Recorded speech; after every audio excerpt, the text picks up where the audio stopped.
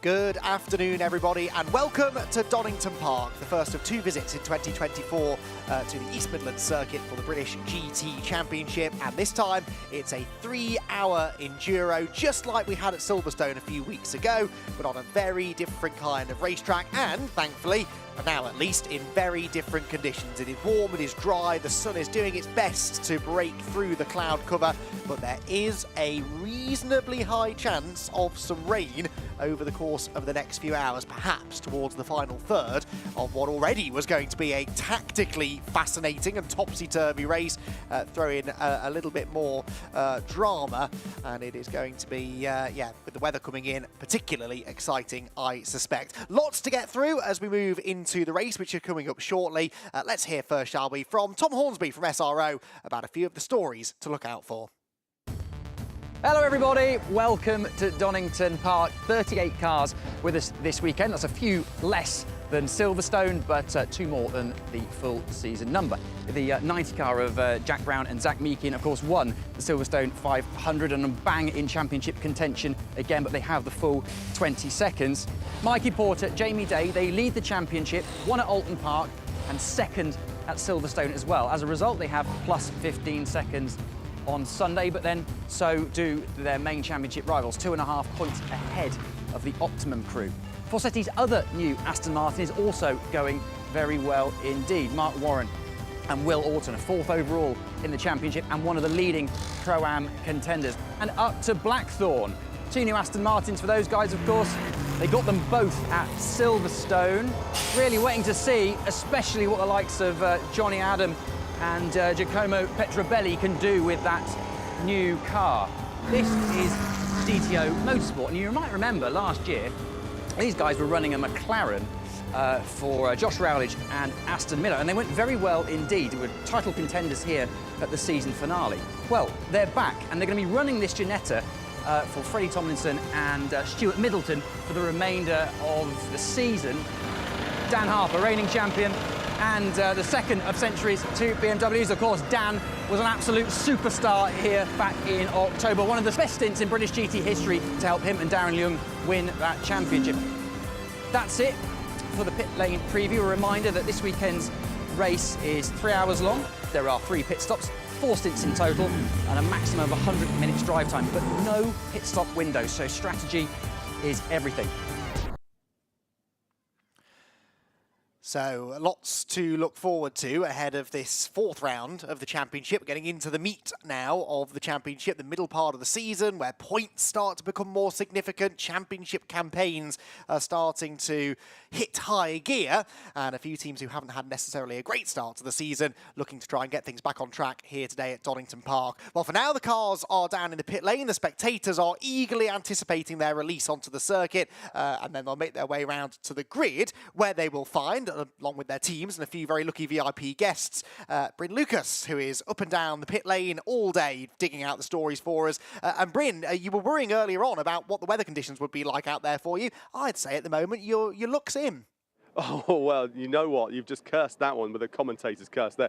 There are a lot of people here, by the way. It's nice to see so many VIP guests along the grid here waiting for the cars to come. But, yeah, condition-wise, Andy, it is absolutely roasting, or it was about 3 minutes ago when you threw to that VT. It's dropped a little bit. It's still nice and warm, but over my cameraman's shoulder, just off to the right-hand side, over the garages, there's a really dark, kind of purpley black cloud, and the clouds are travelling in this direction across the start line. So I was talking to Sam Neary a moment ago, and I'm going to catch up with him in just a little bit, and they were looking at this, and they think this might happen. This might actually appear to us and start raining the second the race starts. There's a weird tyre conversation going on right now.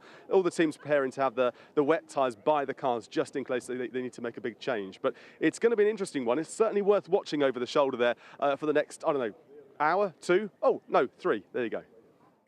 Yeah, thanks, Bryn. Going to be lots of stories to dig out, I think, up and down pit lane. It is a race of strategy as much as it is about what happens out on the racetrack. Well, we heard from Bryn Lucas. Joe Osborne is alongside me in the commentary box. And Joe, we don't really know what's going to happen, do we? This weather, which we are obsessed slightly with talking about. We were at Silverstone, but we don't know what's going to happen with the weather. We don't really know what the winning strategy is going to be. There's been balanced performance changes overnight, so we don't really know what some cars' relative pace to each other will be like. It's going to be fun, isn't it? Yeah, 100%. And there's a lot of spinning plates going on here, the weather being the biggest one.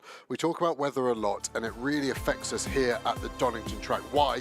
Because look at this start of the lap. It's so fast and flowing. If you're on the wrong tyre, the slick in a wet condition, you have got a lot of work doing. This final sector's turns 9, 10, 11 and 12. Really, really tight and twisty. Great for overtaking. Added for the 93 Grand Prix to get it to the minimum length of 2.5 miles, 4 kilometres. But really makes us a Jekyll and Hyde circuit, and one that we all love.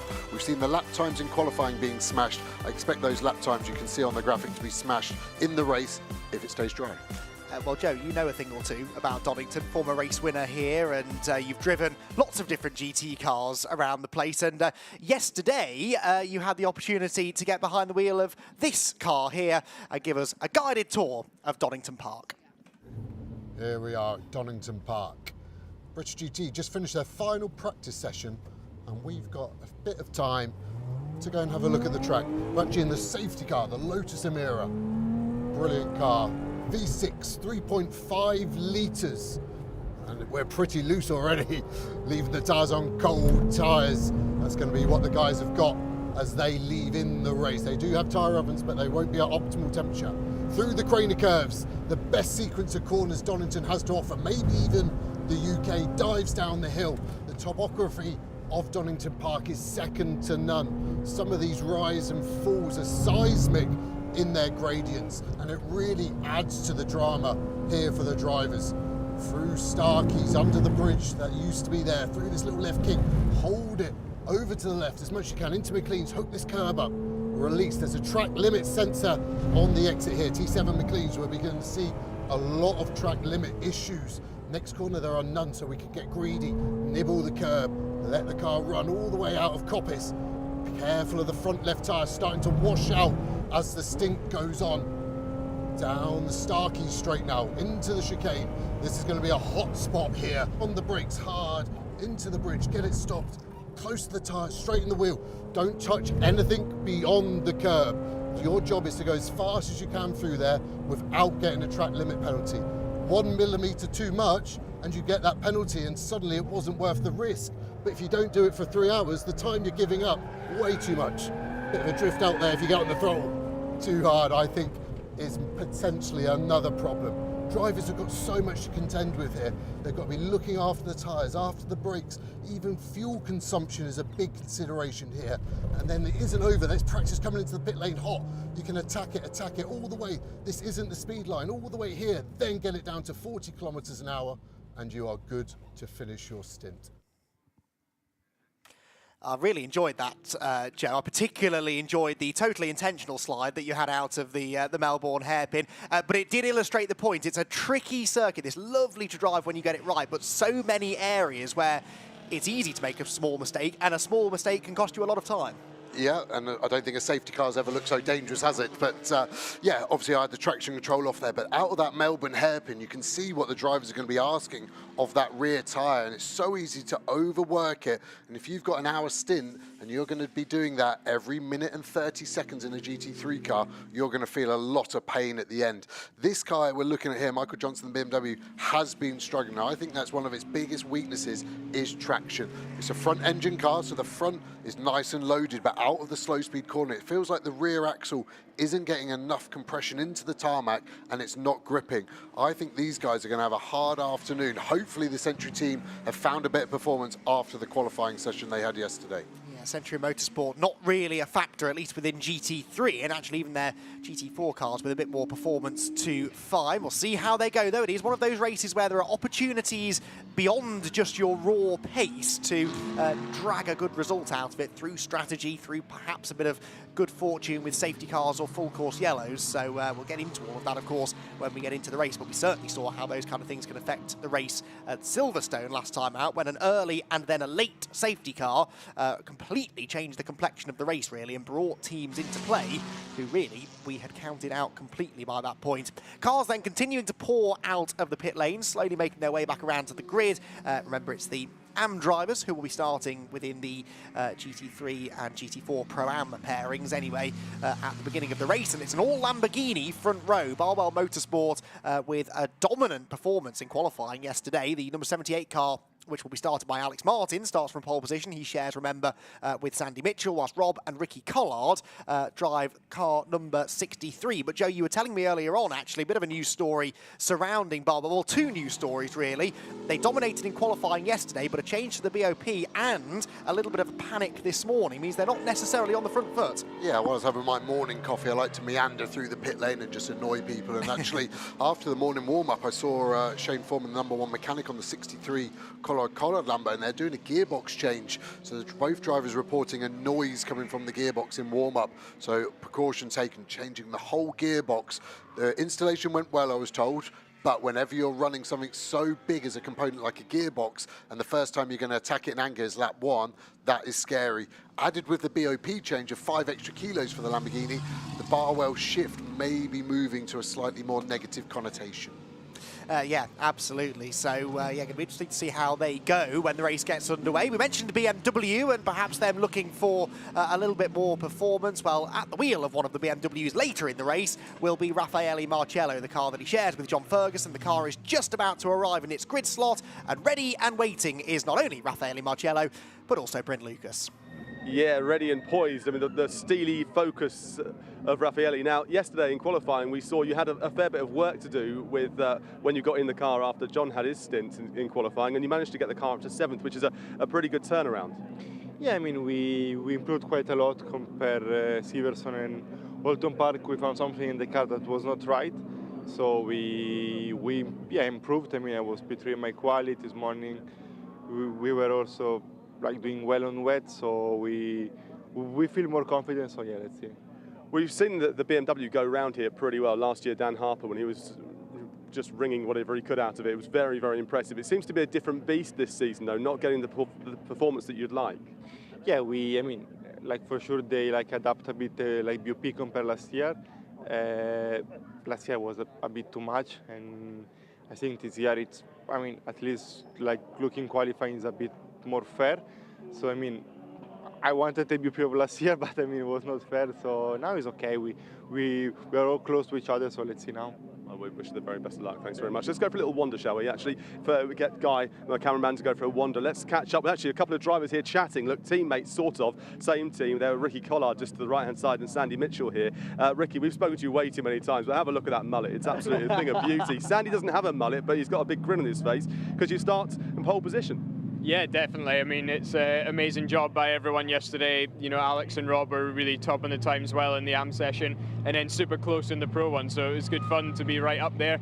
And yeah, starting in the best possible position, just looking at the clouds. I don't know exactly what's going to happen. It's looking quite dark up there. So yeah, we'll take what we get. Everyone's nervously looking to the sky. After what happened at Silverstone, it obviously wasn't your fault in the collision there, but it really knocked your championship hopes. You've had such a strong start to the season. It's imperative, isn't it, that you both get a good performance out here today and no one gets in the way and you walk away with a podium at least, I'd imagine. Exactly, yeah. It's really important for us to try and bounce back with a good result here because Silverstone, we had the success penalty anyway, maximum success penalty, so for that to be a bad race is not such a bad thing in the grand scheme of things. But now we sit on pole with no success penalty, so we really need to try and make the most of it and yeah, get a good result. It's a lot of points to lose, though, isn't it? Look, wish you the very best of luck as well. Thanks very much to Sandy. Let's go for a little wander again and just see who else is around here because there have been some really, really strong performances around. I mean, Sean Balfe has done amazing things out here again today. They've got a really good performance, a really good result at Silverstone. Let's go over here to Marcus Clutton.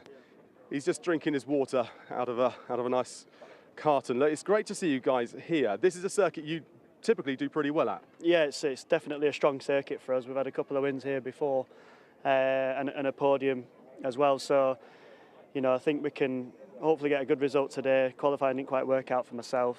Morgan did a sterling job as ever, as we all know.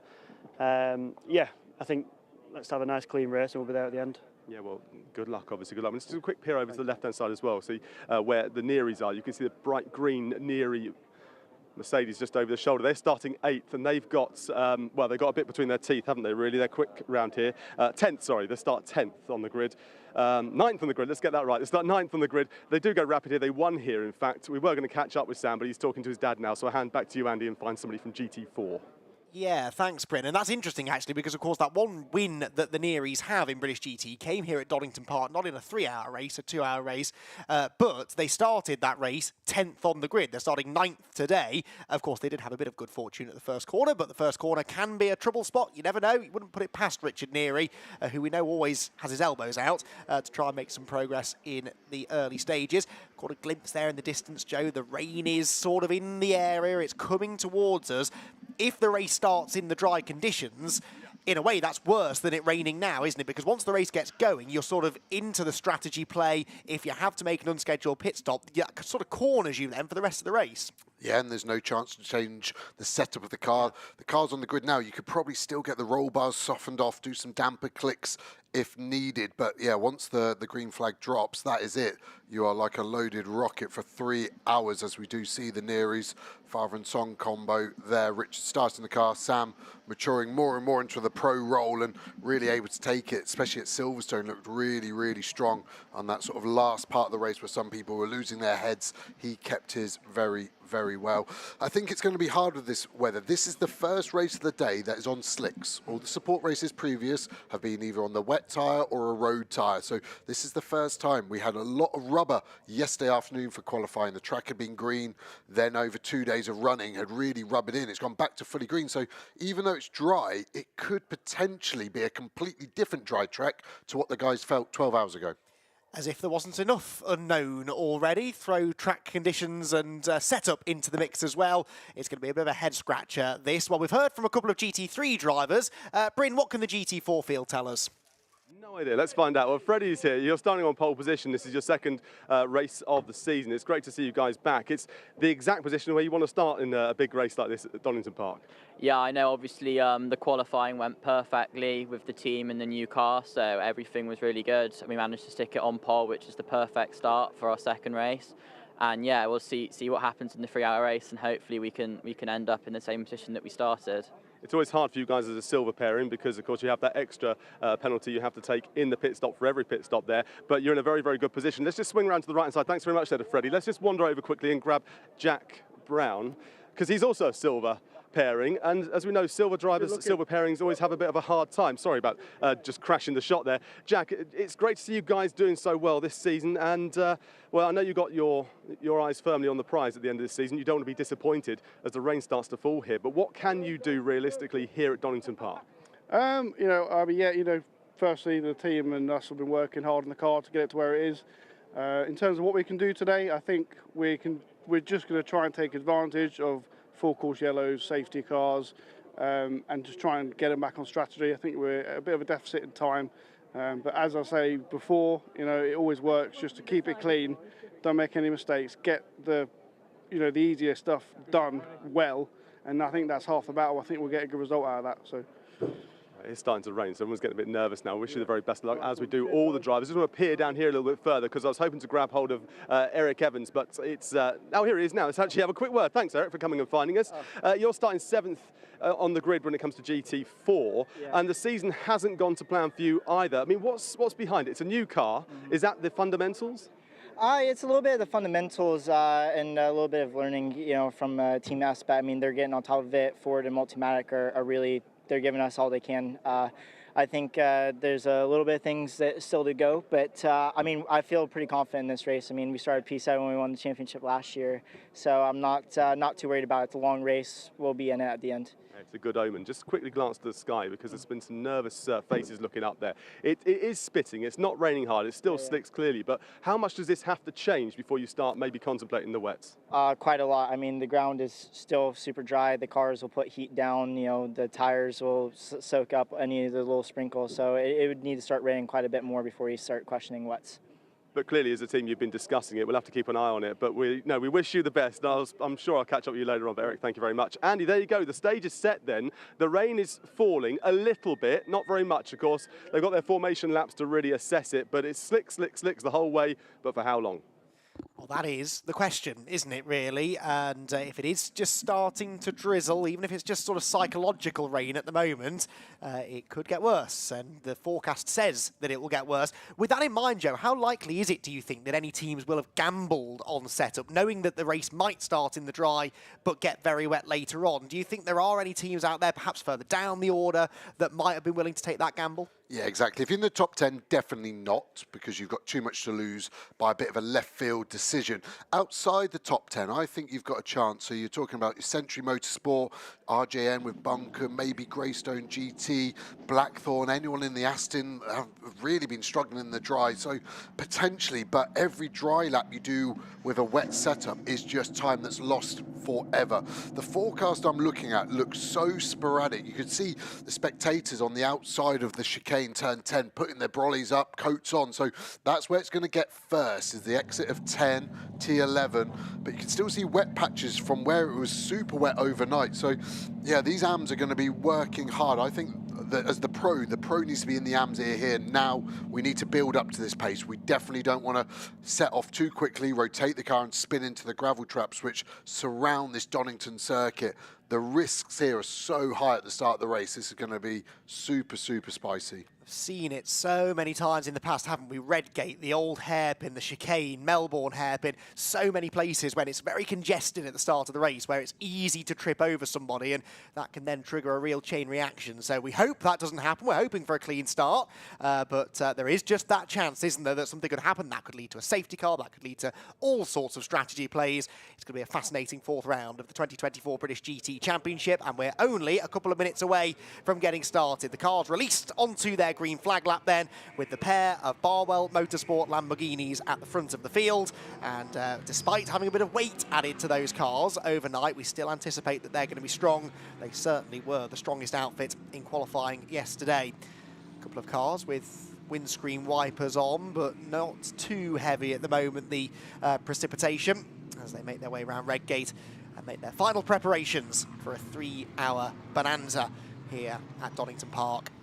The grid then, as I said, headed by Barwell Motorsport. It will be Alex Martin from pole. It will be former champion Rob Collard starting alongside him. The best non-Lamborghini, well, it was the McLaren from Garage 59 that won last time out at Silverstone, Sean Malth, alongside the Mercedes of Kevin Say. Third row then, an all-McLaren affair. Mark Radcliffe for Optimum, Morgan Tilbrook, former winner here at Donington for Garage 59. Then the best of the Beamers, Ram Racing's John Ferguson, with Mark Smith from Paddock Motorsport alongside him. Top 10 completed by Richard Neary and Ian Loggy in their pair of Mercedes. Good friends, those two, and starting together on the 5th row. Michael Johnston in the BMW and Mike Price's Greystone car are on row 6. 7th row, Chris Buncombe and Simon Orange. Row number 8 is where we find the Audi of Sasha Kakad and the first Aston Martin of Giacomo Petrobelli.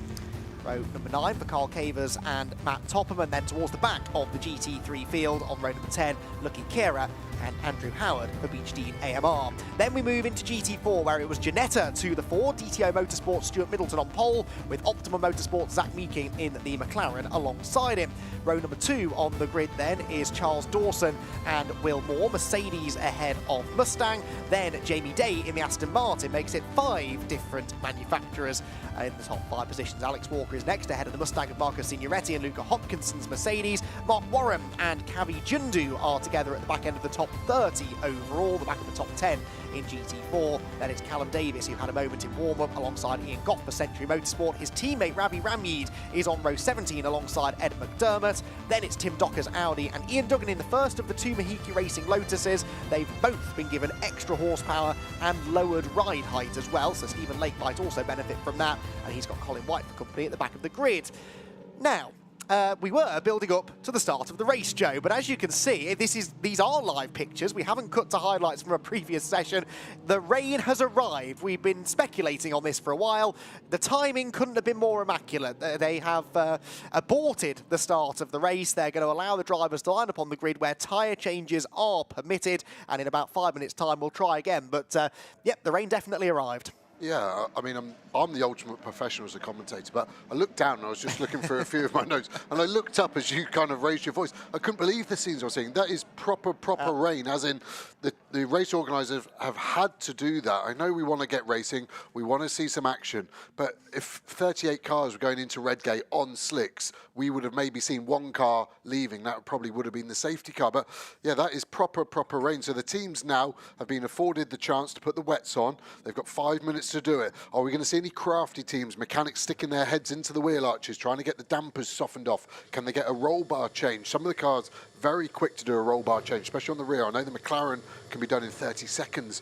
Feels like the right thing to do now, but is it going to be the right thing over 3 hours? This is going to be really interesting. I can't actually ever remember a race in anything, British GT, European Series, anywhere where the start has been aborted like that because of such a weather change. So great job by Peter Daly. I think it's completely the correct decision. Like I said, yes, we want to see racing, but I want to see 38 cars going around this track for as long as possible. Exactly so. So wet tyres going on, but it doesn't look like it's raining that heavily now, at least at the end of the start-finish straight. So it's going to keep changing. Yeah, the only thing as a driver, you don't have to go to wets. No. When the wet race is declared, you have the option. When it's a dry race, you're not allowed wets, but wet, you're allowed either a slick or a wet. Would I be risking a slick right now? Probably not. I did race here in 2020 and only Scott Mulvin and I stayed on slicks, and it was the right decision. After half an hour we were 30 seconds ahead, but I think it's slightly too wet for anyone to gamble. Yeah, and actually, as we can see from the footage out on the grid, the rain is still quite heavy, but teams not rushing to fit those wet tyres. So to your point, I think they're hedging their bets for the time being. Right, we are going to get the race restart at 1:10, which gives us 9 minutes to head down to Bryn Lucas and see if he can make some sense of it all. Well, I tell you what, the rain has really, as you say, come down fairly heavily, which is why it's prompted this, a lot of work going on behind. Johnny, I don't want you to get too wet out here, but this is kind of unexpected expected, isn't it, this weather? I think the forecast looked like it could have a shower, and it's obviously come over, but it looks blue skies behind it, so it's not going to last for long. But yeah, I mean, the safest thing is to put a wet on just now. It is too wet for the slick to operate, but I think it'll be one of those races that will just keep changing as the weather comes in and out. Yeah, strategy's going to be really interesting. Was there no thought process of just going out on the slicks and seeing if it can come back to you? Definitely it's too risky at the start of the race to try and get temperature and build temperature and hold temperature. So I would say the majority of the grid will be on a wet, but it's how quickly you can get on that slick, because it has dried very quick today. It's a warm ambient compared to Silverstone, and it does look like it's a bit blue sky behind that. So try and get dry. Thanks very much, Johnny. Yeah, it's going to be really interesting with this one, Andy, as Johnny says there, because when it comes down to strategy, it's not just a tyre strategy; it's a driver strategy with their limited time they have in the car. The maximum time these drivers can spend in the car as well. So I think it's going to be quite an exciting race coming up with all the different permutations going on because of what's happening from the sky above. Indeed so. Well, whilst we were hearing from Bryn and Johnny Adam there, got a bit of news about the start of the race. It will be a safety car start because of the change of conditions now. They shouldn't have to do 2 warm-up laps, though, because they did have that wet running in warm-up earlier on today, but it will be a safety car start. So that's that question answered. Also, whilst we were hearing from Bryn and Johnny, Joe Osborne popped outside of the commentary box and discovered... Yeah, a little bit of drizzle, but as Johnny Adams said, it's passed over very quickly. And again, that's just what my weather radar is saying. It's short, sharp, isolated showers. I think here you've got to have the wets on. You can see the rainfall there. I think that is over the start-finish straight in the background. I think you've got to keep a dry setup on it. I don't think you can afford to look at the race is going to be like this. I think the rain is probably going to stop within the next 5 to 10 minutes, and then I'd expect to dry in about 20 to 30 minutes. Okay, we'll see if that's true. Either way, it will be a 3-hour race, during which all teams have to make 3 mandatory driver changes. There is no designated pit window. You can pit from lap 1 until the very last lap of the race if you want to. The only rule is that no individual driver can do more than 100 of the 180 minutes. So that is sort of when we start talking about, oh, they need to pit now, it's because one driver's getting maybe towards the end of their maximum drive time. When they're in the pit lane, the minimum pit stop times have been tweaked slightly for this round. So it's 125 seconds for GT3 cars and 155 seconds for GT4. That's the total time from the pit entry line to the pit exit line, during which, of course, they pull up into their pit boxes and they complete their driver change, tyre change, refueling, etc, etc. At the final of the 3 pit stops, that's when the compensation times come into place. The top 3 finishers from GT3 and GT4 last time out at Silverstone all have to spend extra time in the pit lane, but only at the 3rd and final stop. So within GT3, it is the number 59 car that won, so they have to spend an extra 20 seconds. It's 15 extra seconds for Team ABBA Racing, and the number 77 McLaren will spend 10 extra seconds, whilst then in GT4, the front row starting McLaren number 90 was the winner last time. Second place for the SRO Motorsports car, and 3rd place in GT4 was the Mahiki Racing Lotus. Right then, back down to the grid and back down to Bryn Lucas. Yeah, thanks very much, Andy. Sam is here. Now, this is Sam Neary, by the way, if you don't know, Sam Neary is here. Now, this is the location of your only win in British GT. It'd be nice to achieve the same thing as a team with Richard in the car to start with, and he's quite good in the rain. Yeah, definitely. We weren't really bothered if it was wet or dry. We thought pace was quite good in the Mercedes, so we're happy. But yeah, our only win has been here. We've had a few taken away, but yeah, no, we're looking forward to it. 3 hours, anything could happen. We have the success penalty at the end, but you know, we'll see how we end up, and I'm really looking forward to it. I think we call it pit stop compensation time now, don't we? That's the official line there. But 15 seconds you've got to spend on that final stop there. But with the weather being the way it is, it's going to be hard to know when you're going to make that final stop. Yeah, absolutely. Strategy is going to make a big difference. I think some people will pit straight away with the safety car start. Some people are going to stay out. Silverstone, we stayed out, so maybe we'll do the same. Maybe we'll pit on lap 1. So we'll see how everything goes, but I'm really looking forward to it, and it's going to be a fun race. Yeah, it does throw a lot into the mix, and it's hard for us to really know what's going on when it comes down to the race until we start approaching those final pit stops there. Have you spoken to the team about what your strategy might be? I mean, can you give us any glimmer? Just like Silverstone, we had a plan. Got thrown straight out the window as soon as it rained. So can't really give you anything yet because other people are listening, but we have a plan. We're going to try and stick to it as much as possible, and you know, hopefully catch a lucky break and get on the podium again. The plan is the plan might change, Sam. Thanks very much. I think that made some sort of sense. Thank you, Bryn. So, okay, we heard Sam saying there, Joe, that there's a possibility some people might pit at the end of the first lap. Like I said, that's perfectly within the rules with no set pit window. And we saw teams do that last time out at Silverstone as well when we had the early safety car. But is it fair to say that because they did that at Silverstone, it didn't really work at Silverstone as it happens, but is it fair to say that that means it also won't work here?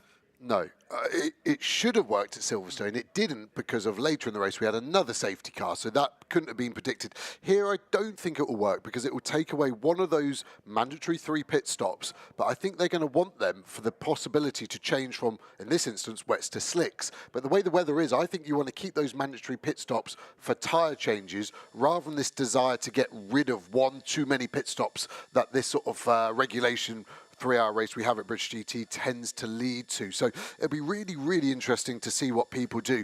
That onboard, we were just there, the 47 car, Mark Warren Fossetti, speaking to them this morning, they wanted rain. Yeah. They think this is really going to play into their hands. So that 47 car we had the onboard on, but also the sister car of Jamie Day, the number 7 car slightly further up the grid. I think they could be one to watch, or they just lied to me. One of the 2 options there. Interesting stuff. Right, Mikey Porter has bumped into Bryn Lucas in the pit lane, and we can hand down to Bryn now. Yeah, I thought I'd catch up with Mikey Porter. It's a very good position. I'm standing right underneath a big speaker. Apologies for that. You know, that's bad on my part. But Mikey, you're leading the championship. These sort of races are ones that you've got the extra time you've got to spend on that final pit stop change as well. You need to leave here with a decent points haul, but it doesn't have to be a podium for your championship, you know, your challenge to still be on track. No, the key to winning a championship is always to be as consistent as possible. You know, yeah, if we can finish on the podium again this race, and it will be good. But there's just been a sudden weather change on the green flag up there, so I think that plays into our hands a little bit. But it's stopped raining now, so I think it could dry pretty quickly. We've been talking to a lot of drivers about this, and in commentary they've been talking about the weather as well. It played a huge part in Silverstone. I think today, with the changeable conditions, it's going to come back. We've got blue sky above us right now. How is that going to affect the strategy, how you approach this race? Because you're going to have to respond very quickly to what's happening. Yeah, I think everyone on the grid's on a dry setup because we started the race in a dry. But yeah, you've just got to see what happens on lap 1. If there's any crashes, you know, cause a safety car, change straight away. But yeah, you just got to see how it plays out in these long 3-hour races because anything can happen. Yeah, well, look, go inside away from that noise, and I'm going to go. I might go and get my eardrums looked at. Back to you, Andy. I can hear that from here, even without my headphones on. That you're not going to miss that, but of course it serves an important purpose. It lets everybody know that the start procedure is happening, and we are now less than a minute away, in theory, from getting the cars released onto their green flag lap again. But look, the sun is starting to shine down on the track again now, and it's still pouring down at that end of the pit lane. But I tell you now, at our end of the pit lane, we are only at the other end of that straight. I'm pretty sure it's not raining, so it is very isolated, this rain at the moment. It looks okay now down at the old hairpin as well. If the rain stopped now, Joe, and we set 38 GT cars around the track at speed, how long do you think before we have a dry enough line for slicks? Not long, surely. 20 minutes to 30 would be my guess. We had good track temp before because there was some sunlight out there. It's quite windy. It's quite mild. All the conditions for a quick drying track are there. So, yeah, who is going to take that decision? Is anyone going to pit under the safety car and go to slicks really early? I mean, the thing is, when it's conditions like this, safety cars are just much more likely to happen. So the strategy here is so hard to call. I'll be able to tell you exactly the right strategy that you should have done in about 2 hours and 59 minutes and about 23 seconds. Excellent stuff. Right, I'll hold it to that, Joe. The time has started ticking down, so the race has started. This is how it always works when we have a safety car start. So the race has started. They will do at least one lap behind the safety car, and then we'll continue. What have you spotted, Joe? Just a dry line already through the top of Craner Curves, but then look at the rain here. This is looking at the Craner Curves from further around the track. Looks like it's probably sort of the sprays there. So when we're talking about when's the crossover, it's when the spray disappears. When you no longer see spray being lifted up from those big Pirelli wet tyres, that's when a slick is possible. But I'm starting to think we're seeing different wet conditions at different ends of the track. Look how wet it is there. That is much wetter. Coming out of Coppice, I think that's got the brunt of the rain so far that we've seen. So the drivers are now on a bit of an exploration lap, aren't they? Working out where's wet. When I said 20 minutes of slicks, no chance here. I'm going to change my mind and say 20 minutes on the pit straight, but this is more like 40 minutes here on the back straight. Look at the water, the Barwell Lamborghini, the diffuser we're looking at, sucking that water out of the track and lifting it up and throwing it straight in the teammate face of Rob Collard. The spray is going to be immense. Probably not on the pit straight, but on the back straight and into the Melbourne hairpin. It still looks wet. It's a great camera view, but then it doesn't look so wet already there. It's almost like the rain stops halfway down the hill. The isolation of these showers is quite incredible. Well, that's pretty much directly behind our commentary position. It is not raining here, so it is only raining at one side of the track, but there isn't much wind today, so it's taking longer maybe to progress across the circuit, and that means it might linger for a little bit longer as well. So, yeah, this is going to be a slightly bizarre start to the race, really. We're going to get another lap at least behind the safety car, so another lap for us to speculate, and perhaps a first opportunity for someone to come into the pit lane, and straight in comes Ram Racing. John Ferguson then in the Ram Racing BMW. He is the only caller so far. What do we think, Joe? Yeah, it's that sort of left field decision I was talking about. They're a bit further up. They were 7th on the grid, so I'm surprised they've done it. They got good fuel mileage out of that BMW, so they do have a longer window, a better opportunity. It's the only left field decision so far, isn't it? So we're going to get a good call on that. The door not quite closing, has to be closed before they can stick some more fuel in it. It's only done 4 minutes of race time, but they'll probably still be able to get 8 litres in, which might give them another 3 laps with Marcello in, which is exactly what you would want. But again, look how dry it is on this half of the lap. So this part is really quite dry, and then suddenly around this area a little bit further towards Coppice it gets wet. Under safety car, these guys are not going to lose a lap. They're putting new wet tyres on, so maybe in the rush they didn't have time to get the wets they wanted for Ferguson. Could be another reason why they're stopping. Those tyres could have been in the oven, getting a bit of temperature. Safety car's going to be in this lap. I'm not sure they're going to catch the back of the pack. They might be 35 to 40 seconds away, but they stay on the lead lap.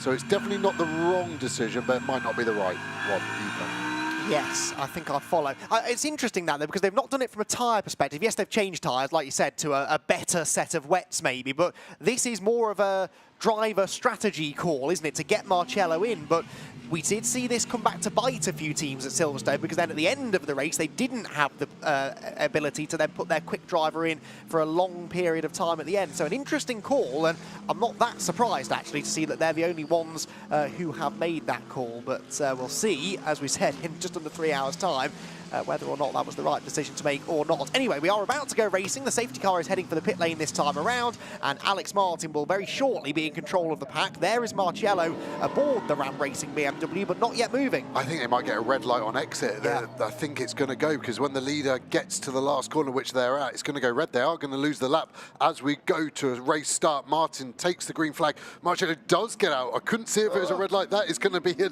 pretty spicy release, but his pace should get him away from the leaders. That is a race for a battle, not to go a lap down 5 minutes into the race. So by 2 car lengths, they stay on the lead lap then. Raffaele Marciello does not lead the race. It's actually the 2 Barbell Lamborghinis that are doing battle for first position. But Marciello, the only pro driver on the grid at the moment, should be able to shine and pull clear. Of course, he won't have a lot of heat in those wet tyres compared to the others. And so actually, at the moment, Alex Martin is catching him slightly as they run through the old hairpin. Let's check in with GT4, where it's still Ginetta at the forefront there. DTO Motorsport hanging on then ahead of the Optimum Motorsport McLaren, as you'd expect from a single file safety car start.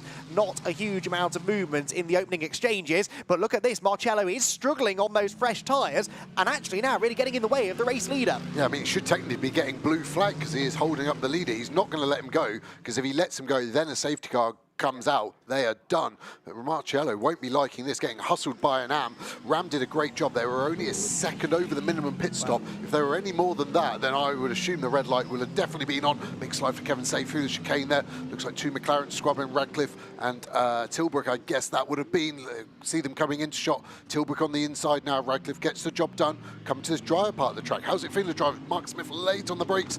Neary as well in the background, looming, getting down the inside of Smith. Might even see Neary in the rearview camera here on board Radcliffe. Looks like Tilbrook had a good drive out of there as well. Tilbrook's so good around Donington Park. Is it going to become a bit of a Garage 59 day? See Balfwell up there as well, don't we? Yeah, McLaren's looking strong, aren't they? Neary did get ahead of Smith, so Smith losing a couple of positions actually on that opening proper lap of racing. Here comes Loggy as well. Loggy now moving up alongside the number 9 McLaren 2 as they accelerate towards Redgate corner once more. So Alex Martin leads by 7/10 of a second over Rob Collard. Here comes the GT4 battle, and there is a GT4 battle. It is Jamie Day up the inside in the Aston Martin, nicking, I believe that was 4th place away from Wilmore. Yeah, and they told me they were going to be quick in these conditions, and they're really on the front foot. Academy said yesterday they're good in these conditions, even if they just bolt some wets on a dry setup. But that Aston looks really, really good. But not a single drop of spray, is there, on 5 corners out of the 12, and then 7 are monsoon conditions. This is going to be a nightmare call for when the crossover on tyre is. You're going to have to go almost steady on this first part of the lap, not to destroy the wet, because it's going to get to a point where you're starting to really hurt the tyre, and then you could be even aquaplaning later on the lap. Marciello does look like he's settled in. Balf having a look down the inside of Collard there. Kevin Say looks good for pace, doesn't he? As does Neary. Aggressive with nature, aggressive with the lights flash, gets down the inside. What's Radcliffe going to do? Just closes the door. Be careful of both the tyre stacks here. Neary's done well to get a bit of a switch back there. Is he going to get the drive? Radcliffe looks like he closes the door. Who's going to brake latest? Going to be braking in 3, 2, 1 now. And Radcliffe just again closes the door. You can see as well, Loggy's really on the move, caught the back of this group in the silver D2 Mercedes. Johnston, followed by Price, followed by Orange. It's getting pretty spicy in that mid-pack, isn't it? Dear me, it's always spicy where Richard Neary is concerned. He's weaving around, ducking and diving in the mirrors of the McLaren driver, and finally gets the job done on the exit of Goddard. So past Radcliffe he goes, and that's Richard Neary now from 9th on the grid to 6th. So one of the biggest movers, really, the biggest mover in the early stages. Now it's the turn of Smith to try and come through as well. So the 27 McLaren, for whatever reason, struggling for pace in the early stages. It's likely that Loggy will get past as well now on the run through Hollywood, and that will be 3 positions lost in 2 corners. But more important at this stage of the race, you've got to pick your battles, haven't you, Joe? If you don't have the ultimate pace, if you don't have the confidence in the car in these conditions, just save the car, stay out of trouble. It could always come back to you. Yeah, I know the Optimum guys will have a good view on the strategy. Maybe they've just gone for a fully dry setup. Radcliffe's still carrying injury from his big crash at Silverstone. Ribs, shoulder, everything hurting. Luckily, he's a northern bloke, so he's made out of steel, so he's going to be okay. But yeah, he looked like he was in a lot of pain. Finally, Marciello getting into his groove, fastest lap of the race.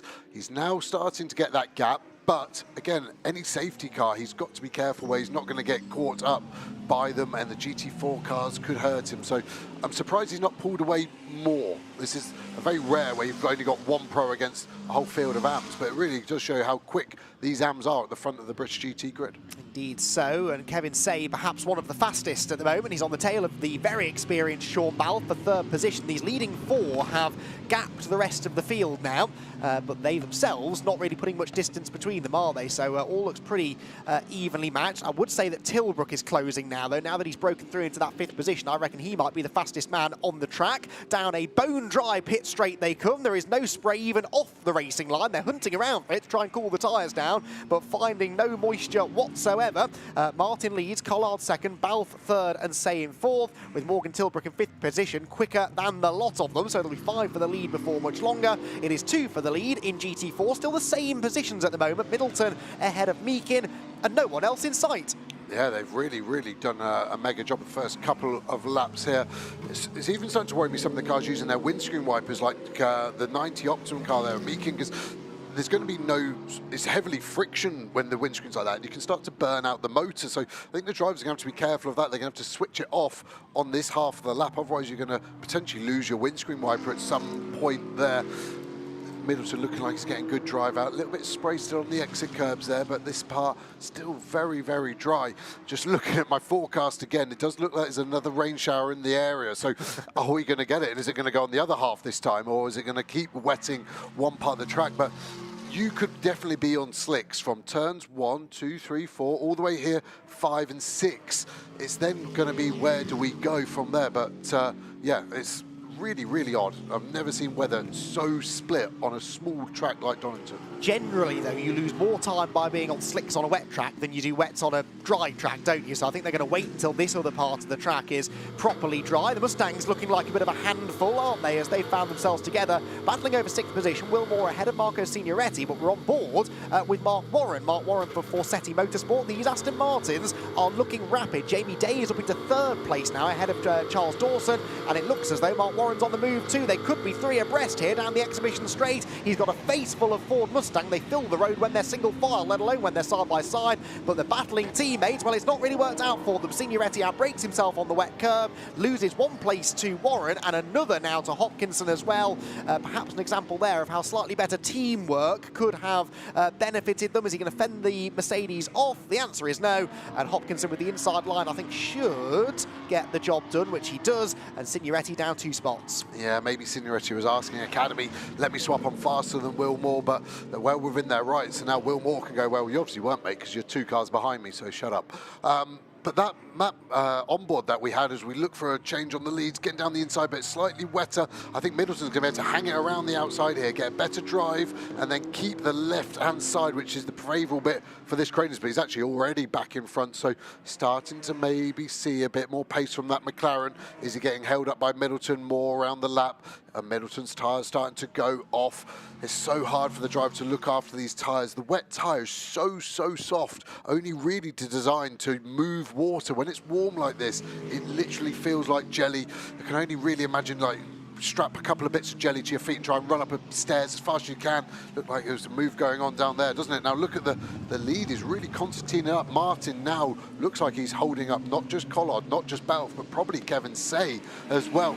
And this is always where it gets real interesting. When there's a bit of a cork in the bottle, the pressure always wants to release. Especially when it's 2 teammates at the front of the group as well, because as you said, there's no obligation here on Alex Martin to get out of Rob Collard's way just because Rob might be a bit faster, but Rob has to be careful how he makes the move. Doesn't want any contact, obviously, that could cost both cars a shot at the victory. You can really see how Raffaele Marcello's got away from them now as well. A good example of his pace compared to the AMs. Here comes the lead change in GT4. It's all going on. You need 6 pairs of eyes, but right now it is McLaren to the front in GT4. A nice move made there by Zach Meakin. We could see it coming for a few laps, and he got it done, Joe, just in the nick of time, because Jamie Day, who was miles back a lap and a half ago, is right there with them. Yeah, Jamie Day's going to be leading this GT4 class, I think, within the next 2 to 3 laps. So much pace. It's going to be interesting, though, by their own admission, Forsetti, that Aston Martin wanted the rain, so they must not want it to be dry. And at the moment, with it drying, what's going to happen is that car going to get to the lead,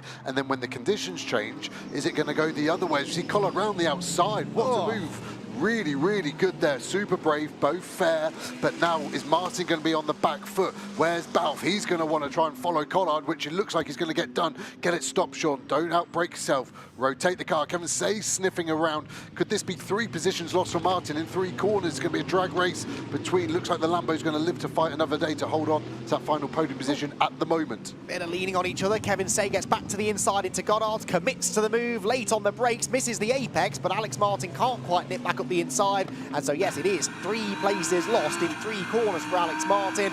Not good news at all. Now, for the race lead, it's no longer Lamborghini on Lamborghini. It is the McLaren on the attack for the race lead. Sean Balfe is flying. Wide goes Rob Collard at Redgate corner, and Balfe has the traction off the turn. He can't quite get the overlap through Hollywood, but all of a sudden the race coming to life then with Rob Collard into the lead, but Sean Balfe arguably looking like the quickest of this group. Yeah, it really is. Kevin Say not able to keep with them at the moment. Look at the glorious sunshine. It's getting warm out there as well now. This track, if it doesn't rain, the rest of the track, 20 minutes, I think, we'll be looking for slicks. Is that when people are going to want to put their pros in? They'll be wanting a safety car. Look at big slide from Collard. The wets are really going to start to be hurting now in this first sector.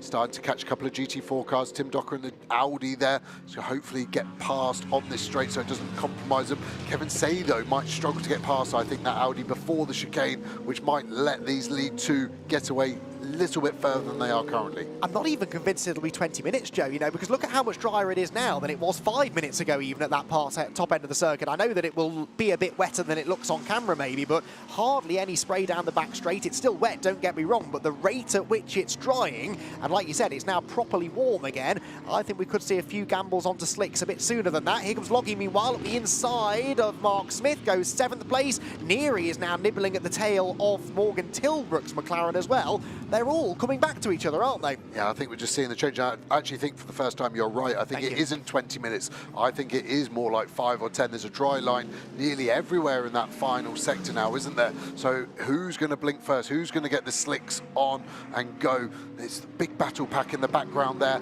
And now we're starting to catch the GT4 cars. It's going to start adding even more spice to it. Balfe looking so aggressive. I love this from Sean. I've been a driver in his team, known him for years. Always too nice. Want him to get his elbows out. I want him to get nasty. Rob Collard, not nasty, but boxes smart, and that's what he needs. As we do see Day on the outside trying to get around Meakin. What's he got? Can he get the cutback? We've seen it working so well. Almost a bit too tight, wasn't he? Meakin just edging over to the inside. Can Day go all the way around the outside? Lost a headlight already, I see. So no problem for the race director in that. There isn't a regulation that you need any headlights working, so he'll be fine. Meakin's going to edge him out. Is he? No, leaves him space. I think that will be job done. As Jamie Day just says, yes, thank you, I'm on the inside, by the way. Oh, my word. And then he really squeezes over to the edge of the road. That, by the way, is Alex Walker now in 3rd position, trying to become 2nd place and the lead McLaren in the GT4 battle. He's come out of absolutely nowhere, having started, I think, 6th on the grid, and he was not even in shot with these two a couple of laps ago. He is rapid, and he's pulling to the outside line into Redgate corner. Can he go right round the outside of Zach Meakin? The answer is yes. So it is now Aston Martin from McLaren still, but it is the number 11 McLaren through into 2nd position. Alex Walker on the pace. Yeah, his wiper couldn't go any faster either. I'm just starting to think, I wonder if some teams have actually put on an older wet tyre. So there are only 2 tyres, wet and slicks, but an older wet, it can be used as an intermediate. Richard Neary, don't hit anyone, thank you. So it's force of habit just over so many years of him nailing people in the side. But he's been so clean today, so thank you, Richard. I just wonder if someone's on an older wet, slightly harder, less tread depth, so it doesn't get as hot. Would that be beneficial? But yeah, it definitely would be the tyre you'd want to be on now. I think someone's going to have to be pitting in the next couple of laps, and who's it going to be? The problem is if you pit not under safety car, and then a few laps later there is a safety car, you're done. You're going to be a lap down, and that is what everyone is thinking, and that is why no one is blinking. We did see the Ram car under investigation for its pit stop. No further action on that, so can only assume it was a green light on exit, and they were just checking the CCTV of the pit lane to make sure that was all kosher, which it was. So great news for them. They're still in the race. I think I just think I'm trying to look who I would probably bet on going to slicks first. Does look like Chris Buncombe is coming in the RGM McLaren. DTO ready for Middleton. There was Buncombe going through. Sandy Mitchell ready to go. His lid is on and ready. So I think they're probably ready just in case there was a safety car anyway. but it's going to be this lap on the next, isn't it? And we get to see what Alex Buncombe does as he takes over from his brother in that RJM McLaren. Indeed so. Now, who is going to have the lead at the end of this lap? It's still Rob Collard ahead at the moment, but Sean Balfe hunting him down and trying desperately to find a way by. There is the number 2 McLaren. There, meanwhile, is the Ginetta from GT4. So Stuart Middleton is in, and that's significant. He's the first of the front runners within GT4. In fact, he's the first GT4 car full stop to come in and make this pit stop. Side-by-side action here is in the background. The leader is in. Rob Collard is in, and he comes in before any of the other front runners. None of the next group are pitting. Ian Loggett on the inside of the other Barwell car, which was trying to get to the pit lane. So Barwell, as we've seen so many times before, Joe, they're at the forefront of the strategic gambles. Whether it pays off this time, we'll have to wait and see, but they will get their cars on slicks before any of the other front runners. Yeah, Mark Lemmer, the team boss there, being a former racing driver, has just got that killer instinct. He's willing to roll the dice. He knows what it can mean. And we're going to see a massive, massive undercut here. I think the slicks with a pro in are going to be 6 seconds quicker a lap straight away. So we're going to see a big gap by the time Balfe pits, as we see Optimum coming in. They've gambled and got gamble in on slick. So I think these early stoppers, as long as it's not a safety car, they are definitely going to be in their own little group with that 6 second a lap gap afforded to them. Well, that's the nervy thing, though, because now we've got cars going out on what is still a damp track on slick tyres. It's not beyond the realms of possibility. One of them might snatch a break, go into a gravel trap. That could bring about a safety car or a full course yellow. And suddenly, you're laughing if you're still out on track, because then you get not a free pit stop, but you certainly don't lose as much time from pitting under yellow flags. So many moving parts here.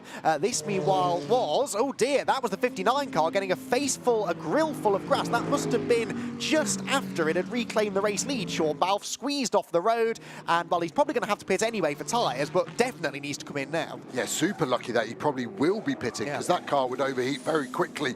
All those radiators sat behind that grill don't like grass in front of them. So, yeah, Ricky should be leaving any second now in that 63 car. The slicks will be hot out the oven, but they are losing temperature sat there on the floor. Looks like he's going to be released into a pretty quick part of the track, doesn't it? Looks like there's a lot of GT3 cars still staying out with their rams. You can just see it on the right of shot. Where's he going to release? Balfe is now in as well. So that will be an interesting illustration. Where will Smalley be, Balfe's teammate, after his first flyer to where Collard is? I think 6 seconds is my guess, halfway between a full wet and a full dry time. Look at Marcello. Oh, sorry, that's the Century cars, isn't it? They look too similar for my small brain. It moved, though, by Andrew Howard. So there's so much to watch at the moment. So to keep an eye on GT4 as well. I think DJI have done the best job there. So I expect them to reclaim the lead in GT4 once everyone has done their first pit stop. Indeed so. Interestingly, a few of them are staying out. Kevin Say stayed out, Morgan Tilbrook as well. There's a bit of a traffic jam in the pit lane. Now, they should hopefully get the Mahiki car wheeled into its pit bay. I think it is up on the jacks, isn't it? Yeah, they're going to wheel it out of the way. The grass gets cleared out of the grill on the number 59, Garage 59 McLaren. But pit lane, a very congested and busy place. That's the only real benefit I can think of to staying out right now and losing time. Also, of course, you're banking driver time, aren't you, for your pro? Every lap that you keep the AM in now means that you can have the pro in for longer later on in the race. Across the line, meanwhile, goes the number 15 BMW with Raffaele Marcello still at the wheel. But remember, he's on wet tyres and will likely have to make an extra pit stop. Meanwhile, we've had some contact down at the Melbourne hairpin, we believe, somewhere around Ian Loggett. I'm not sure whether he was directly involved, but he's certainly the one losing places. This group all still on wet tyres, and Loggett is now going to bail for the pit lane, as did the BMW ahead, with also Kevin Say and Morgan Tilbrook in now too. So who are we still waiting for then? Simon Orange and Mark Smith have both gone through. Giacomo Petrobelli has just pitted. This, though, Joe, the replay of what happened at the hairpin. A lot of cars and not a lot of space, isn't it? Orange really, really late. Logie didn't even see him. I'm not surprised at that. Into Smith, and then Johnson, the Century BMW, taking all three of them, laughing away underneath that crash helmet, I'm sure. Smalley leaving, Neary leaving, all on slick tyres now, obviously. And he is between the Barwell Lambos. So the 78 Lamborghini had a much slower pit stop by the looks of it than the others. So there is 63. There's a couple of other cars in the mix that haven't stopped yet, and a couple of GT4 cars as well. But Adam Smalley is, I think, a net second place ahead of Sam Neary. So Sam Neary also getting himself ahead of car 78, which seems to have lost time in the pits, Joe. Yeah, I think the pit stop is okay. I think it's the outlap that's the difference. Looks like Ricky Collard's outlap was 2 seconds slower than Mitchell's there, so maybe just getting his eye in. Mitchell able just to follow Smith, now getting down one of the Century BMWs there, getting out the way really, really well. The Ram Mercedes will then have a run on that. These guys are really gambling for a safety car now because they are bleeding time, not only to pro drivers versus AMs, but the slick versus the wets, just looking for the first car to come across to complete a lap on slicks. They're all going purple sectors at the moment. I think it's going to be probably in a low 130. So yeah, 6 to 7 seconds up quicker than the guys were doing on wet tyres. Those gambling on a safety car might get their wish the way that things are going. Simon Orange is giving up though. He's coming into the pit lane, which means Mark Smith takes over the race lead now. And he is one of only a handful of drivers in GT3 at least yet to have made a stop. Interestingly, the Aston's staying out as well. Matt Topham and Andrew Howard both staying out on track. They are the only other 2 GT3 cars though, and we may see them in this time. Loggy back out of the pit lane, interestingly leapfrogging back ahead of the BMW that of course took advantage of that schmozzle down at the Melbourne hairpin. And where will the 18 rejoin? Just in front of 78, which has been caught by Sam Neary. So these three pretty close together. 18 then now with Maxi Gertz at the wheel. 78 of course is going to be Sandy Mitchell, although I'm not seeing him on the timing screen for some reason. They're further down than I thought they'd be because, of course, some of the GT4s, I guess, have jumped ahead of them. But this is a pretty interesting battle pack with Matt Topham yet to pit, so still on wet tyres, just in front of them. Yeah, and about to go a lap down as well. Smalley doing really, really well there. He's really pulled away, hasn't he, from Mitchell there. Car looking good as well over the curb. Still quite damp there. You can see the car sliding for grip. No dry line. Still a bit of spray as well as he kicked up on the exit curb. What's Collard's car looking like? Looks like he's really happy with it now. He's really got into a good rhythm, hasn't he? And he's able to use all the curb there. I'm surprised there's no water being thrown up whatsoever. Just trying to look at who else I think should be pitting in the next few laps. Phil Keane is now left, Johnny Adam, Lewis Plato, Ewan Hankey. Just trying to see, it's really only Topham, Howard, because we've seen Orange and Smith, I think, pitted already, haven't they? So yeah. It's not Smith. Not Orange Smith. has been in, So, not Smith, yeah. Yeah, 3 GT3s I make it that haven't stopped yet. Yes, that will likely change, although I suppose if you've stayed out this long, you might as well go all in now, I suppose, and hope for that safety car. Adam Smalley is about to set the new fastest lap of the race, I reckon. No, Ricky Collard fractionally quicker in the end. It wasn't a great final sector for Smalley, as he got maybe caught in some traffic. The Aston Martins are in the background, so I reckon it's going to be 63 from 59 from 78, 18 and 8, your top 5 once all of this shakes out. But of course, all of them pitting at slightly different times could have some ramifications later on in the race. Here comes the 87 towards us meanwhile. But yes, once this all shakes out, I think this is going to be the battle for the race lead. Yeah, and talking of ramifications, what are Ram Racing going to do? They've now got Marcello in, the right driver, but the completely wrong tyre. I think they've got to stay out and hope for a safety car, because if they box now, they're a lap down and it's day done. But they will go a lap down probably within 8 or 9 laps with Marcello being on the wrong tyre. So they're stuck between a rock and a very, very hard place, considering we've still got 2.5 hours remaining. Yeah, his last lap was a 36.9 compared to low 30s, and actually we're into the 29s now with Hugo Cook in the Audi, new fastest lap, a 29.7. So yeah, he is hemorrhaging time. Here is Raffaele Marcello. So we asked, half an hour ago nearly, whether or not it was the right decision to come in early. They were the only car to do so, and it would appear they were the only car to do so for a reason. And it's going to be really spicy, because he's going to be the race leader. Yes. So he's going to have to defend like his life depends on it when the GT3s come back round. So I was wrong when my call he's only got 9 laps, because obviously he is the leader. So he's probably got 9 laps till he gets caught and overtaken by everyone. But then it's the next time the leader comes past him, which I think at this moment would be Ricky Collard. So when that Lamborghini comes into shot, Ricky's then got to do a whole nother lap, and yeah, he's still 20 seconds, but it looks like he was being held up by Smith as Smalley braves it around the outside.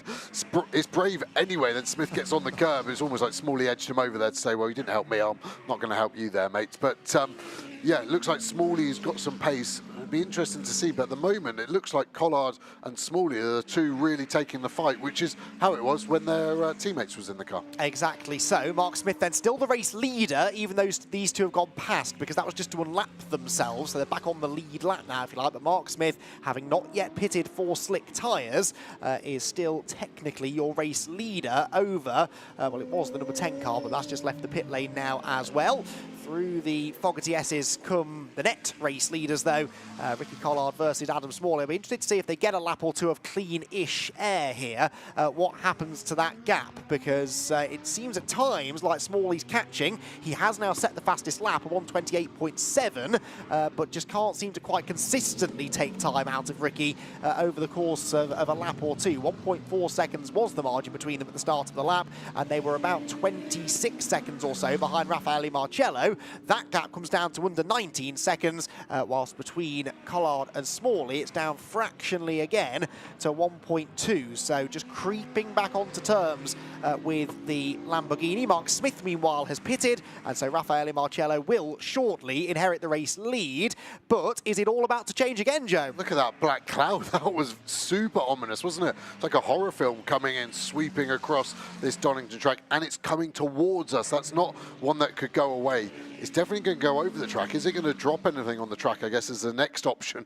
The teams, I think, will generally be sending one of their team members out and just look up at the sky. The forecast can't track these kind of humid conditions. The clouds are just breaking, obviously, very near an old RAF airport in East Midlands Airport, built there because it's on top of a hill. So we just seem to get the weather so much more extreme than some of the non-old airfield tracks that we do go to. But yeah, it's looking pretty even, isn't it? Just looking at the gap between Collard and Smalley about to come into shot.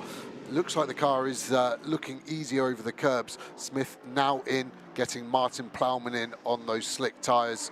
Looks so relaxed. They've added an extra 10 seconds to the mandatory pit stop because of the amount of cars they think are going to have to skate in and out, like we saw the Mahiki car having to do, Robertson leaving in the GT4 Century BMW, and it's just meaning that they've probably got a bit too much time when it's a clean pit stop, hence why they look so relaxed. So, Raffaele Marcello leads the way by an ever-decreasing margin, but of course if it rains again, Ram Racing will look like geniuses because everyone else is going to have to pit for wet tyres. Yes, their wet tyres will be pretty old and worn out by this stage, but they should still be able to keep Marcello out there. But that lead is down to only 10 seconds now, and he's losing about 9 seconds a lap. So by the end of the next lap, Ricky Collard should be on terms with him. Collard then the highest placed of the slick shod cars, with Adam Smalley next in line behind him. Then it's Sandy Mitchell and Maxi Gertz, with Sam Neary, Marcus Clutton, Phil Keane, then Gamble and Dan Harper, I think, yes, to complete what will become the top 10 if Marcello falls down the order any further. In GT4, meanwhile, we are looking at the number 12 car leading the way at the moment because they haven't pitted. So Ed McDermott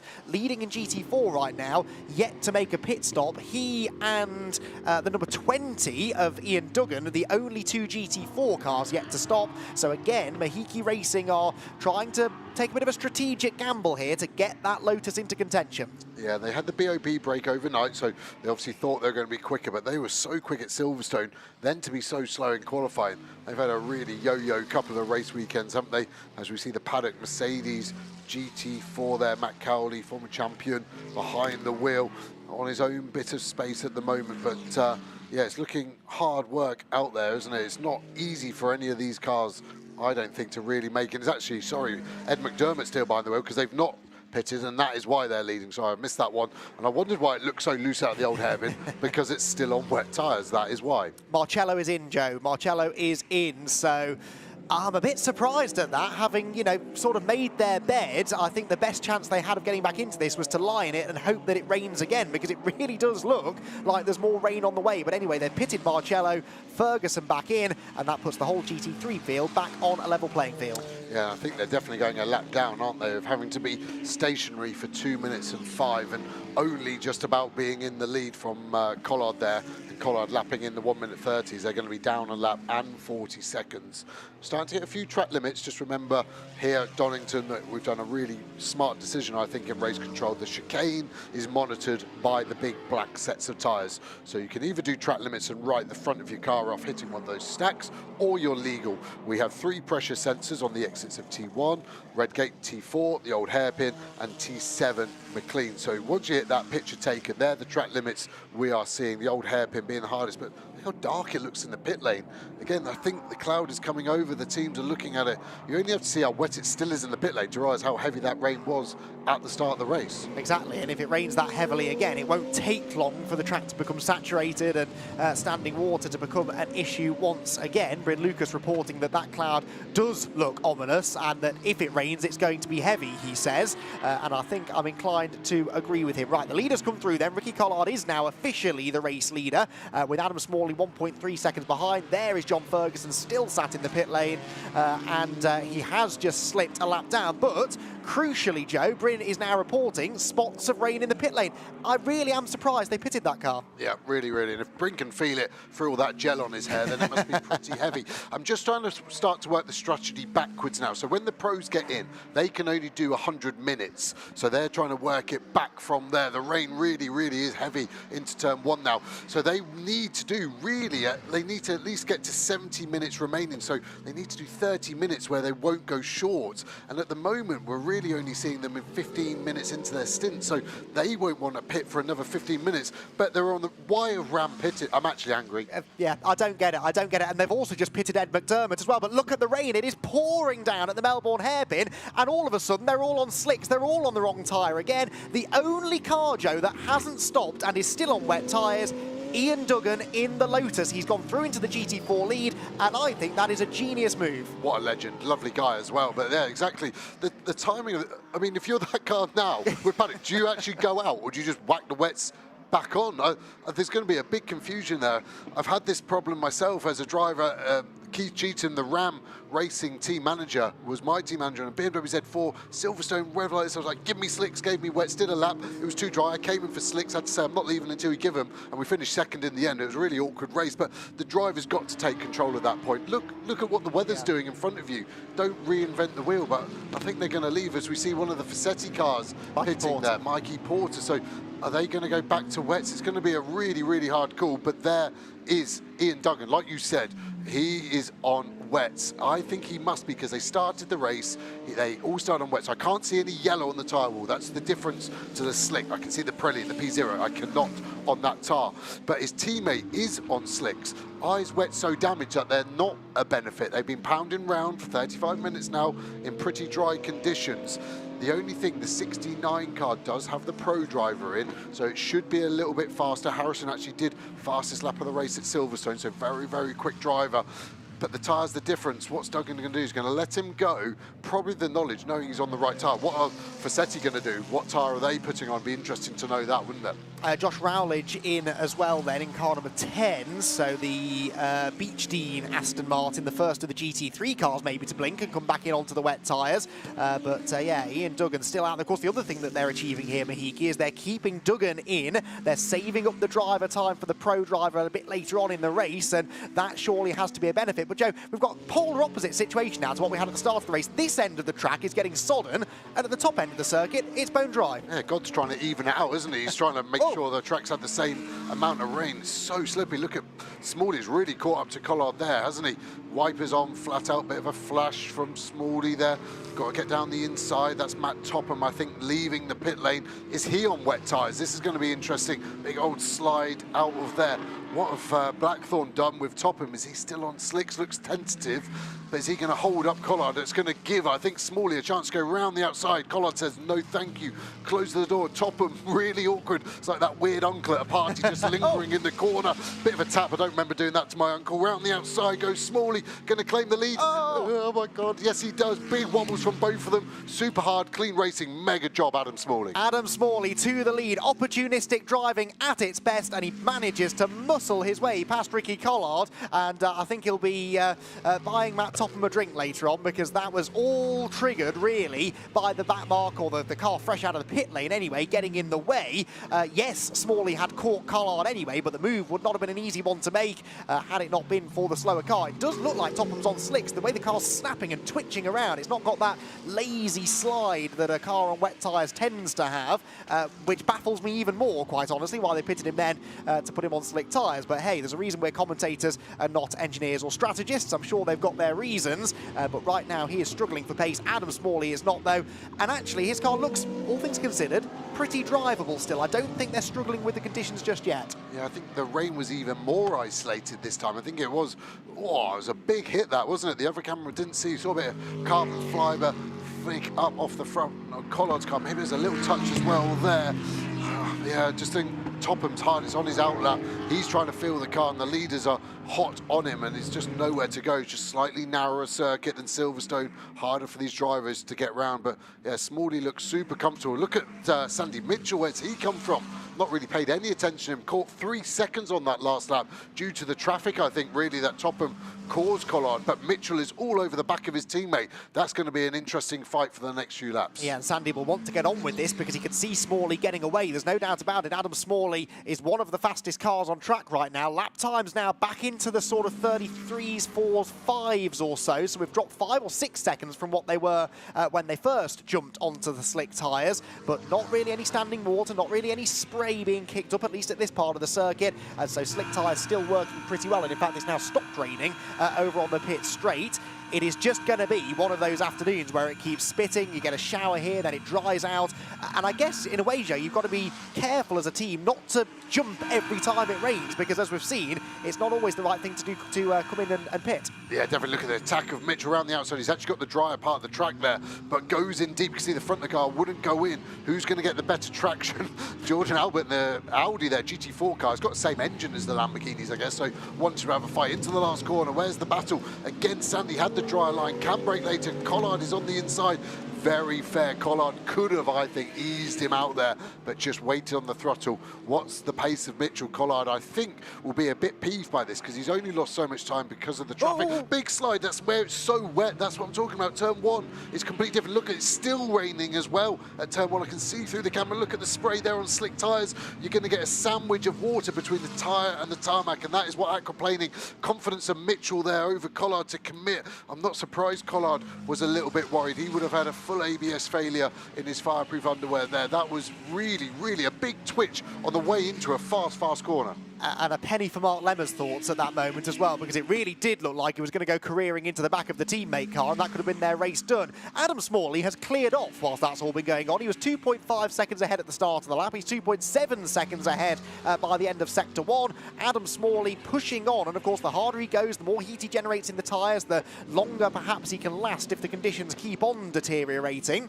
I wanted to take a little look at the lap times of Matt Topham as well, because we suspect he's back out on wet. He's doing 35, so comparable with those on slicks.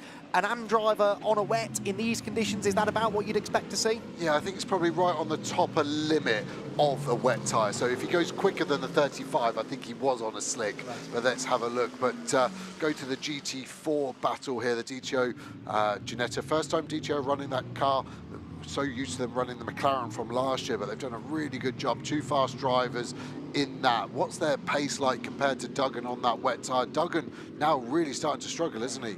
Yeah, he's doing 47s, high 47s, whereas the GT4 cars on slicks are in the 1-minute 40s. So yeah, about 6 or 7 seconds a lap being lost. It's just not wet enough at the moment for that wet tyre to work.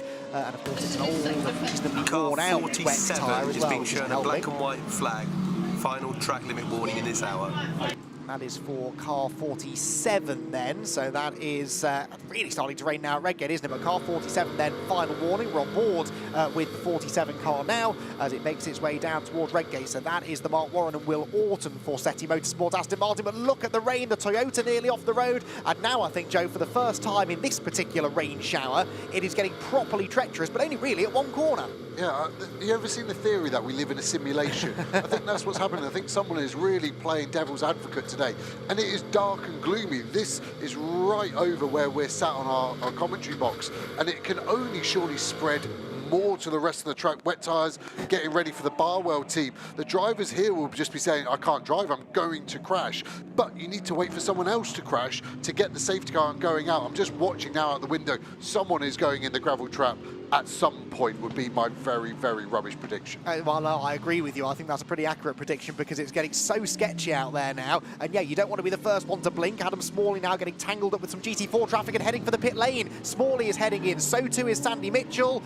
but not Ricky Collard. So Ricky Collard braves it out. He's about to arrive at Redgate Corner, where all of a sudden there's a wall of rain. Is he going to get the car stopped? Can he survive and outlast the rain shower, Joe? Barwell can pit both cars going into the gravel, just get out. Barwell could have pit both cars, so this has got to be a strategy that they're going to try and get this safety car pit stop. He nearly caused it himself, so he wouldn't have benefited from that one. We've got the D2 Mercedes in the gravel at Redgate, Joe. Just seen that out of the window. Here's a replay of the Ginetta going straight on at the chicane. I mean, no way they were making the corner at that speed. We've got cars flinging themselves into the gravel. Car after car is going off at Redgate. Here we are. This is what I was seeing out of the window. We've got the Mercedes rejoining. Luckily, they're all digging their way out. But no, that car's going nowhere. The Mustang is off as well. On slick tyres, they cannot get round Redgate Corner. And here comes another one, the 31 Mercedes off. And this is now getting pretty dangerous, isn't it? It's a sudden, well, not a sudden downpour, but a big downpour. Off goes the Century BMW as well. Carnage, Joe, at Redgate Corner. Jesus Christmas, yeah. I mean, everyone's just got to be on the brakes halfway down the pit straight because your aquaplane doesn't actually matter. Another one, I think there's a gap. I think you'll be okay. Oh my God, threading a needle here. This is like that Nürburgring F1 race safety car. People spinning as well, leaving the pit lane. That was a spinning GT3 BMW heading for the scene. It was the 15 car. It clatters into the Mustang. They need a safety car. The safety car is out, but really, I think about 60 seconds too late because you could see that coming. The Lotus safety car out of the pit lane. Absolute chaos at Redgate Corner, and I've no idea what this now means for people who are in there serving a pit stop. I'm going to go left field with my comment. What heroes pitting now? Yeah. It didn't look like the right decision potentially, especially when you're leading the race, but they did exactly the right thing because of the pictures we're seeing now. That was like a game of battleships, and luckily no one sunk their own battleship. How can we have so many cars off and not a single one hit each other? That was all luck, not skill, unfortunately. That was absolutely wild. Some of the drivers there need to take a lesson from that. When you can see standing water and you're on a slick tyre, what do you think is going to happen? It was idiotic. They needed to be slowing down much, but look at that. It's like a lake into Redgate.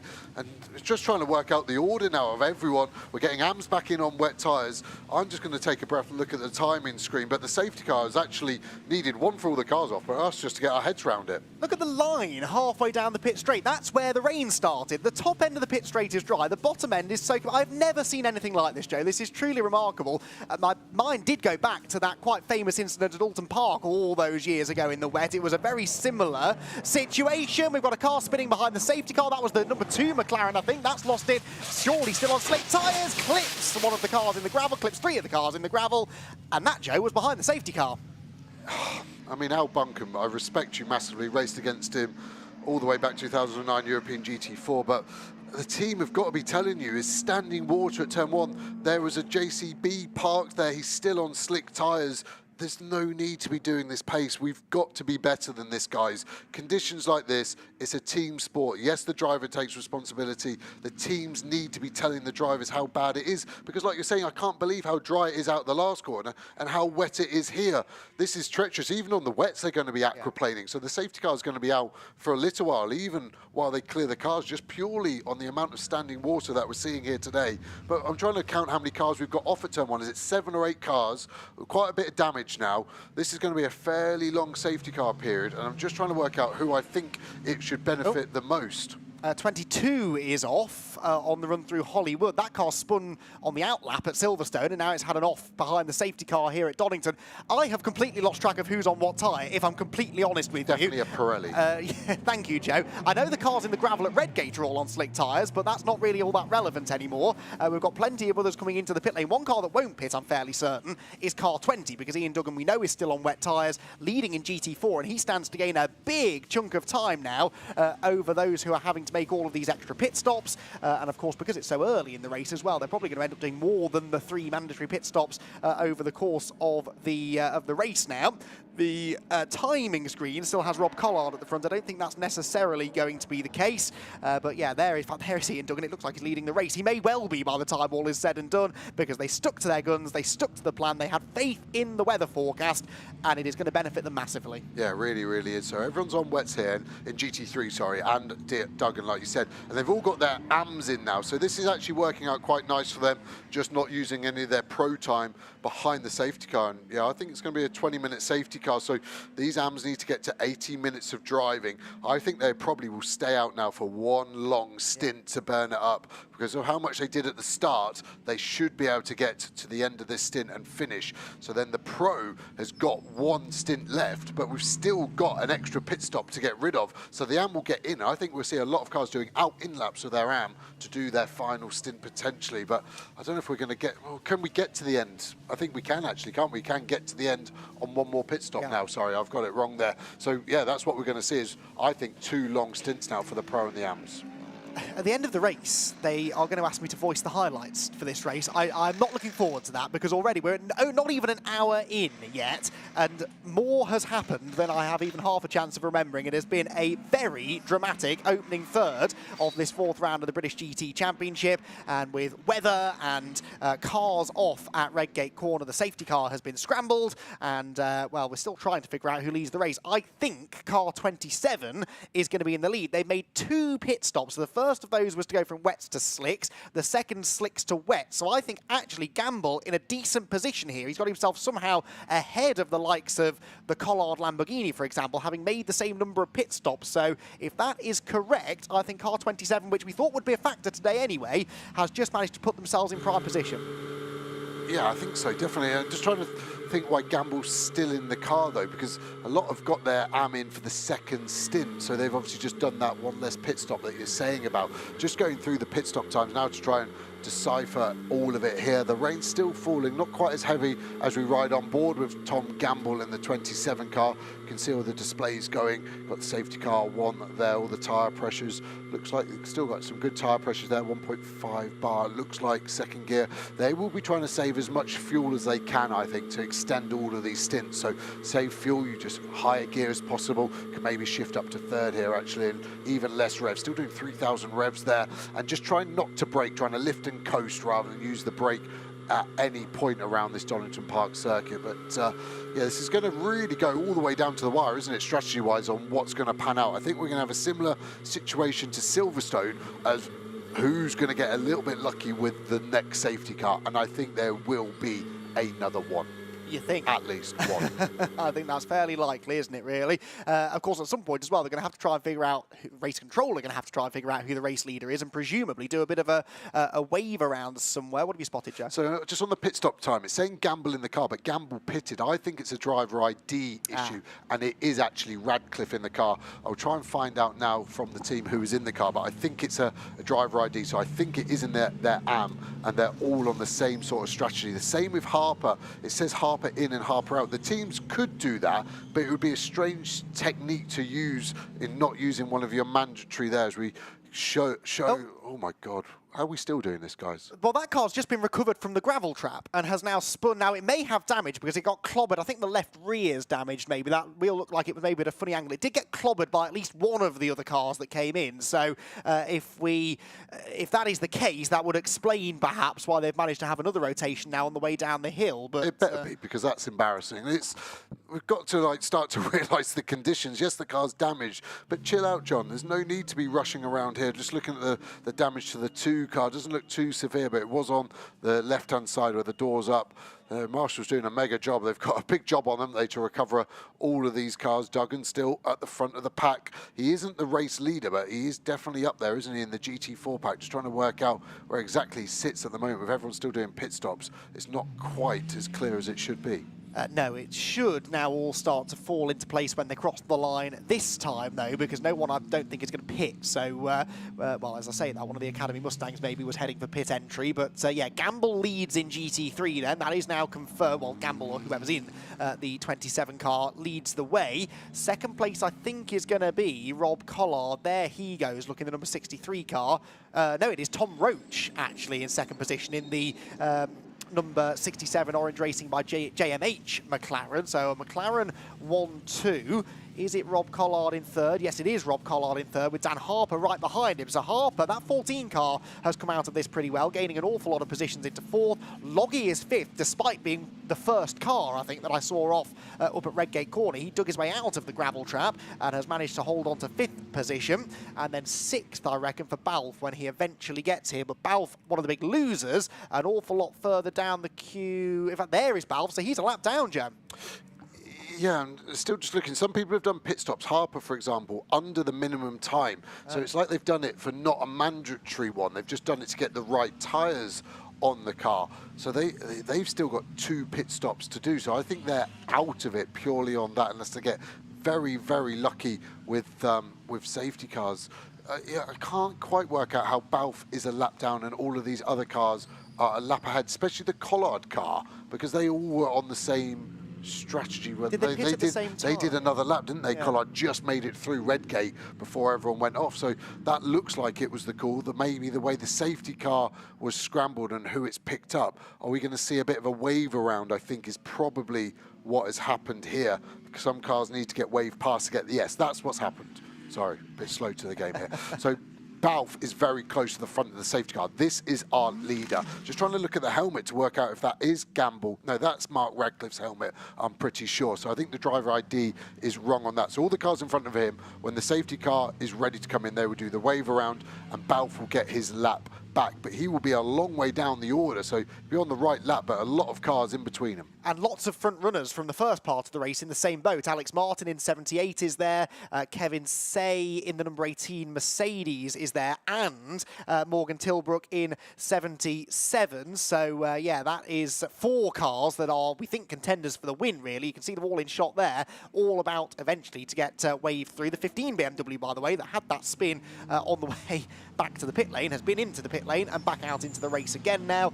Goodness only knows who's in that car and what they did in the pits, apart from check the car for damage, but that car back into the fray.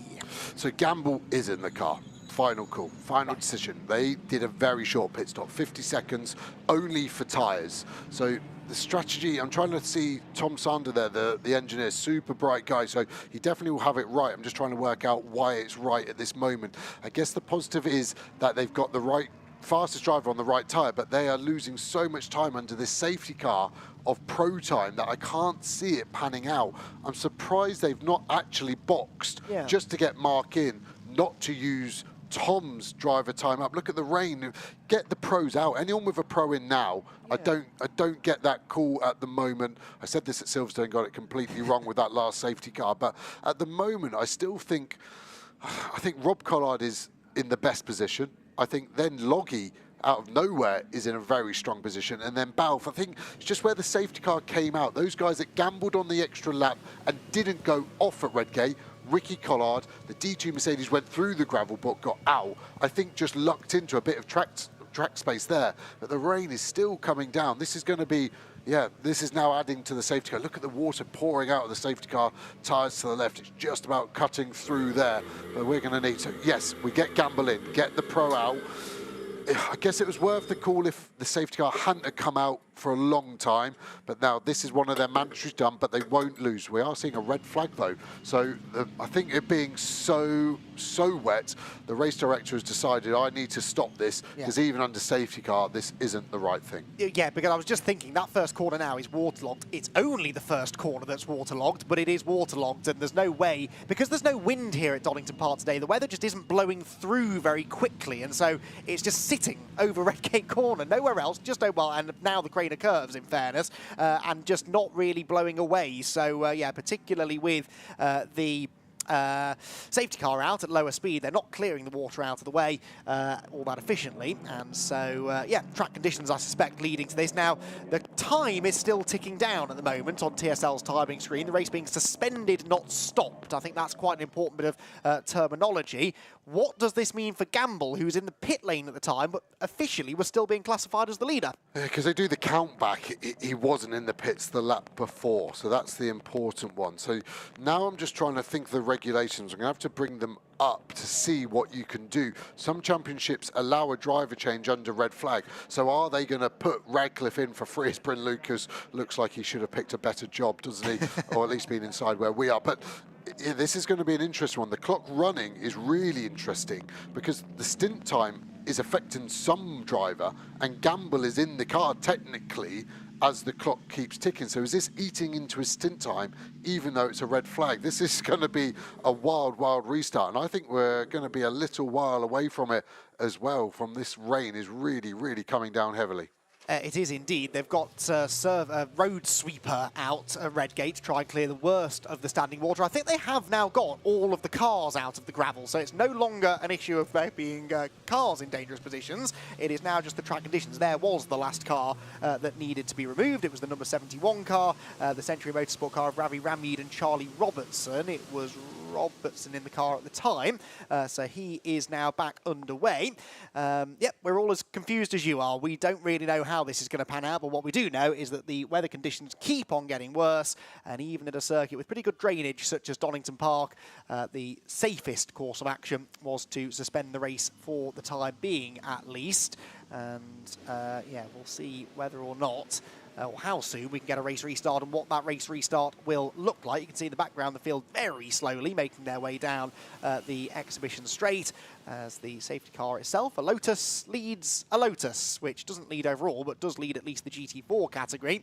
Yeah, I suppose if a big reset button is hit here, they're the big losers, aren't they? Because they're in a really good position at the moment, having played that strategy perfectly. Remember, they haven't stopped yet. Some other cars have pitted 3 times in this race, and they haven't yet made their first mandatory pit stop, the number 20 car. So the field makes its way then around the Melbourne Hem. I mean, that is biblical rain now, even over at that part of the circuit. It's getting really heavy. This is the time, roughly, between 2 and 3 o'clock when my forecast said it was going to be at its wettest. So that is proving to be the case at the moment, it would seem. And what are they going to do with these cars? Send them into the pit lane or onto the grid? I think they're going into the pits. Yeah, it normally is the grid, but I think the weather's so bad, they're probably going to let the cars go into the pit lane. And the teams will probably want to get some covers on this. The racing car, yes, they're designed for 24-hour races in weather like this, but being sat in the open elements like this, there could be quite a few cars struggling with wet sensors and starting to even have problems with the batteries and stuff. So I think going to the pit lane is the right decision. Interestingly, from all of this that's gone on, I think our only retirement so far are Al Buncombe in that 2 RJM McLaren that hit Morris, the GT4 Team Parker Mercedes, in the pit in the gravel trap, sorry, at Redgate. So I think we've only got 2 retirements at the moment. It's going to be interesting to see where people are laps down that were stuck in the gravel trap.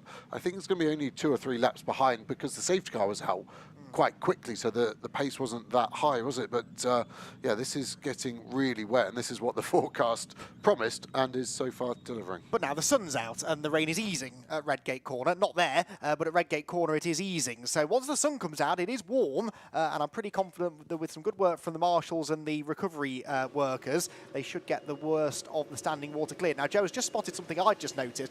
One of our timing screens, the time has stopped. It says 2 hours and 4 minutes to go. The other timing screen, it's carried on ticking, and it says 2 hours and 1 minute to go. So I think there's a bit of confusion at the moment as to what's going on with the clock, but I think because of your point about driver time and whatnot, that's where the big complication comes, because it is not a common occurrence, Joe, to see a red flag in a British GT race, particularly one of the longer distance races, because normally we would handle it with safety cars or full course yellows and whatnot. So this is a slightly unprecedented situation. I'm sure there will be a regulation somewhere that will explain what happens, but it might take a bit of time to figure that out. Yeah, the regulation document is so vast and big, and it changes every hour. We are here, and the clock is definitely stopped on 2 hours, 4 minutes and 1 second to be precise.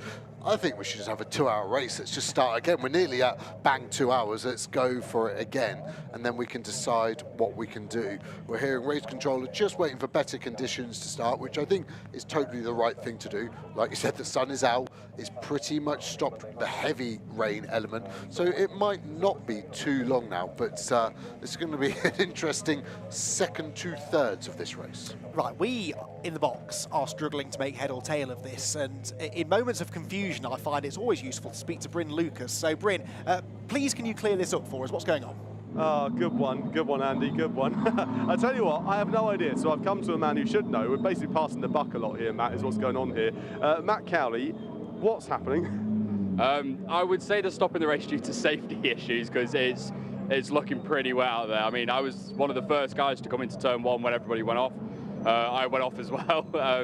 Yeah, came into the corner, just because it was so wet and we were on slicks, couldn't turn, and then yeah, the rain's continued to come down and it is really, really wet out there.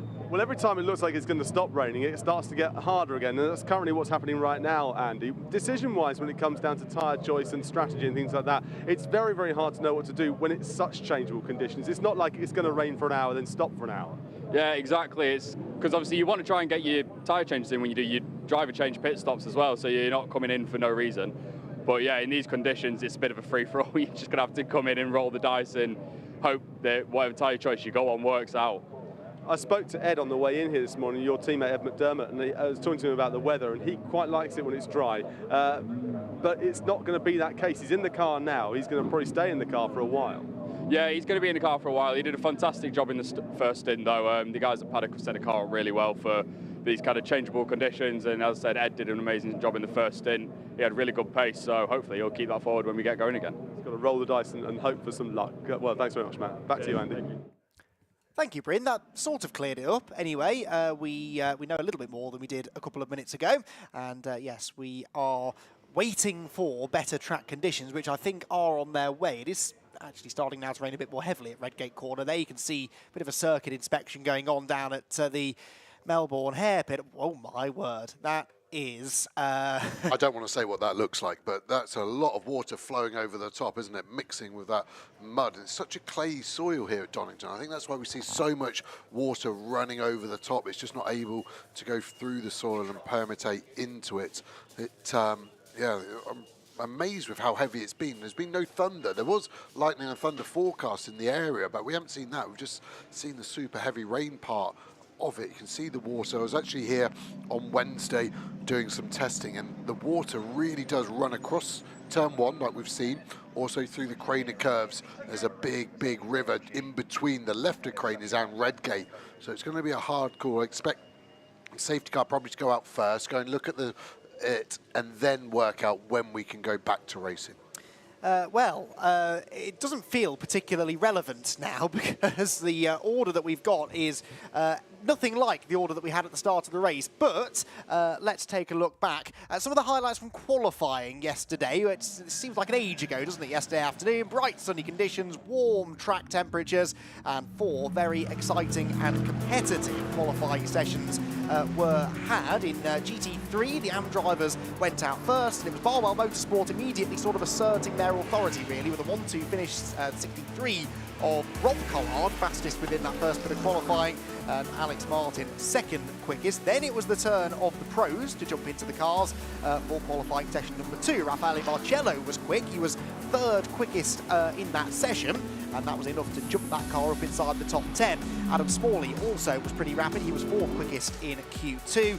But fastest in the second part of qualifying was Tom Gamble, who may or may not be leading the race at the moment in the Optimum Motorsport car that he shares with Mark Radcliffe. However, it was the combined times between session 1 and 2 that decided the grid, and on combined times it was Barwell back to the top. The 78 car of Alex Martin and Sandy Mitchell doing a good job across both sessions and netting the GT3 pole position. Then we moved into GT4, same deal. The AM drivers out in the first session, or the slower of the silver drivers, if that were the case. And it was DTO Motorsports Ginetta that was fastest in this session, but only just by just over a tenth and a half from Jack Brown in the number 90 McLaren for Optimum Motorsport. In the end, it was the Ginetta that came out on top, not only in that session, but on combined times as well, because a solid performance in the second part of qualifying by Freddie Tomlinson meant that he and Stuart Middleton netted pole position. The Aston Martins looked a little bit more pacey. Forsetti in particular. Jamie Day went 4th quickest. Fastest in the second part of GT4 qualifying was the 31 Team Parker Racing Mercedes, but it was the DTO Racing Ginetta that got the pole position in GT4.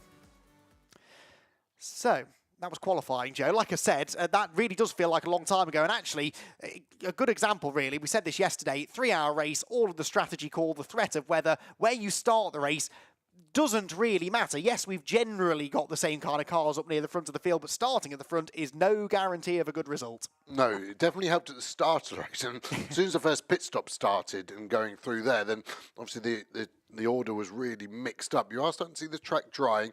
This is out of the chicane in Sector 3.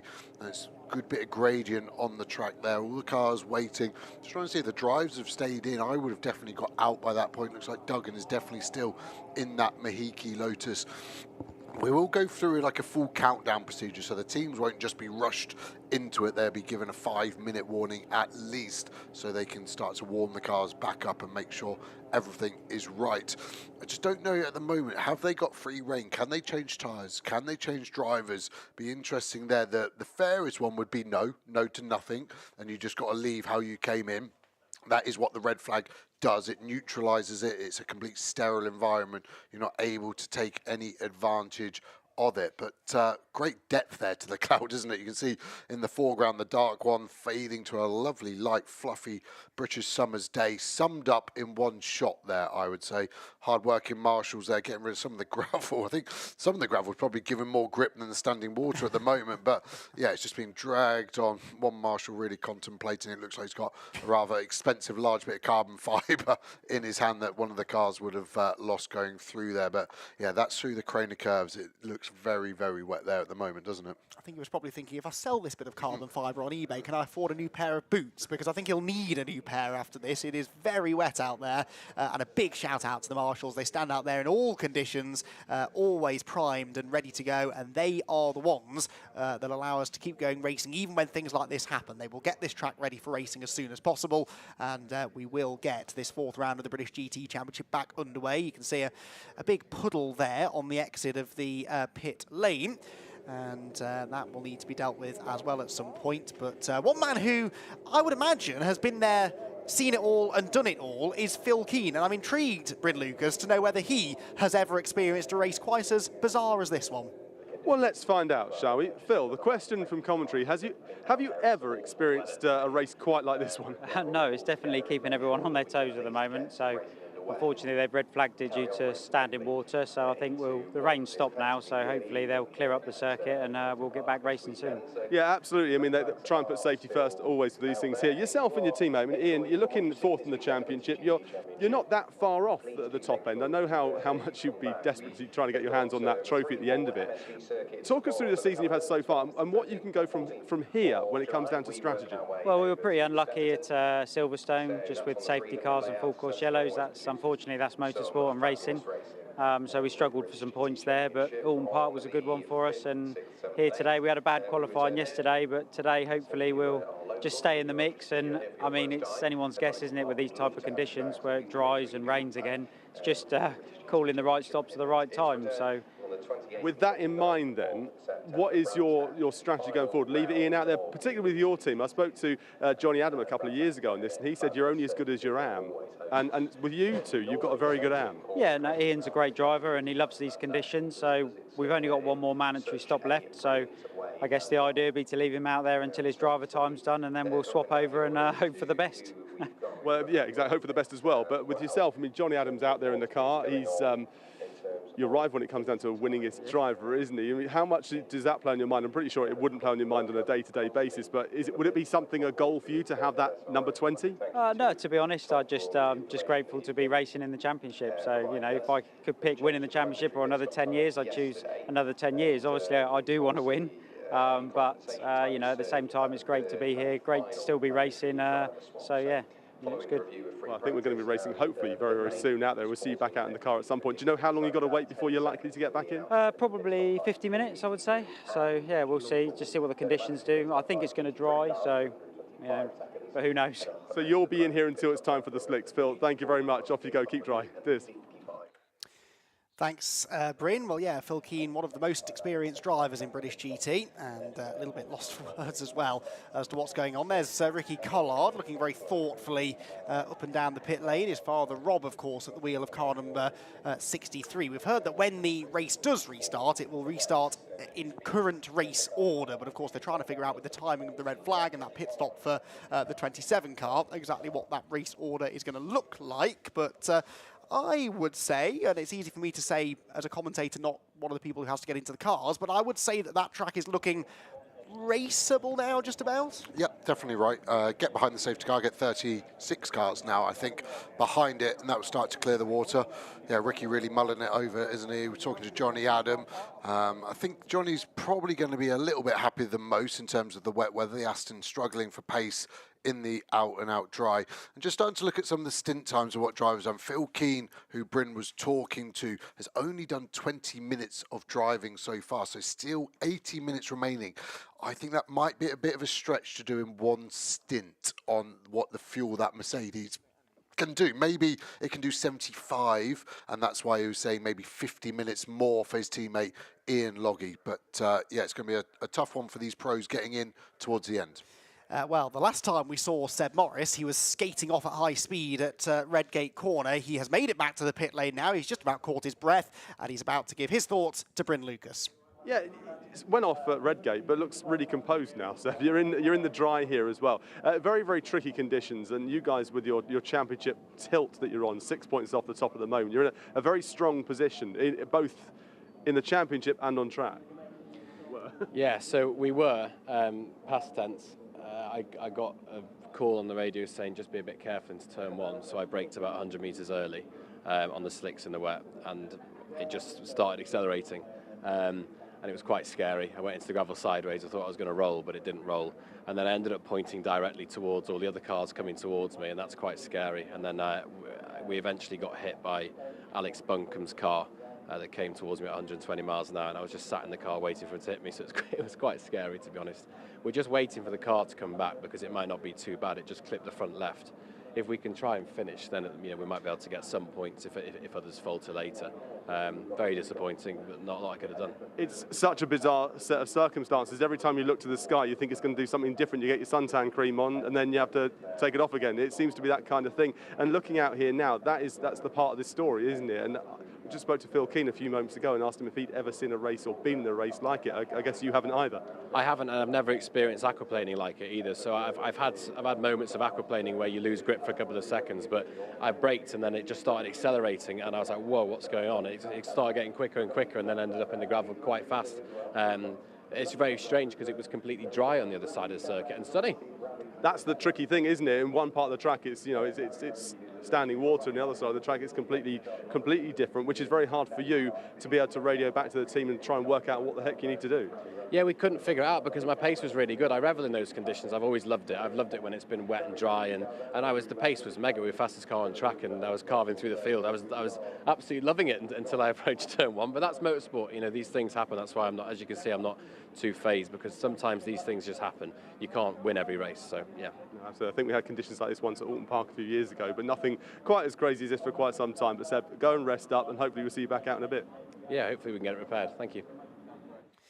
Thanks, Bryn. Thanks, Seb. Good to hear from Seb, who, yeah, I mean, talk about keeping his composure. We often, us mere mortals, think of even if we have a minor little bump in our road car, where the blood pressure goes up and we start stressing and it's all very upsetting. And, I know they do this for a living, obviously, but still, scary stuff out there when you're completely out of control. Nothing that you can do, especially for Seb there, sat in the gravel trap, seeing this McLaren coming at him at speed like that, and to then be able to just switch your mind completely when you get out of the car, it will never, ever cease to amaze me.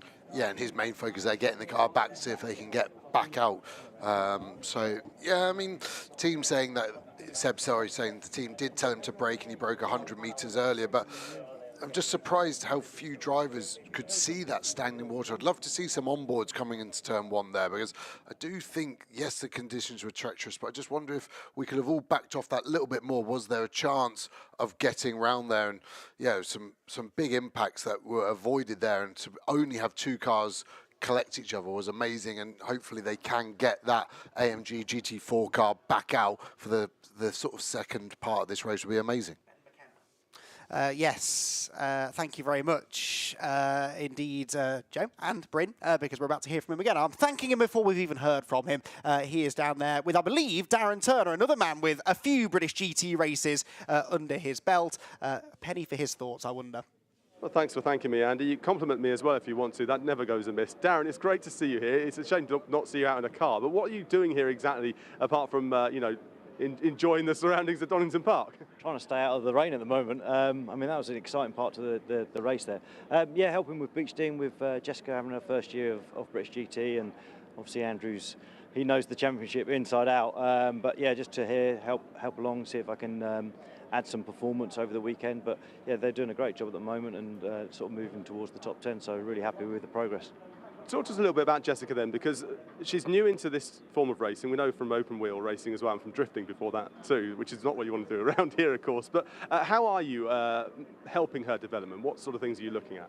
I mean, I think like most driver coaches, you're looking at the data and the video, the onboard, and just getting an idea of, okay, maybe try that line and maybe look to do this, try that with the technique, you know, the normal basic stuff. But a lot of it she sort of knows already. And then it's just things like the strategy and things that may happen in the race. I mean, she's just dealt with the carnage of that last section of the race really well. Like the pace on the slick tyre when it started to rain was fantastic. So there is, like, as the weekend goes on, there's less and less that I can add, you know. But it's just things that I've learnt from 20 plus years of GT racing that hopefully is a sort of a way of progressing the development a bit quicker.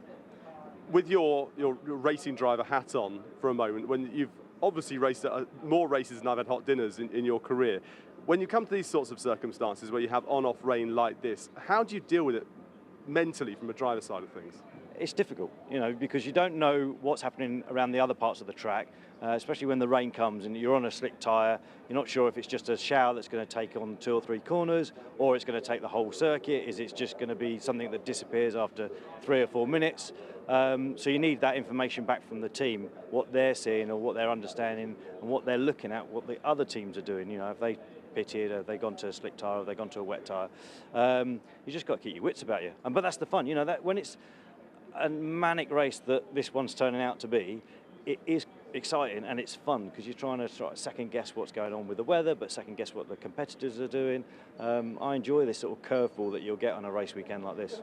It always comes down to experience, and you've got a lot of that. Go back to Jessica and deal with that. I wonder what Joe has to say, Andy, because he's quite experienced too. In racing or life, Bryn, but I'll take the former one on that one. And yeah, great words from Darren Turner, former teammate of mine, did a Spa 24 with him, I think 2014 it was, in an Aston Vantage V12, and helped me a lot to be the great driver I am. I think that you're getting at there, Bryn. But yeah, and it's amazing, isn't it, the team involvement. He's talking about Jessica Hawkins, obviously got lots of experience, but very little in British GT, and that's where good drivers become great if they can use all of those team elements, take some information from someone like Darren Turner, maybe an experienced race engineer, and then you start to get all this information, start to harness it, so you do start to perform better, faster lap times, less mistakes, more overtaking, then more people want to drive with you, so you get more seat time, you get even faster. It's a positive snowball as we see the sweepers still going on from the marshals. There's a huge amount of work there, isn't there, to get rid of the gravel that's mixed in with all that standing water. But it's looking okay conditions-wise. The rain is definitely abated for the last 15 minutes or so. So, yeah, I just think if we could get the safety car out soon-ish behind with all the cars, it could then start to clear.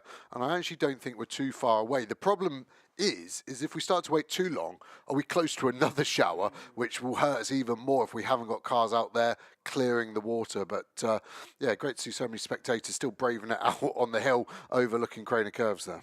Yeah, absolutely. The grandstand at the top of Hollywood still pretty busy as well. There have been lots of people here this weekend and taking in the British GT Championship as it reaches basically its mid-season point now. Don't forget we've got 4 more races, or actually 5 more races, 4 more events still to come this season. We head to Spa, going back to Belgium again for the next round, then 2 races at Snetterton. We're back here at Donington in September, and it all finishes at the end of September at the Brands Hatch Grand Prix circuit. Right then, earning his money today is Bryn Lucas. Let's hear from him again down in the pit lane. I do it for love, not money. That's what it is, Andy. Max and Sam, it's great to have you both here. Very different race. We've been talking to lots of drivers about this very different race. There were lots of concern at the start of the race, Sam. You were looking at the sky and everyone was looking up there wondering what tyres to go onto. And obviously at the very, very beginning, everyone switched over from slicks to the wet tyres. What happens now, though? Because currently no one's out on track and there are puddles there. How are they going to move those away? I think the puddles aren't an issue. I think now it's drying. I think everyone should just go out and clear the water and maybe 1 or 2 safety car and then let everyone race. you know, we're all drivers. We drive in the UK enough. We know the wet, so you know, I think now it's ready. But I don't know about any debris on track. But you know, I'm looking forward to getting back out and having a good race. We're just going to move out the way of a car that's being wheeled into position here as well. But Max, for yourself then, very different set of circumstances for both of you with the teammates and the cars you drive as well. But we've noticed around here that it seems to be that the front engine seems to do quite well.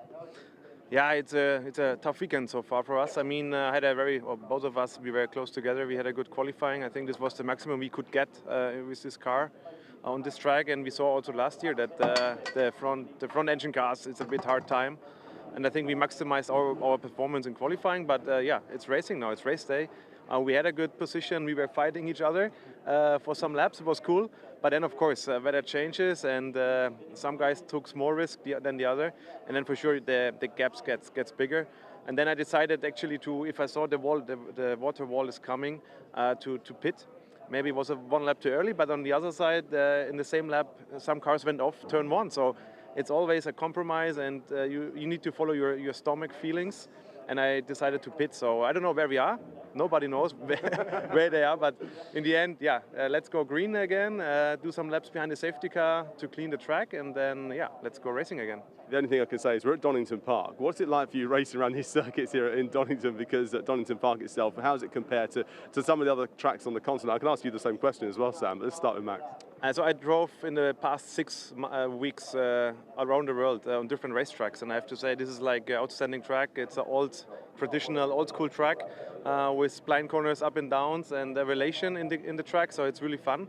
The track has a lot of grip, makes a lot of fun on new tires. Even in the wet, it's mega grip, so it's a lot of fun. You can race really well, and there are also some opportunities to overtake, so it's good to race. And of course, when I was a child, I looked always British GT or British touring cars in the past, so it was always a dream to come here, and now it's my first weekend here in Donington, and with some surprises, so it's not bad. We'll blame you, it's your fault, you brought the rain, did you? Sam, for yourself here, we're talking strategy with lots of different people as well, and strategy, it's so hard to know what's going to go on because the weather has been changing so much. It's currently, well, it's dry and it's thin white clouds at the moment, so I'm not even sure more rain's going to come for a while. With that in mind, do you just leave Richard out there on the track until it dries and you need to switch over to slicks and then you get in the car? Is that the plan? Yeah, so I think for now, we've done obviously one pit stop. So I think Rich now has to stay out for an hour, no matter what, as a lot of people do. So no one really knows where anyone is, and no one knows the clock's still running. If the clock's running, then that changes when I can get in the car. So no one really knows, and if it changes to slicks again, when is it going to rain again? So there's so much variables, I don't think anyone really knows. No.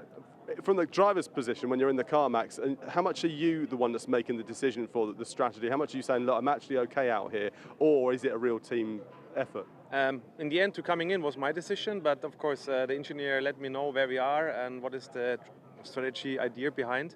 And he says the window is open for any pit stop, so if you feel and the weather is really bad and you come in. So for sure we are in conversation, we're talking every lap, what's going on really out there. So it's, but in the end on these conditions it's a driver decision. Some of them stayed out, like Phil Keen, he went straight turn one, he took a bit more risk and now he's in the front of us. So yeah, this circumstance is hard to plan and hard to judge, but in the end, yeah, we did well, I guess, so far. Well, you're both in your Mercedes, but you're not in the same team. I'm going to let you chat a bit more. Back to you, Andy.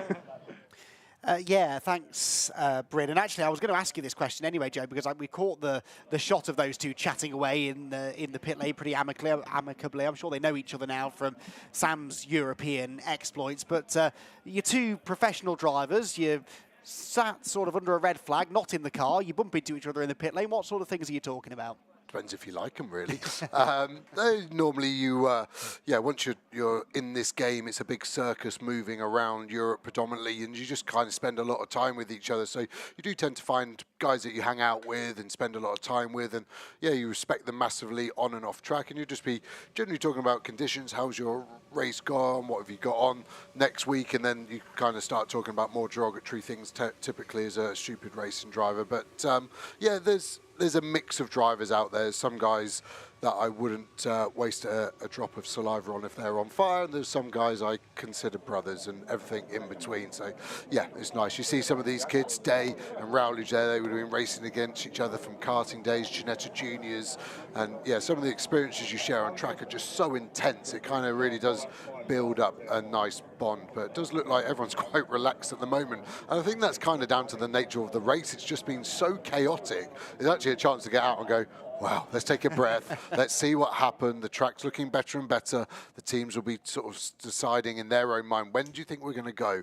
What do you think the track's going to do for 2 hours and 4 minutes now? Shall we maybe look at changing the setup now? Because this now is so wet. This is going to be a longer time to dry, probably more like 45 to 50 minutes. So half of the race with the AM in. Are you worth taking maybe some of the pro pace out of the car at the end of the race to help the AM now? Because it's almost going to be a 50-50 split for most people's strategy. The AM looks like they're going to have to do another 50 minutes to get over their minimum driver time, so the pros then can take it to the end. Ian Loggy sat in the D2 car talking to Maximilian Gotts. I think he was Maximilian Pound before the inflation that we've had recently, but he'll just be talking, and Maximilian, obviously a Mercedes factory driver, he'll be talking to Ian as a customer, making sure he's happy. There's yeah, a huge amount of dynamics. I'm still seeing the Gamble Optimum McLaren parked in its pit box there.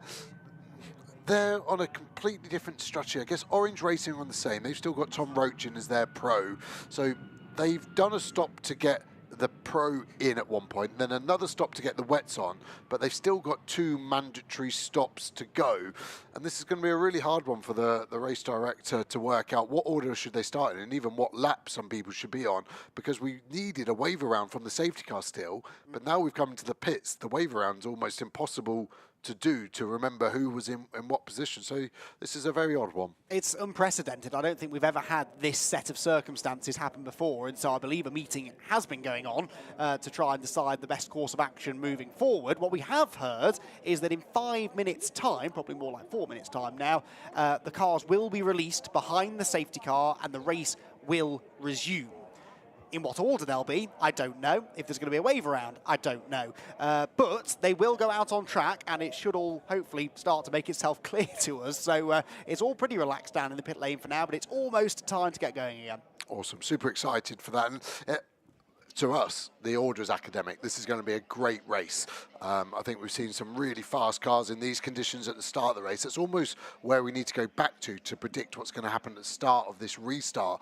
In GT4, the Fassetti cars were so fast. Yeah. I was amazed at their pace. They told me this morning, and they were true.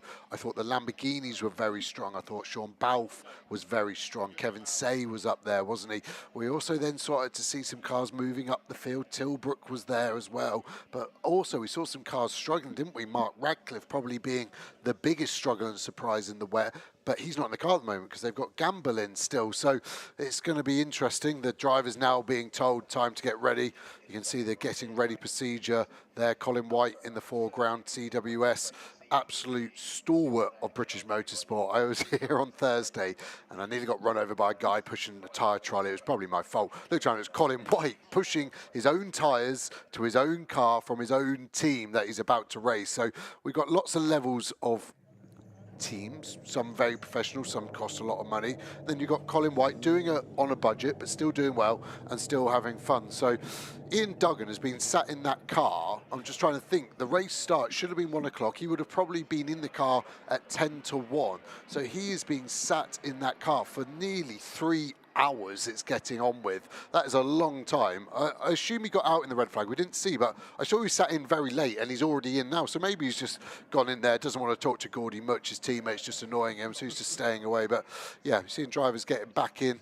It's interesting to see drivers get in. I'm a proper princess and I like my boots being wiped before I get in. The soles of them, you've been walking around, it's wet, it's oily, and it's just from a bad experience going out the pit lane, going to hit the brake and my foot no longer touching the brake because it was so slippery and having a rather embarrassing off. So yeah, there's a lot of stress for the drivers here getting back into the procedure, and it's almost like you get so hyped for a race and then this red flag's calmed everyone down. It's now who's going to be able to turn it on again quickest. Indeed so. Well, we'll find out in 4 minutes, because 3 minutes actually, because at 14:44, it's 14:41 now, the cars will be released from the pit lane. And yeah, it's going to be a very interesting restart. Car 62, we're hearing, is being held back, although that's 61, so we think it's the sister Mustang that may well be held back afterwards, because they joined the pit lane under the red flag, and that will apply to any of the cars, I suspect, that were recovered from the gravel trap and then headed back around to the pit lane under the red flag conditions. But an interesting point there, Joe, actually, that you make about your shoes and making sure that your shoes aren't wet. But of course, the other reason for that is you don't really want to allow any moisture into the car, because it gets very hot in there, and it's very easy, isn't it, to mist up that windscreen. And there's very little you can do about that once you are out on the move on track. So they do actually have to be quite careful about that. Yeah, teams always have goes at drivers are standing out in the rain, getting their wetsuit wet. Ewan Hankey there, the Race Lab GT3 driver, doing exactly that. And yeah, as you get hot, the humidity goes up. All the GT3s and most of the GT4s now do have a heated front windscreen. So I don't know if you've ever been in a Ford, they're really good at it, having that front heated element. Most cars only have a heated rear. So that does help. There's some airflow directed to it, but any airflow into the cabin is drag. So the designers of these race cars always try and keep it to a minimum. There's a couple of clever liquids that the teams use. One on the outside is Rain-X, so it's like a rain repellent, and it beads the water off. As we see the Optimum car pulling forward, I assume to go directly behind the safety car. This would all be orchestrated. This won't be them just pushing in. This will be exactly where they're being told to go, and it looks like they are going to restart with Tom Gamble in the car, who had just pitted for his wet tyres. So, yeah, it'd be interesting to see where that goes. And the other liquid, sorry, I distracted myself, is like an anti-fog. So it is possible to stop that fog coming up, but that tends to only last 20, 30 minutes. So really important. And you do sometimes see the race director looking how bad it gets. And I've seen black flags for cars that have steamed up so much because the driver simply can't see. So, yeah, it's a really important thing to make sure we're on top of. Now, who do we think is in car 27? Because we established it was Tom Gamble who brought the car in. They were midway through a driver change when the red flag came out. It's still showing us Gamble on the timing screen. That might be something perhaps for Bryn Lucas to try and dig out, because I would imagine it will still be Tom Gamble in the car. But they're showing as having made 3 pit stops. But I'm guessing if it is still Gamble, they won't count that pit stop because it never reached its completion. So if any of that made sense to you, Bryn, then see what you can do with that information and find us an answer, please, because that could be quite significant, actually, to the outcome of the race. I would imagine they will have to make another extra pit stop on top of the extra one they were already having to fit in, having not reached the minimum pit stop time when they came in the first time around.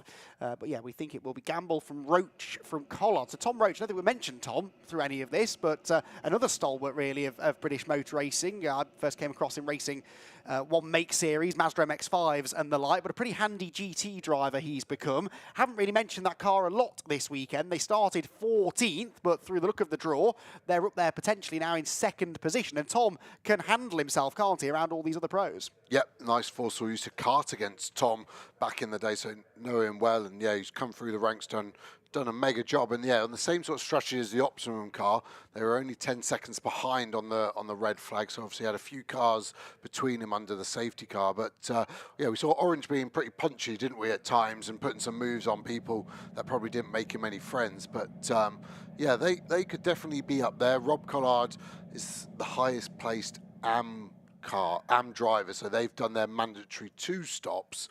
I'm just also starting to look at, like, the cars have been in the pit lane now, so they technically have done a pit stop on our timing screens now, which I assume they can't count this as a mandatory because it's under red flag, but we're now going to have to keep an eye on the pit stops. So everyone should be doing 4 pit stops on our timing stream, because this is going to count as 1. This is going to be a hard race to call. I'm just really excited for the last 20 minutes when every single car has got its pro in and it's going to the end.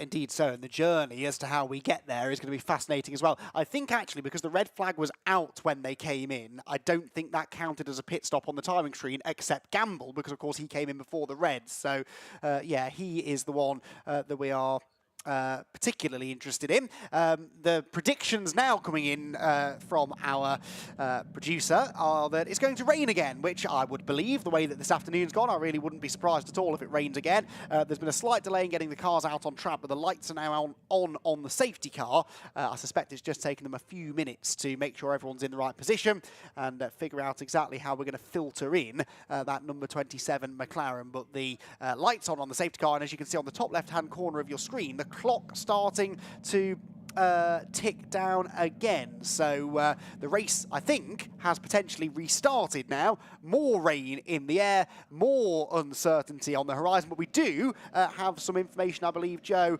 from Optimum. Yeah, exactly. Just confirmed, Sean Goff, team manager there, that Gamble is out of the car and it's now Mark Radcliffe in the car. So in this 37-minute pit stop that's gone on during the red flag, they have done a driver change. Now, where do the regulations sit? The car was in before the red, but it wasn't out before the red. Is the pit stop when it starts or when it finishes?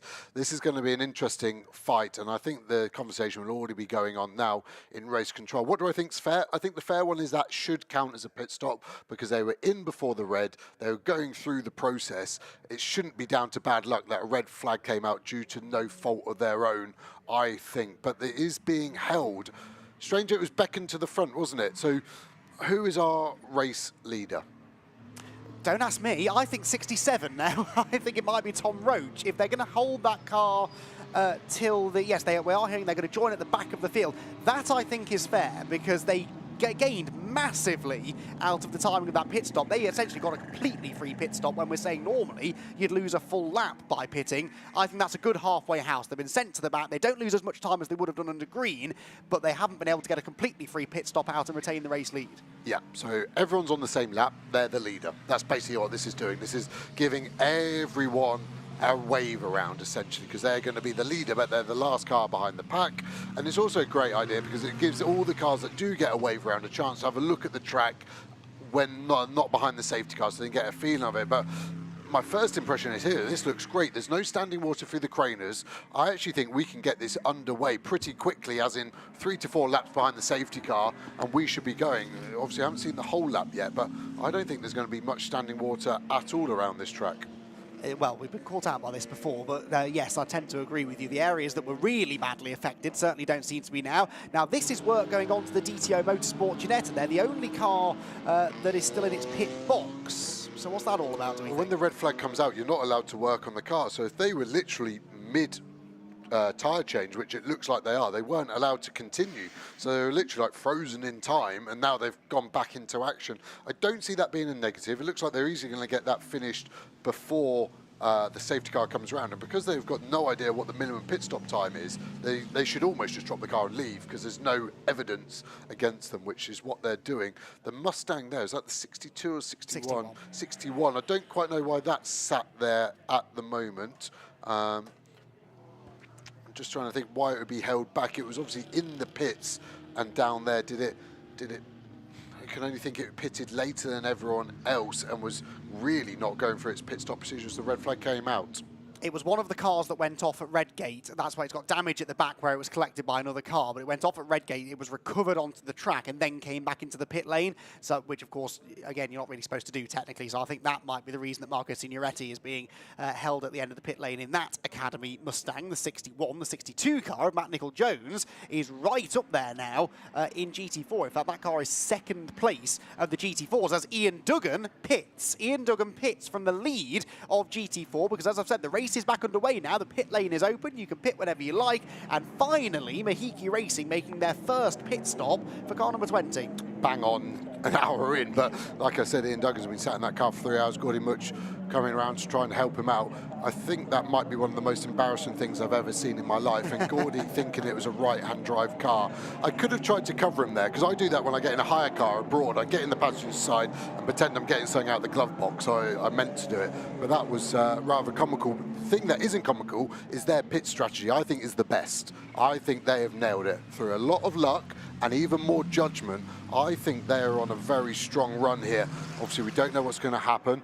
So now we're seeing 67, Tom Roach coming out. So he'll be handing over to Simon Orange. So I believe everyone will have their AM in, because it looks like Harper's also pitted behind to get Johnston back in. So in theory, everyone has done 2 mandatory pit stops now. Everyone has wets on, everyone has their AM, everyone that hasn't crashed is on the lead lap. So the whole hour was quite tame and boring, really, wasn't it, in hindsight?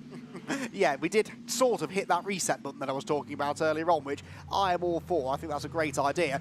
Just to cycle back to the Mahiki strategy, you're absolutely right. They've got this in a really good position now because there are 2 hours left. That's 120 minutes. No driver can do more than 100 minutes, but they haven't yet used their pro driver. They are only now putting Gordy Much in. He can do 100 of the remaining 120 minutes, so they'll put him in for as long as they can. They'll do a 20-minute stint for Ian Duggan and then put Gordy Much back in again, I'm sure, at the end, unless it changes weather, unless we have safety cars, unless anything else happens out of the ordinary. Yeah, in theory, that is the strategy they'll aim for. So they've saved lots of drive time for Gordy Much now through the second half of the race. I wonder if they go real aggressive with their strategy and actually box Gordy very quickly under this safety car to get another pit stop done under the safety car. That would mean Ian Duggan does more like the pro amount of stint time, I think, because they won't be able to do much more than 75 minutes with fuel on that car. But I think that could be quite a good strategy. It's just whether the safety car's out long enough to do it. 67 is there released, and it looks like there. So we've been quite liberal with the pit exit light. A lot of the time that goes red when the pack is there. The only thing I can assume is because the safety car isn't there, it's doing its wave around. The safety car is just coming into the last corner now. The pit exit light is staying green, but look at the spray there. This is the wettest we've seen under any of the conditions, I think. It is. There is the new race leader then. That will be Rob Collard. He will lead the way. And the next car behind him is one Ian Loggy, who just before the red flag came out was in the gravel at Redgate, but managed to dig the car out. How pivotal could that prove to be come the end of the race? They are in second position, third place then for Mark Radcliffe. So that car is quite a bit further back in the queue, Joe. They've got a bit of traffic between them and the top two, but Mark Radcliffe in car 27 actually cycling through to third position. Yeah, and all these GT4s in between them are stuck GT4s. They've lost a lap. So just looking through is an Academy car, Colin White's car, Ed McDermott, one of the Audi GT4s, so the stellar one there.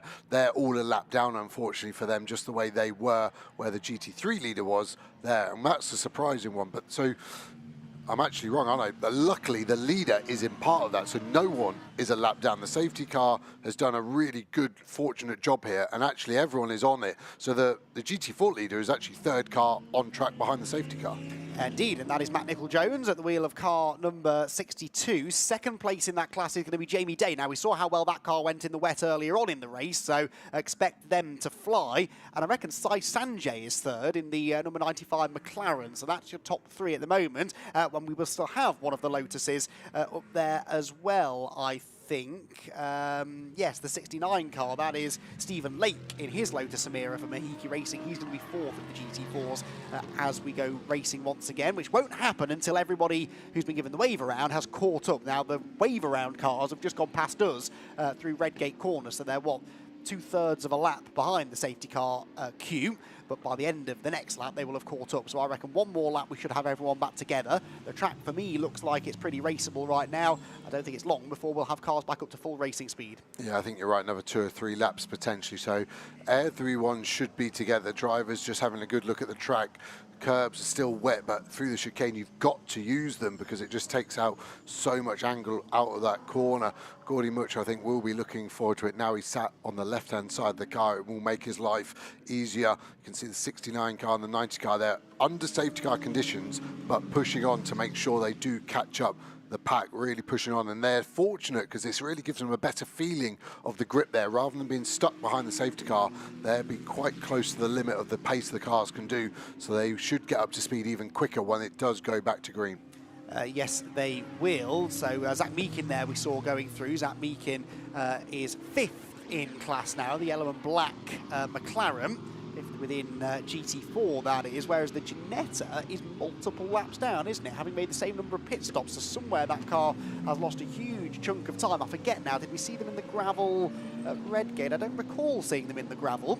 So they've had a lengthy pit stop somewhere. We saw them obviously stuck in the pit lane when everyone else got going, but they are now back out on track with Stuart Middleton at the wheel. But that was the car, remember, that started on GT4 pole, and they now are quite a number of laps down. Yeah, I'm just trying. I mean, 20% of the cars were in the gravel trap at turn 1, so it was hard to remember. I mean, they must have been. I don't remember them, but how else could they have lost so many laps unless there was another issue? We saw them fly through the gravel trap at the chicane, but they looked like they continued, so I don't think that was the cause of it. But they're really out of contention now, so it'll be interesting to see if they can do anything about it.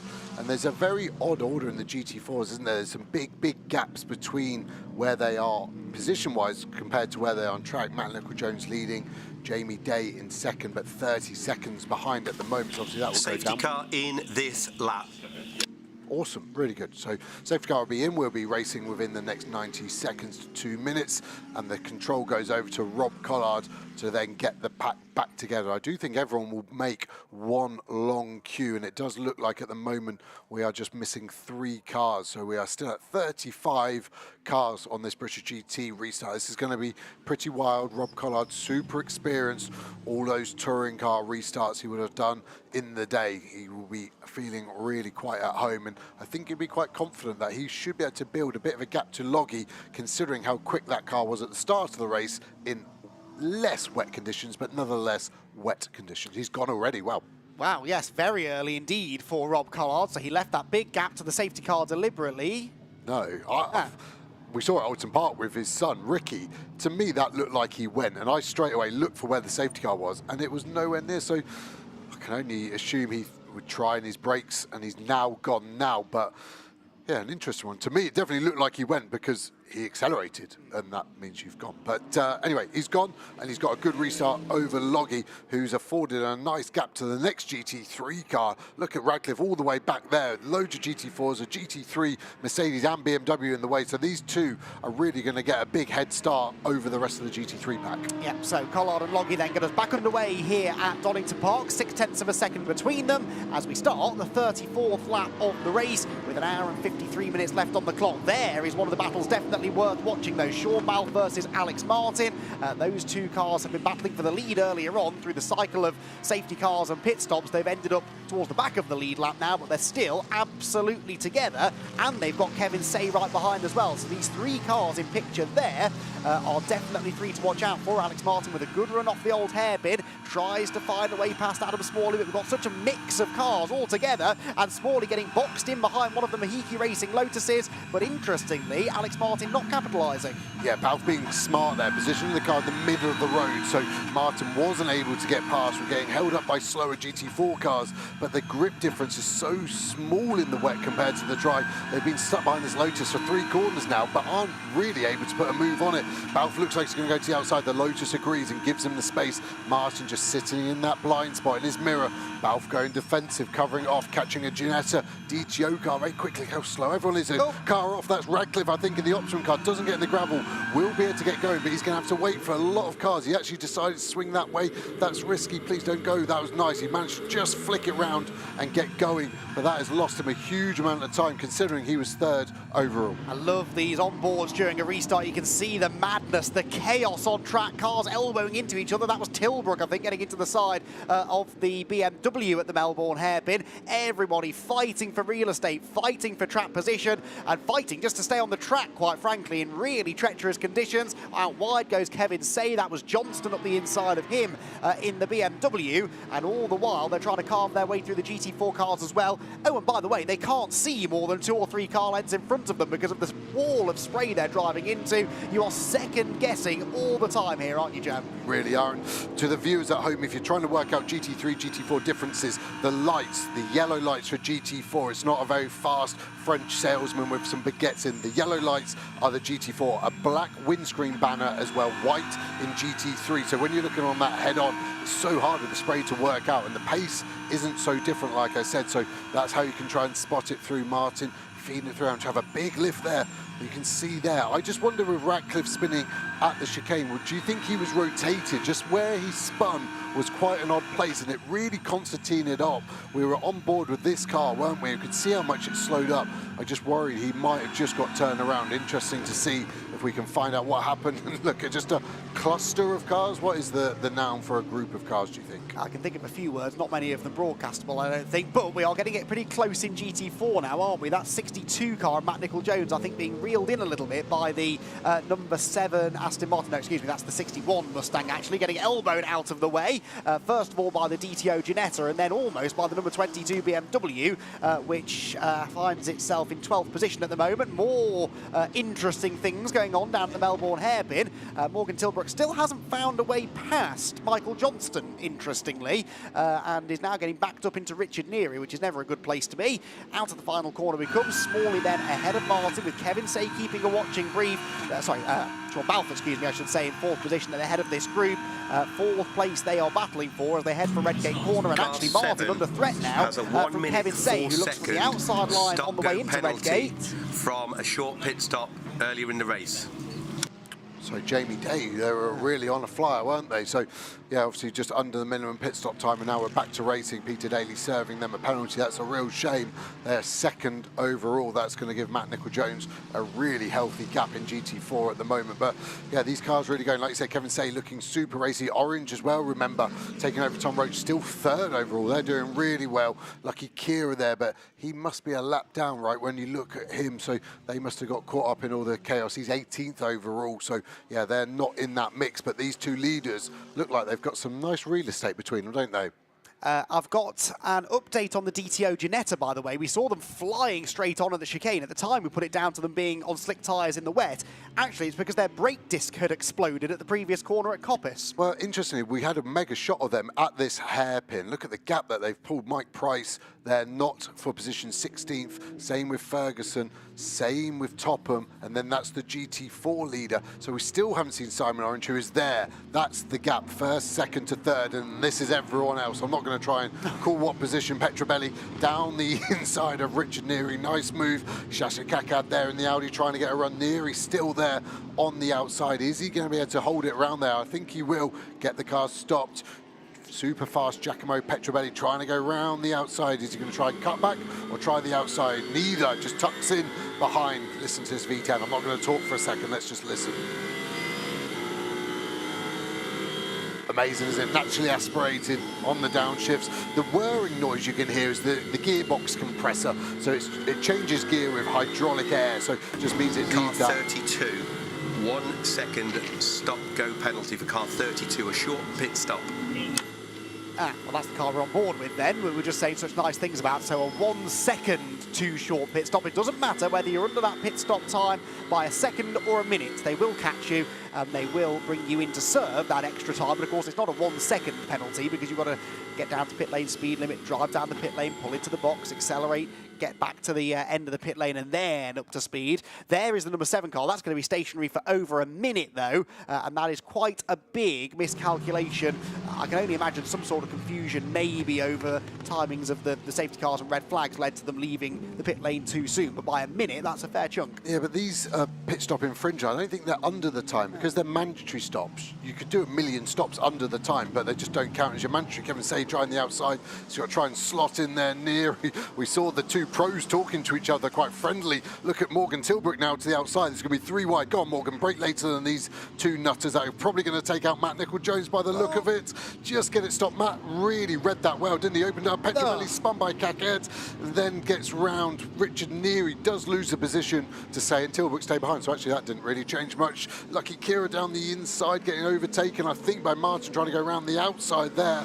It's all kicking off. Really feel for Petrobelli. He was fully innocent there. He just got turned around by the Audi, which now pits for its 1 second stop go. Yeah, that was nothing to do with Petrobelli, was it? Of all people who I thought would get turned, my money was on Nicol-Jones, but thankfully the GT4 leader got through that in one piece. Car there is the car that was 69, challenging him. 13 seconds, 1-3, 13 second stop go penalty for a short pit stop.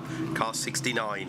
69, so that is the Mahiki Racing car that I said was in the top 5 in GT4. So again, pit stop infringement for them. 13 seconds to be served as here Morgan Tilbrook gets a run on Richard Neary. They are battling over 8th position and Neary just about stays in front. Yeah, just thinking with the mandatory pit stop, like if you were under as a team, I'd argue, I'd just go up and say, well, it wasn't one of our mandatories, we just did it for fun, so why are you penalising us? We go on board with Kakad, so you can see Petrobelli's down the inside, just on his outside. Now, bang. Yeah, Petrobelli did close the door more than it looked like from the exterior shot. That's why it's so important to get a few camera angles of what was going on. I just don't think maybe Petrobelli knew that Sasha Kaked was there and the door was closed on him. So I'd almost put it down to a racing incident on second viewing, to be honest. Well, he'd gone in wide and then saw a gap to cut back into, but the Audi was in the process of filling that gap. So, yeah, a bit of an unfortunate one, that, but not really a lot, honestly, that Sasha Kakad could have done. Right, this is the number 20 Lotus, which was leading in GT4 earlier on. Gordy Much now at the wheel. That was the number 95 of Sai Sanjay up the inside into a yellow flag zone. Why is it a yellow flag zone at the Fogarty S's? Not entirely sure. I couldn't see any reason. Oh, there we go. It is the number 12 Mercedes off the road and in the gravel trap, I am afraid. Who's in number 12 at the moment? McDermott, I believe. Anyway, that car, yes, it is Ed McDermott. He was running in 30th place, so 10th in GT4, but unfortunately off the road at the chicane. Yeah, you could see him asking the marshals to push him, but there's just no way that car, 1,400 kilos plus, is going to be able to push Much now past that McLaren. First lap in clear air now. Let's see what pace he has got, because his pace hasn't been great, but look how many cars he's had to get past. Again, you can see how quickly the track's drying. I knew that's going to be contacts. Way too late there on the brakes. You could see it locks up, trying to squirm. Did a good job not to hit it too hard. Sai Sanjay will continue, hopefully not too much damage. Looked like Gordy Much probably will get away with that as well, but yeah, that could have been a hell of a lot worse, I think. Yeah, Gordy seemed to just sort of wander back over onto the racing line. I don't think Sai was anticipating that, and they got into the back of him, but they make those McLaren strong. There's barely a scratch on the right front corner of the number 95, which had, not that long ago, been running in third place in class. It's dropped down now to 5th position as a result of that moment, and might now lose that 5th place because he's got the number 17 car behind of Luca Hopkinson. As we go full course yellow, so they all slow down, and the teams and drivers would have known that was coming. Otherwise it could cause quite a nasty incident if someone's not on the ball. They knew it was coming, and the cars now slow down. This of course because of Ed McDermott's car that is off at the chicane. So full course yellow normally would present an opportunity to pit, but is the timing right? I think it's too early. The only one is that 20 car. Like I said, they could do a left field strategy, get Duggan back in, get his final bit of his drive time done, just 20 minutes. That would be my call. Full course yellow lap here, exactly 3 minutes, 4 kilometers at 80 kilometers an hour. So you can get in and out, do a mandatory pit stop without losing a lap. So I think there's a few cars that might be able to take it. Let's have a look at the replay. Super slow-mo. Looks okay. As soon as it comes off that yellow curb, rear kicks round, not quite enough opposite lock. You can see only puts 90 degrees on and then gives up and actually turns left, trying in vain, I think, to probably spin the car and stay on that little bit of extra tarmac apron, but the speed just carries it all the way in. Amazing camera work that, to follow the shot all the way in the gravel, doing its job and keeping Ed McDermott out the wall. Then here's a replay here. Like you said, Gordy Much comes over, but that was always going to happen. I think Sai Sanjay breaks a bit late. Definitely loses the front right dive plane, so that carbon fibre flick, less important in the wet, but might be more important as the dry weather comes in. And we do see the 62 car pit. Matt Nicol-Jones from the lead, handing back over to Will Moore. So this is one of their mandatory stops out. They were out of sync. They had only done one mandatory, hence why Mac was still in the car. You can see him refueling the car there. Some drivers really sticking over there, trying to keep these wets cool. Really smart move. You might as well, because you might have to be nursing these for a lot longer, because I think most teams are going to wait for another full course yellow or safety car for their next pit stop. Yes, and of course there's nothing to say that the track drying out to the point that slicks are the tyre to be on will tally up with the right time to make that next pit stop as far as the driver time is concerned, because you've almost got to work backwards now from the end of the race and work out, right, how early can we pit in order to keep the drive time correct. And it might be that you have to stay out there on a track that is too dry for the wet tyres, just to make sure that you're doing enough drive time for each of the drivers. With the 62 car in then, and as we've said, driver change ongoing. Will Moore will take over from Matt Nicol-Jones. They'll drop down the order, but nowhere near as far as they would have done if they had to do this pit stop under green flag conditions.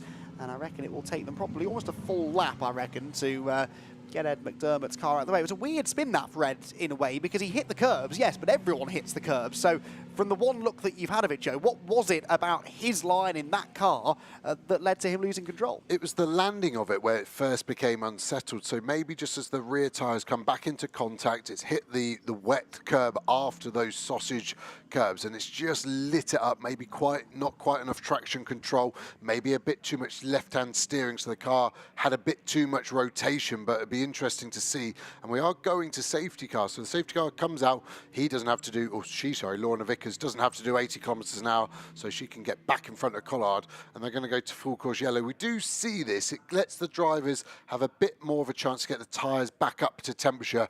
I thought that was a short enough full course yellow where we maybe could have gone back to green, but maybe Lorna just wants a few more laps in that lovely little Lotus Emira. I don't blame her. It looked like an awful lot of fun when you were at the wheel of it yesterday, and even in the wet, I'm sure that Lorna, who herself is a racer, she does a bit of Formula Ford racing, does Lorna Vickers, and pretty handy behind the wheel, as you have to be, actually, to be a safety car driver. We often think of the safety car as being quite slow and sedate, and it's not really, because, okay, it's going slowly compared to what the racing cars are capable of doing, but it has to be capable of going at a certain speed so that they can keep the heat in the tyres, and that means you've got to be a good pedaler. Yeah, honestly, I nearly lobbed it when I left the pit lane in it. The first corner, the tyres were cold. I had thoughts of that, but I kind of forgot. And yeah, it's hard to be fast on a safety car. It's a full road car. It's a fast road car, but still on normal tyres. So yeah, they have to hustle on, especially in conditions like this. And that particular Lotus is a manual gearbox. So when I saw that, I had to try and remember how to do that. And there's a huge amount of pressure on. So I think in the next minute or so, we'll see Lorna turn the lights on, and that will indicate to everyone to release the 80 kilometres an hour limit and go. I was just trying to see if Gordy Much has pitted. He has pitted, so that is their strategy. They're going to get this extra free pit stop. Now it's going to safety car. Ian Duggan has got about 20 minutes to do, so probably only maybe 12 to 13 minutes of green flag racing. That car is going to shoot up the order in GT4 to where I don't know. Maybe even higher if Gordy remembers which side of the car to get in. That's going to be a fun one, never to let him live down, isn't it? But yeah, there's amazing left field strategy. When you try and break it down, I'd say there's 4 different strategies going on at the moment in play. Theirs is so wild, it's going to be a real hard one to see where it puts them in. Oh, very often, though, those wild strategies that we never really predicted, they turn out to be the winning strategies, don't they? So yeah, we'll be monitoring that car through the final, well, second half of the race. We're not even halfway through this race yet, everybody. It is 3:15. We should be about 45 minutes from the end of the race. We've got over an hour and a half still to go. Ian Loggy there in second position at the moment, just weaving off the racing line to cool the tyres down. There is the now Ian Duggan-driven Lotus in the pit lane again. And once the time has elapsed, he'll be released. They've completed everything they have to complete, so they've got the fueling done, the tyres, the driver change sorted, and they will very shortly send him back on his way. There is the Mercedes now back in the pit lane again and being wheeled into the garage. They'll check the car over for damage. They'll try and clear the worst of the gravel out, because that gravel gets everywhere that it's not supposed to be, and can obviously do some big damage to the engine and other components if that is the case. And they wheel the car in then, and Paddock Motorsport will go to work to get, hopefully, that car back out in the race before too much longer. Yeah, this definitely helps this car, doesn't it, Mark Radcliffe, after his spin? It'd be interesting. I can't see any areas he would have had contact, but this safety car that has now been deployed will mean he can clean up and get back up to the back of everyone. He's still on the lead lap, so there's still a chance he can get a good result. But yeah, it'd be interesting once Gamble gets back in that car. Gamble, his teammate, currently having the fastest lap of the race, so we know that car is fast, and it's been fast in both types of condition as well, interestingly. So yeah, the rain still looks like it's staying away as well at the moment, doesn't it? We've got an hour and 35 minutes remaining. This definitely could go to slicks before the checkered flag comes out, I think.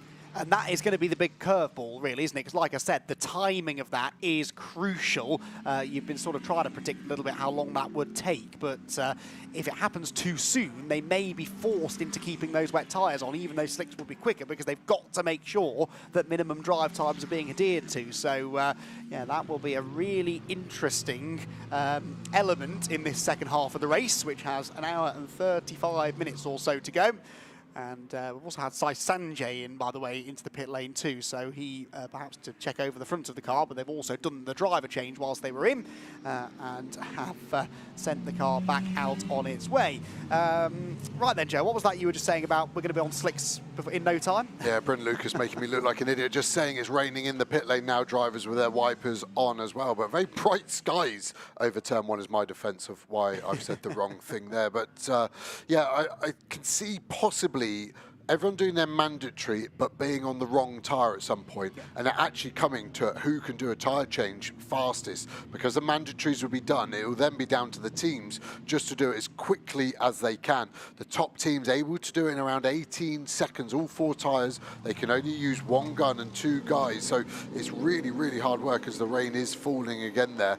But some of the teams that are more well drilled, some that race in championships where you can go as fast as you want on the tyre change, I think potentially have a slightly different strategy option if needed.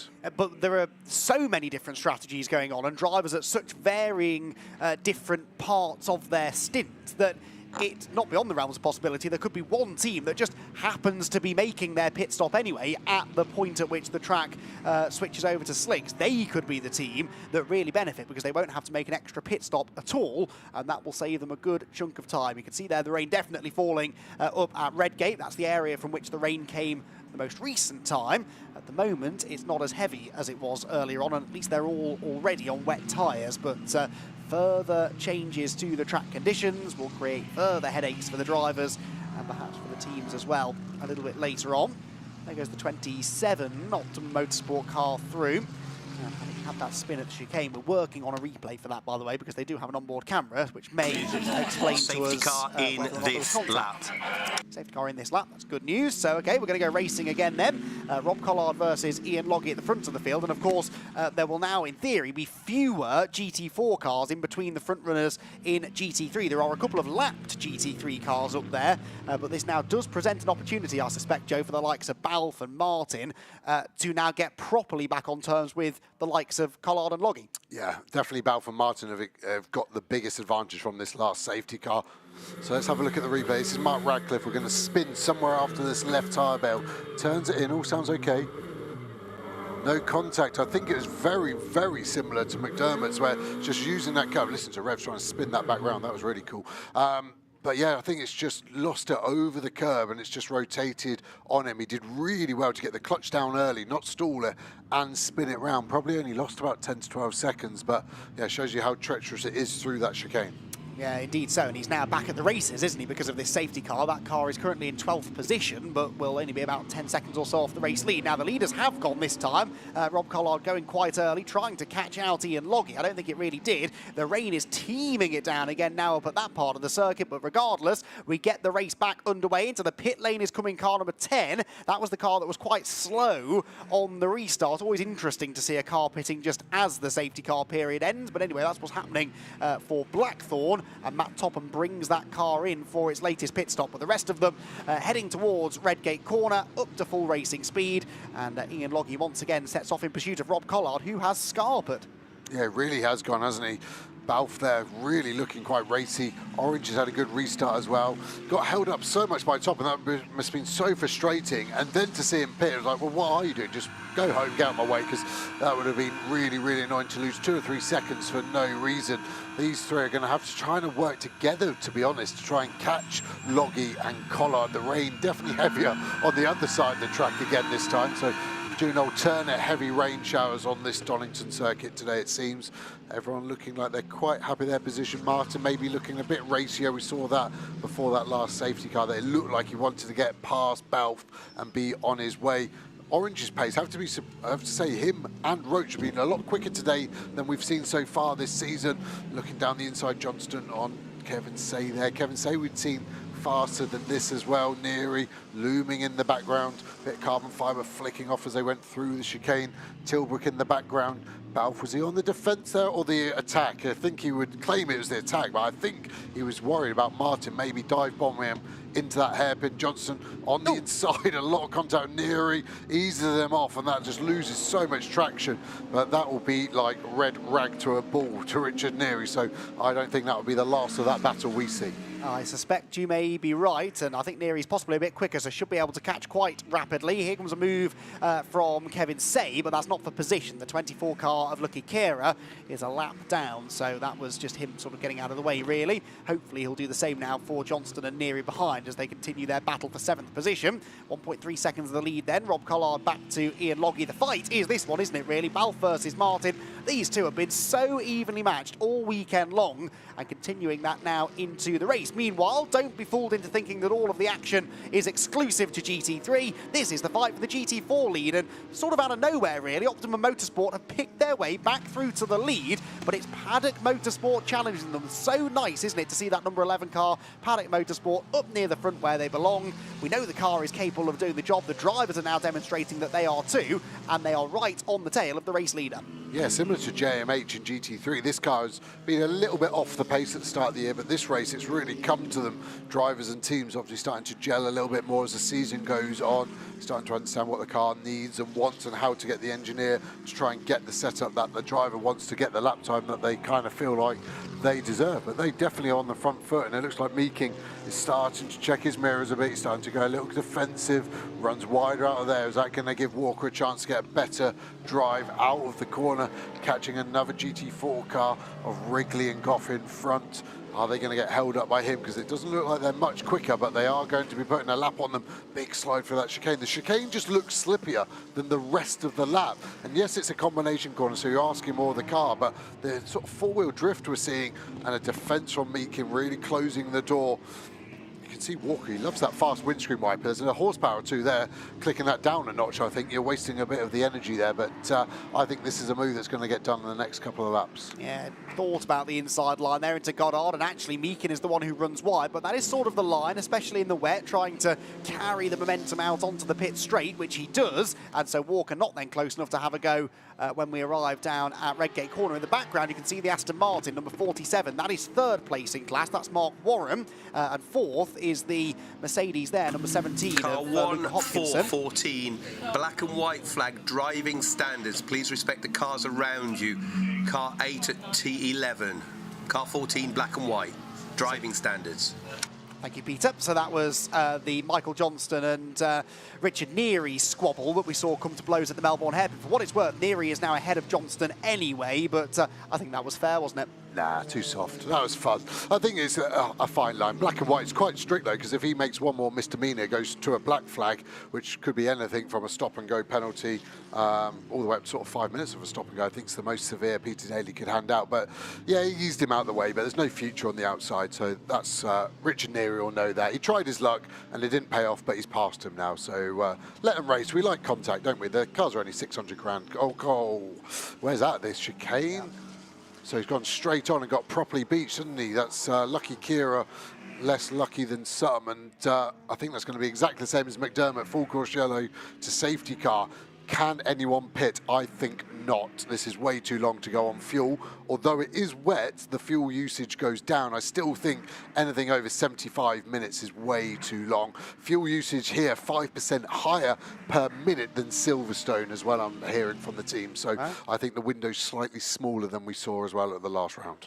But are you willing to gamble on there being more safety cars and full course yellow? You save fuel by running around at the lower pace. It's a gamble, yes, but it could have big rewards if you get it right. And, you know, the way this race is going, every chance, I think, that we could have at least one more interruption before the end. Up the inside of the number 69 car goes the race leader, Rob Collard. Now, he has been caught here quite rapidly by Ian Loggy. Loggy was 4/10 quicker on the previous lap. He's lost a bit of time over the first half of this lap, but Loggy showing now that he's got the pace to take it to Rob Collard, widely sort of regarded as one of the fastest AM drivers on the grid. I said yesterday it feels weird, really, to refer to Rob Collard as an AM driver, a hugely experienced driver, though, and he is not an easy man to catch. But Loggy is catching. Yeah, the Mercedes really liking these conditions, isn't it? We saw that prepare for full course yellow, so you'll see the cars slow down there. We'll be getting a countdown from the team's full course yellow out now, and they'll all be at 80 kilometers an hour. So yes, it's really going to close up if we do go to safety car. And it looked like Loggy was slightly later, wasn't it,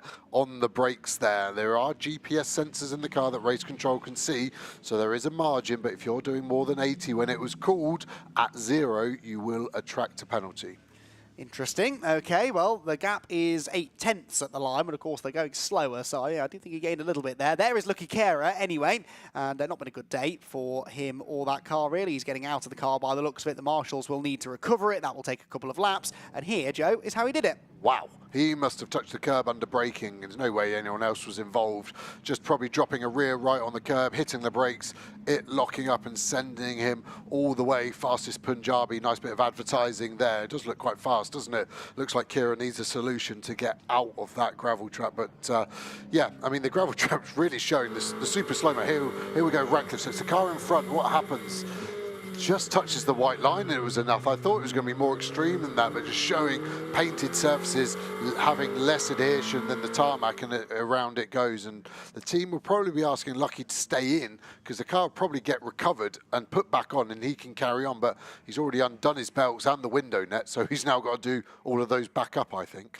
Yes, he will, but hopefully we'll get him back into the race then. We've lost a couple of cars from this race, but, well, there are 4 not running at the moment, I think. Ed McDermott, number 12 Mercedes, the Buncombe McLaren, the Seb Morrison, Charles Dawson Mercedes. That's significant for the championship as well, actually, if they notch up a non-finish, which it looks as though they will, because they've been up there, really, in GT4 land. Yeah, they were 3rd in the GT4 points coming into this weekend off the back of that win at Alton Park earlier on in the season. And they've had top 5s in all 3 races so far, but a non-finish today for them could be of some significance, because we are now, Joe, getting to that time in the season where, you know, we've got 5 races to go after this one. This is basically the halfway point of the year, and you do now start thinking about those championship standings, and this could be a costly day for the 31 team. Yeah, really, really could. And it's such a shame when something like that happens and it feels like, oh, if only we had done this or that. It's really different, as we see a really cool graphic coming up there for the pit stops, and we're seeing how long Rob has been in the car. So yeah, all of these drivers still need to get a little bit more time to be able to hand over to their pro, but not much. It's more fuel related for how long the pro can go rather than time related of what the AM has done, just the way the race has fallen today. So seeing the 17 car in, so that should be its final pit stop, do you think? I think so, yes. So Hopkinson will get out and hand the 17 back over to Harry George. That's one of the silver entries, remember. And of course, because we are now getting into the realms of the final pit stops of the race, don't forget we've got these compensation penalties to be added as well. The top 3 finishers from GT3 and from GT4 last time out at Silverstone having that extra time to serve. And that is of some significance, really, when you look at who's at the pointy end, really in both classes, actually, because in GT3, 20 extra seconds to be served for the number 59 McLaren, which has been a factor all day. But when they next come into the pit lane, it will be a longer pit stop by 20 seconds. Team ABBA, the Nearies, will have 15 seconds extra to serve, and Garage 59's number 77 car, the Tilbrook and Clutton car, they have 10 seconds to serve. And then in GT4, Optimum, leading the way at the moment, they have 20 seconds to serve, don't they? The number 7 Aston Martin has 15, and that Mahiki car, the Duggan and Much car, that's something else to factor in. We think they might be on a really interesting strategy. It might put them near the front of the field, but at that last stop, an extra 10 seconds to be served. Whether 10 seconds makes a difference, we'll have to wait and see, but that could play into it. Yeah, under safety car full course, yeah, it really doesn't, because obviously it gets negated as you can catch the safety car back up. From my mathematics, I think Loggy can pit this lap or next, and Phil Keane wouldn't go over his drive time. So Phil did the least amount of laps in that very short pro stint. He did one more at the end than everyone, but got in much later. So he could go. Now, what do Ram think, sorry, what do 2Cs think they can get out of that Mercedes fuel mileage wise? The Mercedes typically is the best on its fuel mileage. We have seen over 75 minutes on it a few times. Are they going to roll the dice? They could at the moment just wait for the full course yellow to go to safety car, so they're putting that fuel in a bit later. But at this rate, they're using half the amount of fuel that they would be there. So there's a chance, I think they're probably only using 1.5 litres to 2 litres a lap. So I think you want to be getting Phil Keane in case it didn't go to safety car. But the safety car is actually out on track, isn't it? It just hasn't been called yet. So there is going to be maybe 3 laps under safety car, I think we had on the last phase. So yeah, I think there's a chance we could see Loggy pitting sooner rather than later. Okay, and remember, they don't have any compensation time to serve, nor does the 63 car, though, ahead of them. So that's a straight fight once they get the pit stop done. But yeah, will we see them coming in? Where is Loggy? I think he's heading down the back straight, isn't he now? So Ian Loggy, not much longer before we get an answer maybe on that one. So I'm going to make a prediction that Keane and Loggy are going to win.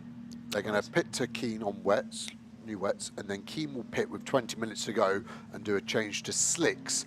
But just because he needs the tyre, not to do another mandatory stop. It's going to be when they can go to slicks versus is it a benefit. So if there's only 20 minutes left, you're only going to be getting, what's that going to be, 8 laps, 10 seconds a lap faster, 80 seconds. So your in and out is probably going to be about 25 plus the 20 stopped. So that is a net gain. So from about 16 minutes and under, I don't think it's worth pitting for slicks. So that's going to be when the crossover point comes. If it's after 16 minutes left to go, I don't think you should stop for slicks. You just brave it out on the wets. Pre-16 minutes, I think it is worth it. But I don't think anyone is going to go long enough for their AM to get out and give it to the pros when the pro wants slicks. Right, okay, so you think it could be, vaguely, yeah, there were a few too many numbers there for my liking, but yeah, but you're thinking maybe then could be about an hour before we see the slick tyres then on by that reckoning, if we're looking at 20 minutes from the end, whereas if it doesn't rain again, it does look like it's drying, doesn't it? Yeah, I just think the amount of spray we're seeing everywhere just seems a bit more, but you were really good with the call earlier, how quickly it dried. So it could be earlier than that for sure. This part, definitely, as we go to safety car and the cars do accelerate away, but yeah, that's factoring no more rain as well. Yeah. There's my caveat and asterisk. Well, every time we've mentioned the rain so far, it's started raining, so watch this space, everybody. In comes Andrew Howard now, so this is the Beechdean AMR car. Jess Hawkins will take over from him. We also, I noticed, had the team manager for car 10, Blackthorn, being summoned to race control. Not sure what that's about. Maybe something to do with that safety car restart or the pit stop that they did immediately after it. But there is Loggy. He didn't pit, so they're staying out another lap, but they have now caught up to the safety car. And like you said, they know that they've got a minimum of 2, maybe 3 or 4 laps left before the race gets going again. So they have got time to do this, but they need to leave enough time that they can do the pit stop, get out and catch back up again. Otherwise, you don't get that full benefit. No, you really don't. But it does get you out of the mix where all the damage is going to happen. You can see a bit of damage on the front of Neary's car. I'm only going to say this as a nice assumption. I wonder if that's how he got past Johnson. Johnson roughed him up and he roughed him up back. We didn't see it, so I'm sure he's innocent. But yeah, just the bonnet popping up there. So I'd actually expect the Team ABBA guys to whack a bit of tape on that just to make sure, because the speed of these cars, a bit of air gets underneath that. I think what's happened is the bonnet latch, there'll be an aluminium pin that tucks in there to keep it down. That's probably just sheared off. That's actually a lot worse than I thought it was going to be. I'd actually be tempted to box now and get the tape on it, because that could literally fly up, and the way it's mounted on the Mercedes, it opens that way towards the windscreen and it will make a large bang as it hits the windscreen and do a lot of damage. So I think they should probably pit now and maybe try and get Sam in anyway to try and get to the end. I'm just looking at their stint time to see if he's got enough drive time to get to the end as it is. That will be interesting, because fuel-wise, we think they can probably do it now, don't we? So it's all about the drive time. So I think it's on as well. He's on the same as Phil Keane. I think they can get in soon and get in. Loggy doesn't pit. I thought Collard was for a second. So the problem is when it's this close, it might be a minute out and they just need to do another lap. Neary does stay out. So are they looking to maybe get it done on the next lap and hope the safety car stays out 1 lap after this one? I don't know. Yeah, because you need those 2 laps, really, don't you, behind the safety car to make sure you've got the time to catch back up. So, interesting stuff. Ian Loggy then staying out. Everybody staying out this time around. We have had a couple of cars in. Mark Smith is in the number 9 car, and we've got car 7 in, which is now serving its compensation time then. So Jamie Day handing over, I believe, to Mikey Porter for the final part of the race for Forseti Motorsport. They had 15 seconds to serve by virtue of that second place finish at Silverstone. I think you're right again with the track drying, the sun out there through the Craner curves. It's definitely only greasy. There's no spray. I know we're going slower. Let's get a look at his onboard. A bit of spray there. There's a slight sort of rain. It's only when Balfe is going over to the left, isn't it, that he's getting the maybe orange there still on the racing line.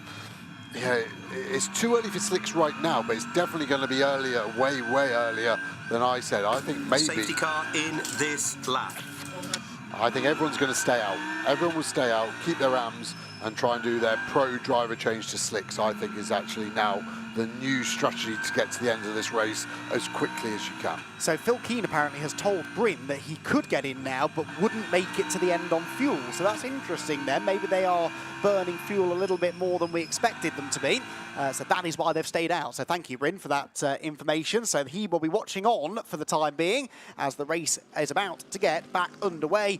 And his teammate Ian Loggy will be once again on the charge here. It's been a very interrupted last sort of 30, 40 minutes or so. We haven't really got into much of a flow in the race. I'm interested to see whether Loggy does have an answer for Collard, who again has done that thing, hasn't he, where he accelerates into the Melbourne hairpin, then slows it down, and now he's gone, and it really has caught out Ian Loggy this time around. Has he gone too early, though? That safety car needs to be in the pit lane before Collard overtakes it, and this could be touch and go. Off the final corner he comes.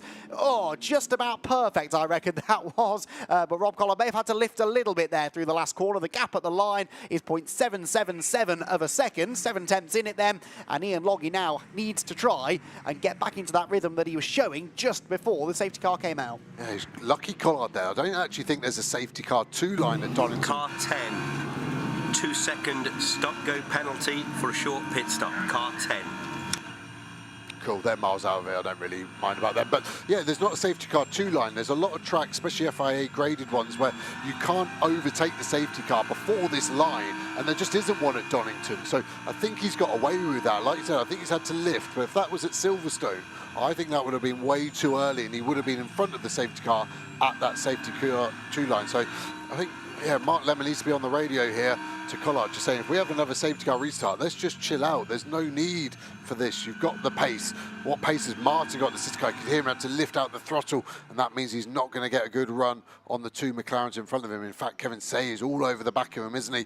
These cars all looking match for pace. There's a couple out there that shouldn't be in the mix in terms of Ferguson. Is loads of laps down. Is he going to get in the way, or is he going to get out? That could be a real interesting flashpoint for these next few GT3 cars.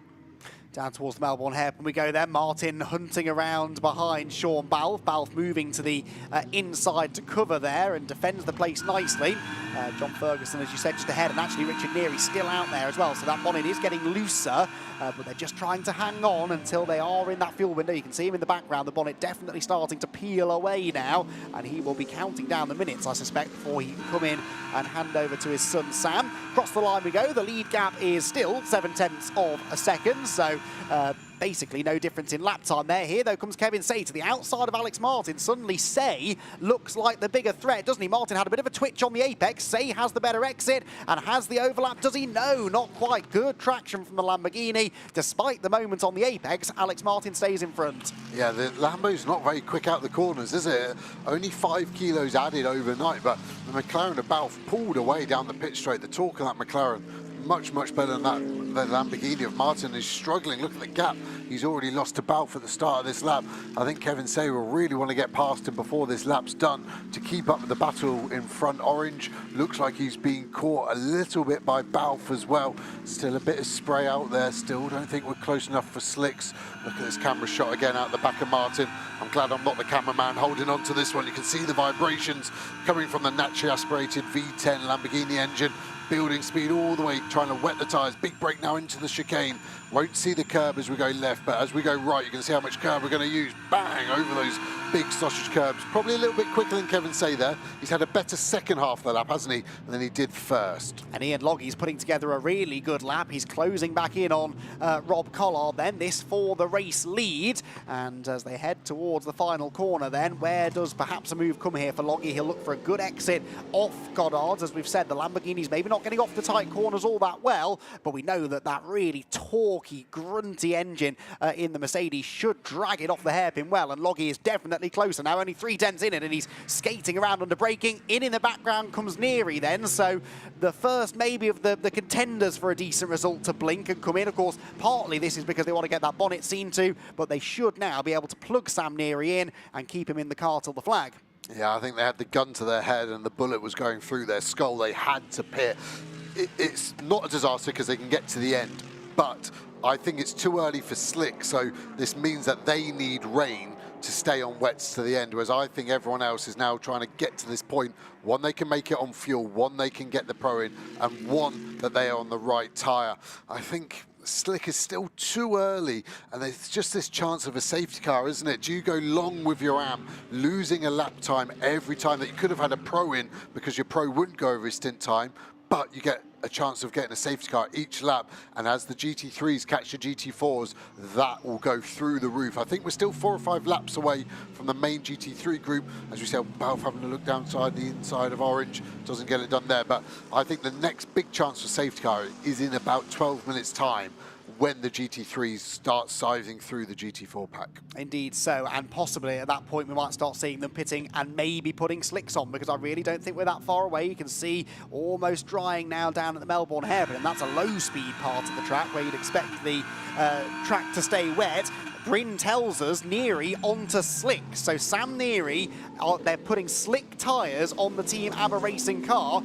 It's going to be Larry for a few laps, no doubt about it, but he will get those tyres up to temperature so that when everyone else comes in and puts slicks on, he'll be up to full speed. So this is a really big call, and that's a really big move being attempted by Sean Balfe on the inside of Simon Orange. These two will have traded paint on a number of occasions in the past, and they almost did so again. So too, actually, did Alex Martin and Kevin Say, who are side by side behind them, Say around the outside line, but still cannot get past the Barwell Lambo. Yeah, super brave driving there. I thought Say had it done, but the inside Martin line there, just that bit shorter, I think was probably the deciding factor of him keeping that position. Balfe starting to look a bit desperate. I think he needs to save up all these little looks and go for one big attack on Orange, but Orange will know he's in the final podium position, and that's the best that car has been for a long, long time. The teams will love that Neary has gone to slicks. That's the data they want. They will have their eyes glued on the sector times for Neary to see where he is at. He's leaving the pit lane now past our box. Didn't spin up as much as I thought. Those tyres, I reckon the team would have boosted them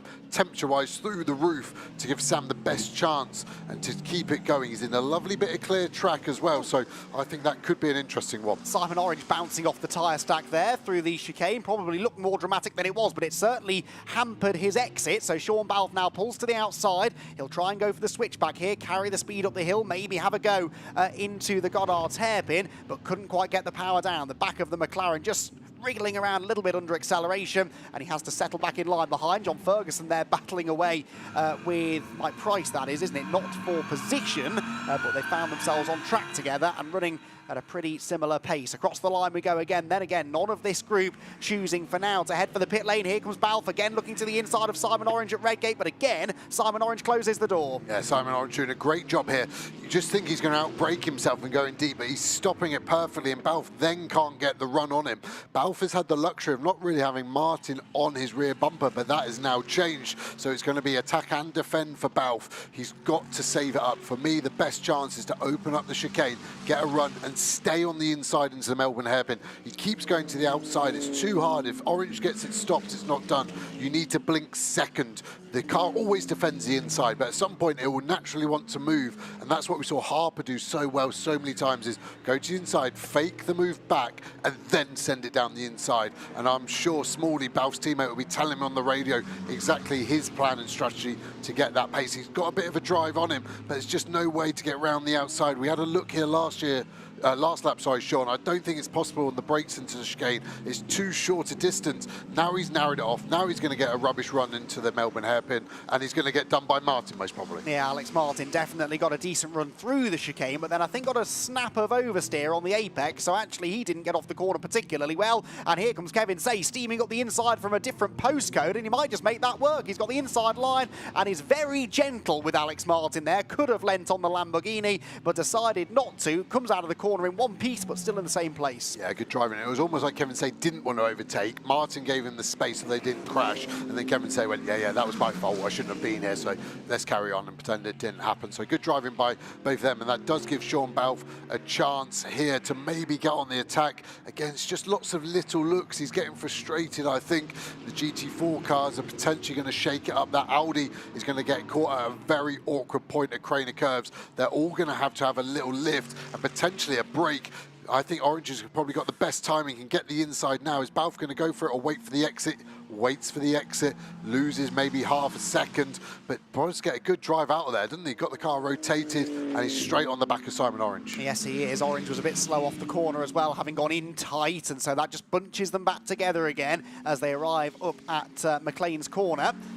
Out onto the track, by the way, has just gone the 22 BMW, not a factor in the race, but on slicks. And Neary's been back in again. Sam Neary's been back in the pit lane again and has rejoined again, still on slick tyres, I think, Joe. What's that all about, do you think? Okay, I didn't see the tyre. Assumed if he'd been in that quickly, it was to say that isn't ready for slicks. If you saw the slicks, it's obviously that. I can't think of any other reason, maybe apart from the tape didn't stick on the bonnet. If Bryn could actually do some work and let us know, that would be good. But I would assume he's had to come in for wets, which is the information these teams need. Balfe again looking to the inside. Go on, send it in, send it in, send it. Oh, he's getting tight, isn't it? And Johnson now catching on the back in the BMW to make this a 5-car, 6-car battle with one of the Blackthorn Aston Martins as well. Sean has got a run, getting squeezed all the way.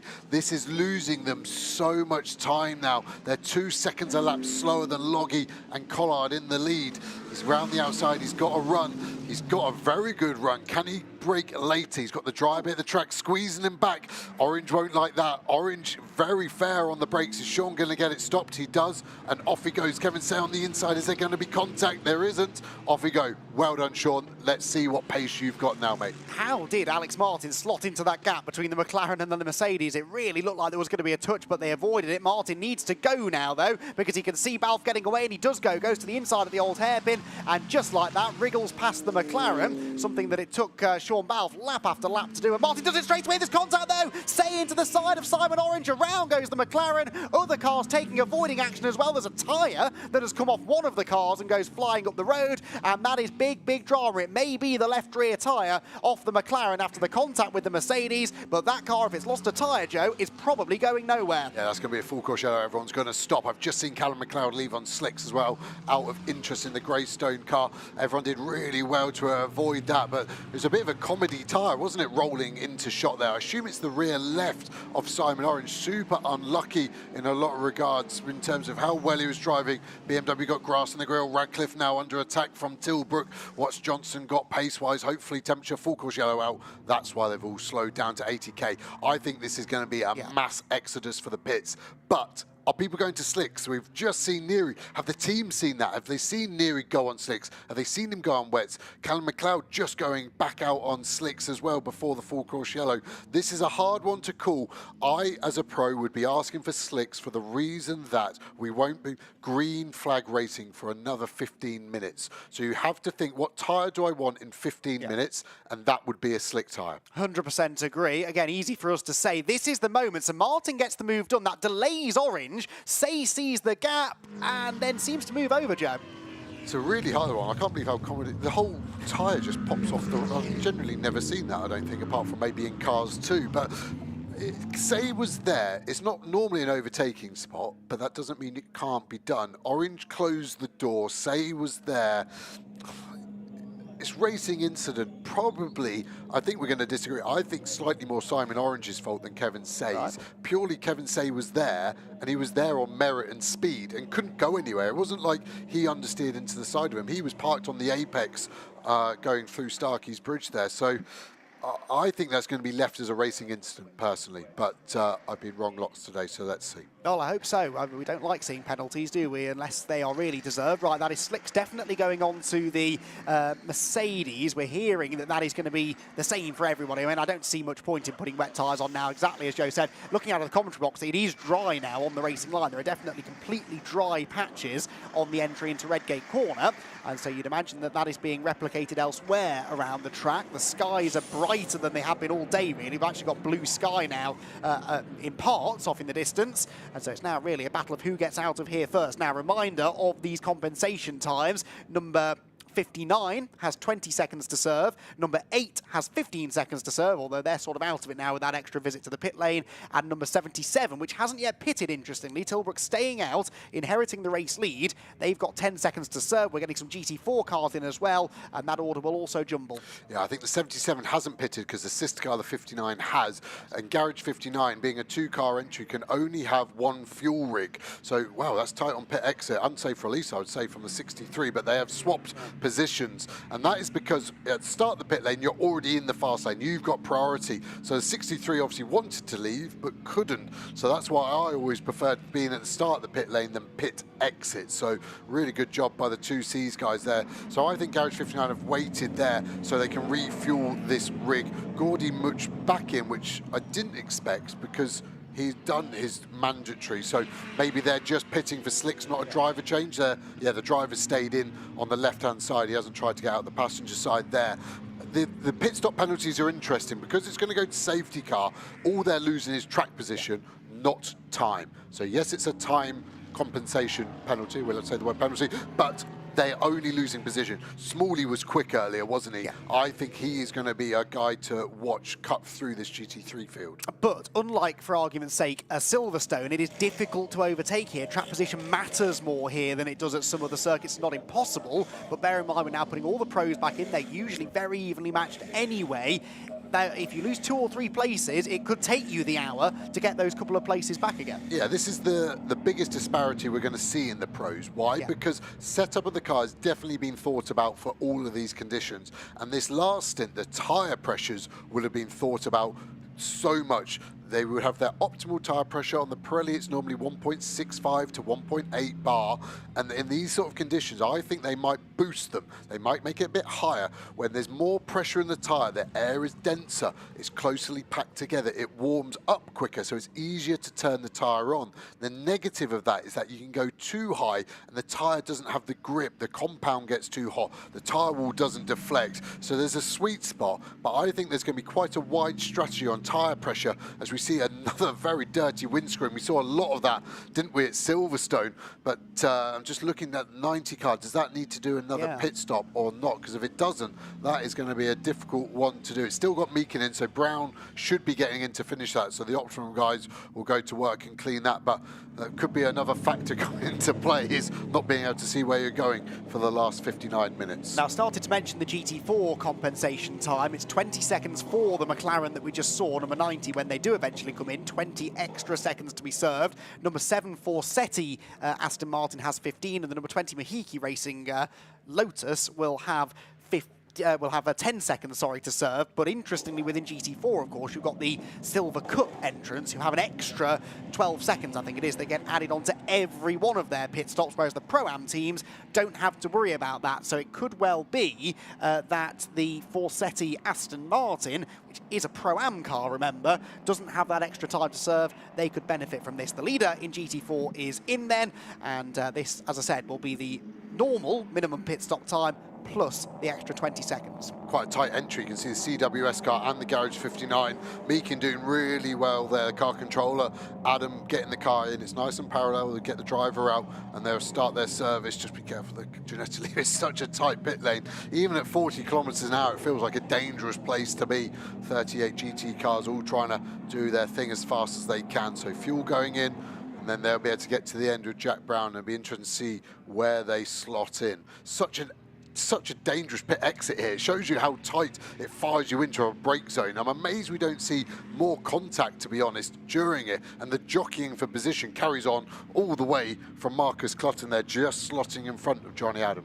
Yes, he did. So Clutton, by pitting a lap later, hasn't really lost anything because we're still under full course yellow. So didn't really matter in the end that he stayed out that extra lap. So I reckon that's all the GT3 cars now, at least the front runners anyway, who have served their 3 mandatory stops. They're all, we think, back on slick tyres.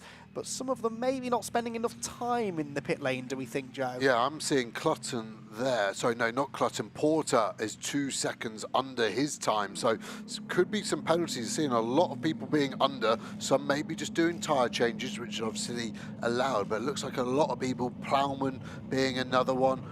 Just looking here, who else? Gordy Much was under as well. So this could be a bit of a false one, but yeah, potentially going to be a penalty as that optimum windscreen gets cleaned up nicely. Yep, nice feeling that must be for them. Then they are about to send that car out. They've got plenty of time, haven't they? Because they've got this extra 20 seconds to serve, which is going to drop them out of the lead more than likely once this is all done. But again, they're losing less time from that, less track position from that maybe, than they would by doing this under green flag conditions. So not a bad thing whatsoever. There is the number 11 car then, so that car with no compensation time to be served. Blake Anglis now at the wheel. They have made their pit stop, and they're going to be heading out. Well, they're going to be heading up the order, I would have thought, once this is all said and done. Within GT3, Phil Keane then leads the way. That was a really significant moment, that the number 6 car, the 2Cs Motorsport Mercedes, leapfrogging ahead of the Barwell Lamborghini, which Ian Loggy had been struggling to find a way past on track. Well, they got the job done in the pit lane, and they were above the minimum pit stop time as well. So it was a legal pit stop. They just managed, as Joe said, to get out of their pit box and down the pit lane a little bit more efficiently. So they lead the way. Ricky Collard and Sandy Mitchell second and third. So still the Barwell cars are both in contention, and it'll be an interesting battle this now in drying conditions. We saw yesterday in the dry how rapid those Lamborghinis were. Yes, they've had that little bit of weight added overnight, but yeah, will they have an answer for Phil Keane in the Merc? It's been quick all day, hasn't it, that Mercedes? Loggy being great. He was really fast in testing, in all fairness, Loggy. As we see the 62 Mustang leaving the pit lane, going to slot in there in the GT4 pack. So, yeah, I think Keane has been quick. Let's see what Collard has got. Sandy Mitchell looking quick at times as well, but very evenly matched. Gamble there as well, like I said earlier, fastest lap of the race. A couple of GT4 cars in between him and Sandy Mitchell, so it'll be interesting to see where they can maybe get past and be on their way. Dan Harper, they've done really well with that car today, haven't they? 5th. Now, they were on a bit of a different strategy at one point, similar to Gamble having the Pro in, but they've done well. Moxie Guts as well, Clutton, Adam, Smalley. That penalty, like I said, Smalley's not lost the time, but that's why they've lost so much track position when you consider where they were in between the 2 Lamborghinis by the end. They have really been hurt from their success at Silverstone. A couple of updates for you then. Bryn tells us that the Team Abacar, the extra pit stop was for the bonnet. They needed more tape on the bonnet, as you suspected. Also, a lot of teams apparently with fuel ready to be put in cars, so they're sort of worried about maybe having to do a splash and dash at the end, although the longer we spend under full course yellow, the less chance there is of that happening. Also, back to GT4, I was mentioning that number 11 Paddock Motorsport car that had fought really well to get itself into contention. It looked like it was in a good position, but I'd missed the fact that they pitted a lap before the full course yellow, and that has lost them a lot of time because, of course, they lost their full lap, and now everyone else getting cheaper pit stops, if you like, by losing less time. So they maybe aren't completely out of it, but they've definitely lost a fair chunk of time within the GT4 battle, which is a shame. The safety car is out, the safety car lights are on, and they've picked up the race leader, Phil Keane, who, as you can see, has got Ricky Collard right behind him. I am relishing the prospect of what should be hopefully about 3/4 of an hour of these two going at it for the race win. Yeah, this is a great chance for Phil Keane. Been out of British GT for a couple of seasons, now back in it, and he's really made Ian Loggy so much quicker as well. So those two working so well together.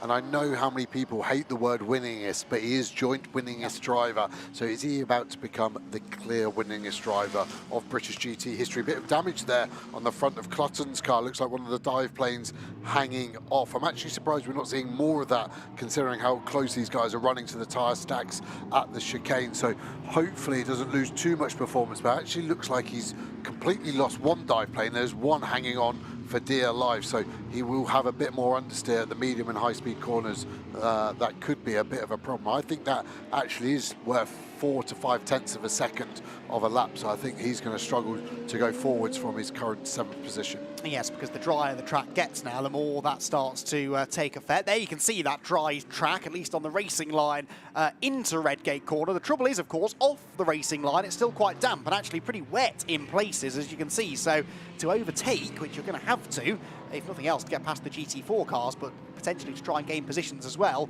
you are going to have to go off that drier line, and that could create some sketchy moments. But it's the pro drivers in the cars now. They all know what they're doing, and they should, I reckon, be able to manage it and put on a good show for us. Adam Smalley there, they may have lost a lot of places in the overall running, but they still lead in Silver Am. I forget sometimes, I think, that Adam Smalley's only classed as a silver driver, but every bit as quick as we've seen this weekend as the out-and-out pros, and he's now going to have to really prove how quick he is and how good his racecraft is. 9th place.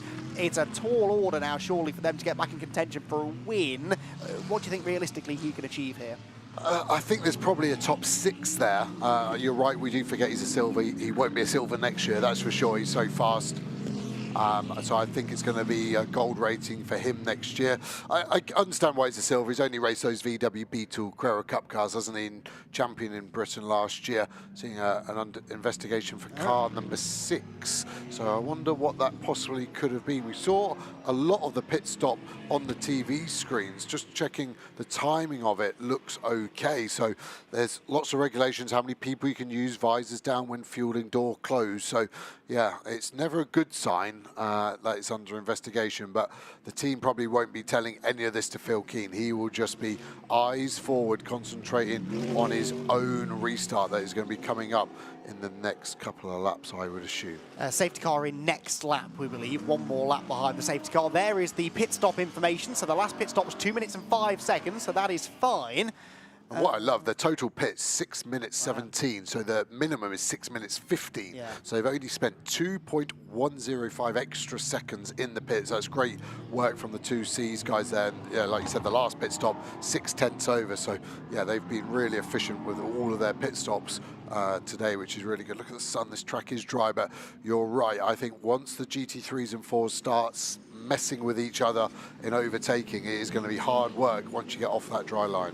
Yes, and of course there are some lapped GT3 cars also in this group as well, before you then get back to there. Sandy Mitchell, who is third in the Lamborghini. The 27 McLaren of Gamble is fourth. 5th position for Dan Harper. Brilliant effort, as Joe said earlier on, for that team to get the number 14 machine back into contention for a decent result. Anyway, we know Dan Harper's a pretty good racer. If anyone's going to get his elbows out and try and gain some places, it may well be him. Maxi Gertz is 6th in the Mercedes. Clutton 7th. Johnny Adam is 8th.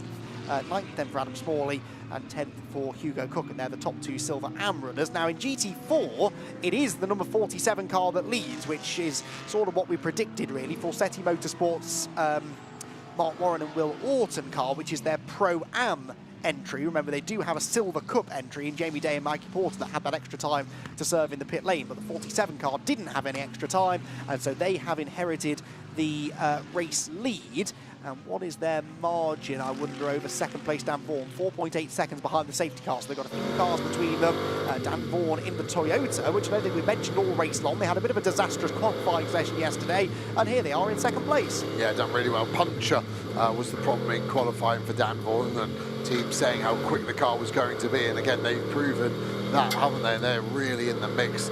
Vaughan, really aggressive, nice driving style. I think he could be on for a chance here against Orton. Let's see how it pans out. Safety car starting to back everyone up. Everyone is just about as one big pack as we're starting to look down the field. Jack Brown all the way back there. Position-wise, he is third. He's only got 2 GT3s between him and Vaughan, so that's going to be interesting. Really interesting to see what Phil Keane does on this restart. Obviously, Phil, knowing Barwell and the Lamborghini so well, should be able to play to its strengths of getting a fast restart. I think the Lambo's lacking a bit of torque low down, so maybe just pin it out of the last corner and just get the simple jump on them. But everyone bunching up. Looks like Phil's gone early and Collard has stayed with him, hasn't he? That's a great restart from Collard. Right then, Ricky Collard, have you got an answer for Phil Keane? Does it come maybe at Redgate corner? He's almost within striking range, flashes the headlights at the Mercedes driver. The Lamborghini wiggling around under braking and really seems to have good turning, actually. Hits the apex, hits the curb a bit too hard, gets a bit of a wobble on, and that means that Keane holds on to the advantage as they accelerate out through Hollywood and down through the Craner curves. We've got 47.5 minutes of this to enjoy. Phil Keane looking for win number 20 in the championship, and Ricky Collard looking for a second victory this season to really help their championship campaign. Headlights flashing on as he tries to put the pressure on now towards McLean's corner. Phil Keane cannot afford to make a mistake. He doesn't often make mistakes, but under this sort of pressure, this is going to be a tough job. Yeah, and the tough job is he's the first one through. So yes, they've done quite a few laps, but they've all been slow. So this is the first time they're attacking on slicks in this stint. So Phil is the first guy. He is out the front. He's got to feel it. Looks like it's okay so far, doesn't it? Coming into the chicane, got a nice gap to Collard. Threads it through. Collard carrying good speed. Both cars riding the curbs well. then just able to get down onto the brakes. Let's see if there's any concertinaing up. Plowman not in this battle, but pace looking great. Same for Marcello. There's Sandy Mitchell. There's Gamble following Harper with him behind, getting past one of the Academy cars onto that wet, but you can see that Mustang struggling for grip. I'm really interested in seeing Gamble's next lap time, because he's going to have a clear lap to see what pace he's got as they come across the line leaders wise. Yes, it was a slow start, but 1:30, so I think we're going to still get them into the 28s and 27s in the next couple of laps. Marcus Clutton ahead of Maxi Gertz, by the way, for 6th position. Gertz tried to go around the outside of a GT4 car, I think, at the Melbourne Hairpin and got boxed out, and Clutton took full advantage of that. Then it's Adam Smalley.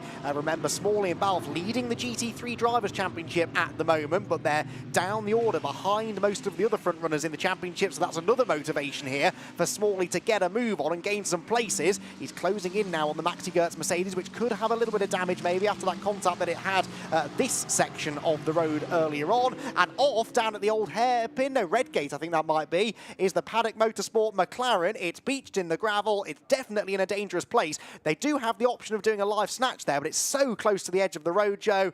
I suspect we might be in for another interruption. Yeah, full course yellow, I think, impending, I think, quickly as well before the leaders get there. Gone off quite late. I mean, Marcello was behind him, but it didn't look that close last time we saw the cars at the Melbourne Hairpin, so be interesting to see how Plowman has got there, but no chance he's getting out, and we're getting told prepare for full course yellow. See the rain light still flashing, the driver's just leaving it on, but they'll be slowing down to 80 kilometers an hour. Is there a gap difference? Who's going to blink first? Who can get down to 80? Look at the pace of Mitchell. That seems like he has really reeled them in. He did a purple sector 2, Hawkins down the inside of Cook there and struggling to get stopped. Then the full course yellow comes out. I think it's going to be pretty status quo between the top two, but Mitchell's pace was something to really, really see there. He took what did he take? 7/10, out of Collard on that last lap. And crucially, has no back markers between himself now and the top two either, so that little short run of green flag running has sort of brought him right back onto their tail. Perfect timing. In is the number 95, by the way. And is this a scheduled stop or not? This is the drama at Redgate then, Joe. So yeah, Marcello turning around Plowman, and hard to see from far back. Mitchell, wow, really on the front foot there. Obviously Marcello and Plowman lap cars from that onboard. Looks like Marcello understeered into Plowman, and I say that because I could see a gap between Marcello's car and the curb, so he's not on the curb. It's not like Plowman's closed the door, and then both of them running onto a wetter part of the track, I think, has just caused Plowman to rotate. So could see that potentially being a penalty for Marcello, but they're kind of out of the order, aren't they? All the way down in 20th, so maybe Peter Daly will just save his paperwork and call it a racing incident on that one. Yeah, shame, isn't it? Because Marcello showed some good speed this weekend, so has John Ferguson, actually.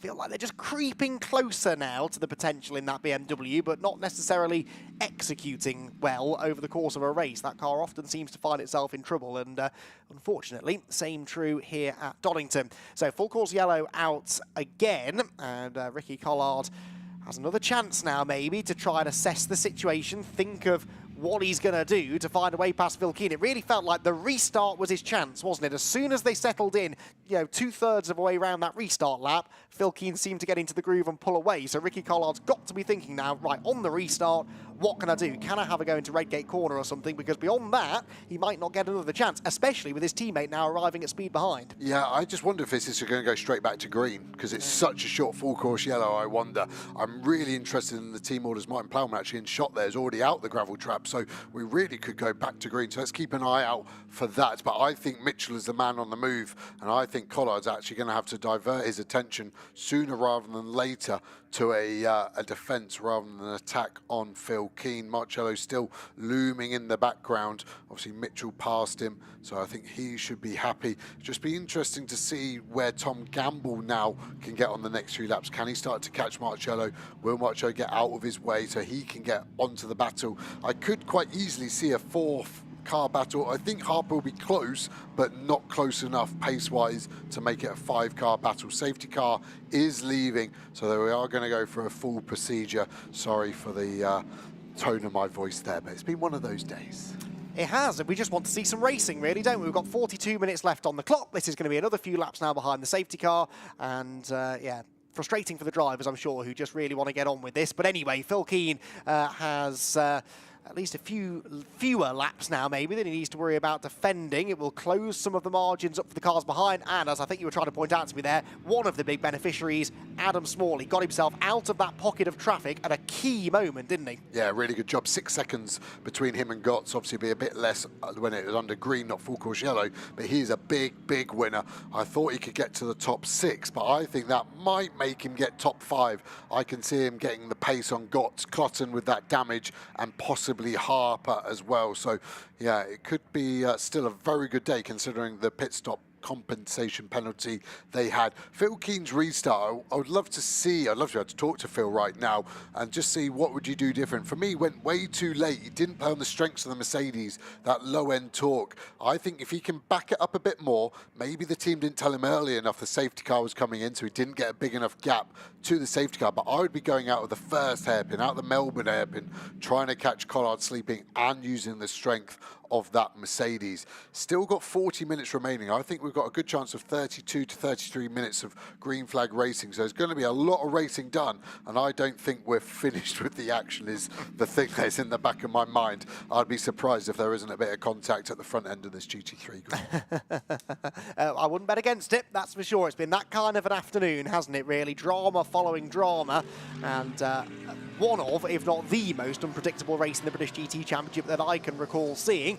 What's going on in GT4? Well, this is Dan Vaughan, that is Jack Brown. Jack Brown also benefiting from all of these safety cars now, because remember, he lost that 20 seconds in the pit lane from the compensation time. He now gets to gain all of that back. He is in 3rd position. Quicker, do you think, than Orton and Vaughan ahead of him? I mean, this could be a really interesting battle because we know that car's got pace. Yeah, on historical data from previous rounds, definitely yes. I think we have seen other cars getting quicker and quicker and closing that gap. But the fastest lap today for Brown is half a second quicker than the Toyota in front and 9/10 quicker than Orton in front of that. So I think he's got it. It's just where the strength of that McLaren's going to be versus the Toyota. The Toyota is probably one of the best all-rounders. Doesn't have a massive strength, but likewise doesn't have a massive weakness. The McLaren drivers always complaining that top-end speed isn't their forte. And to overtake, you typically need top-end speed. So let's see how it goes. When it goes back to green, where Brown is looking to line, firstly, Vaughan up, and let's see if he can then get close enough to that Aston Martin in front of Orton, sorry. Yeah, so Orton is, where is Orton in the queue? He's not that far ahead, I don't think, is he? Oh no, only one car between them, that being the SRO Motorsport BMW. So there is the 47, they lead in GT4, 44 is 2nd, and 90 is 3rd. 4th is the number 11 Paddock Motorsport McLaren. Now they are, I think I'm right in saying, a lap behind, aren't they? I think we've only got those 3 GT4 cars.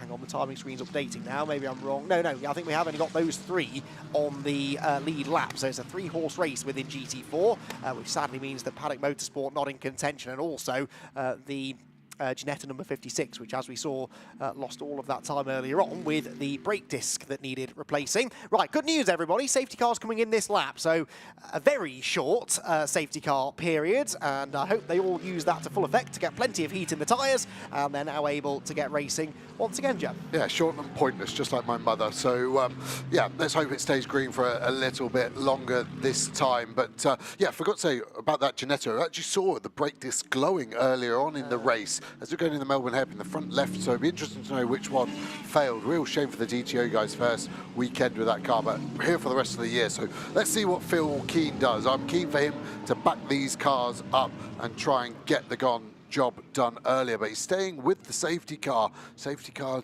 now starting to pull away. Phil going slower, but it doesn't look like he's going to go for an early one, so it's any time now really from this exit to the exit of the last corner, but really not trying to back the cars up, is he? Interesting graphic there, just before we go racing on the bottom of the screen. It's gone now.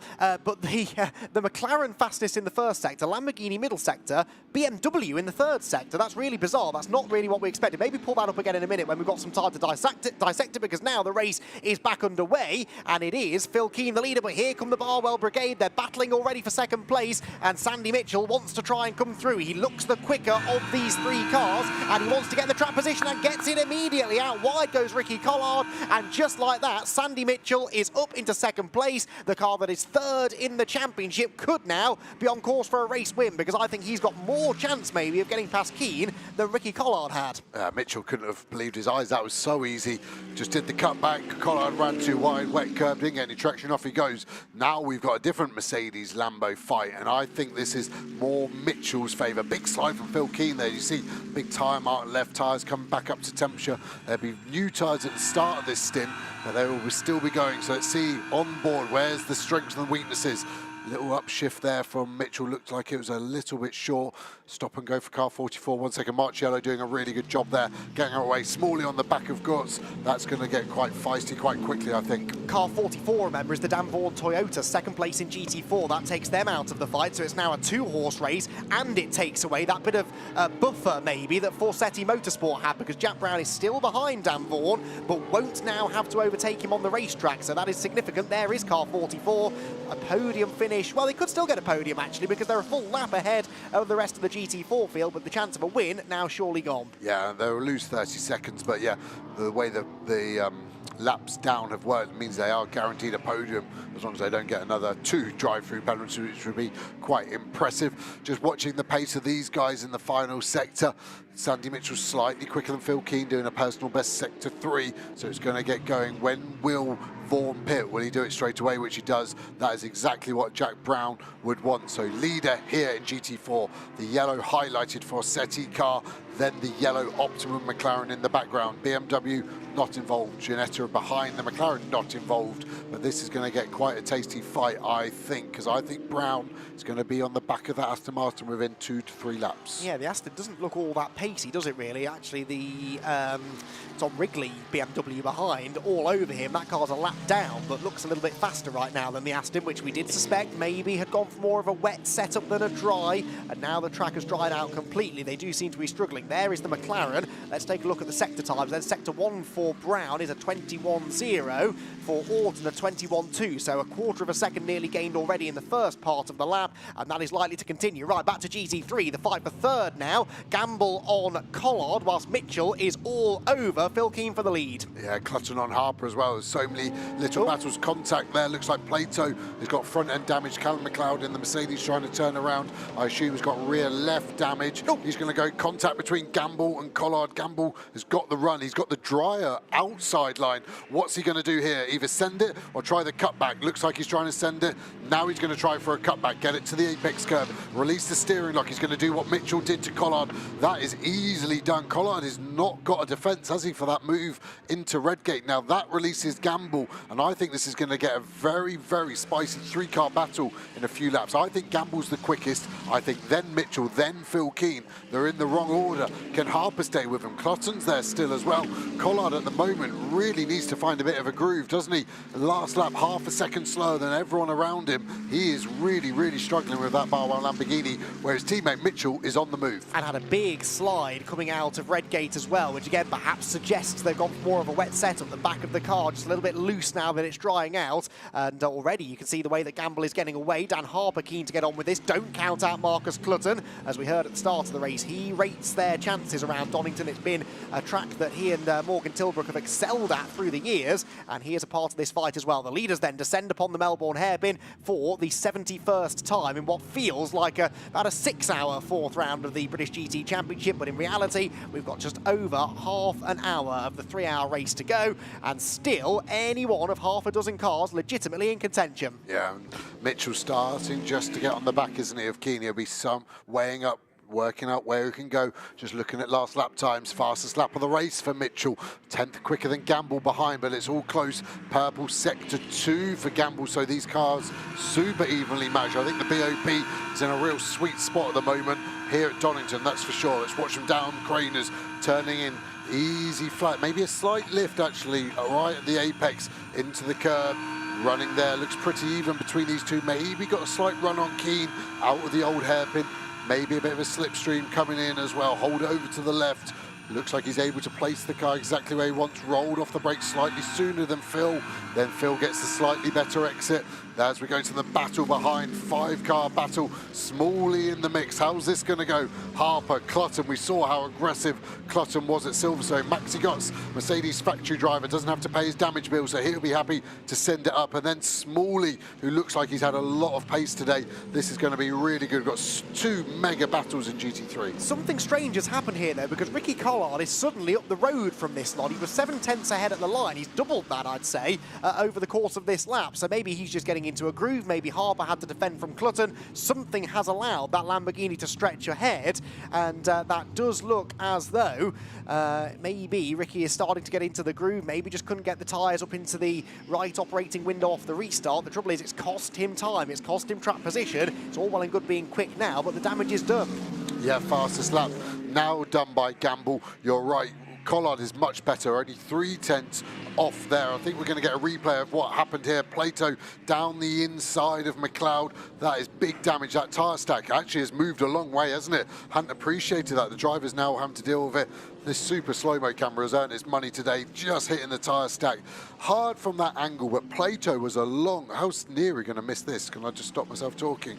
No, I just can't see how he wasn't going to get collected there. But anyway, from that angle, it looked like Plato was a long way down the inside of McLeod.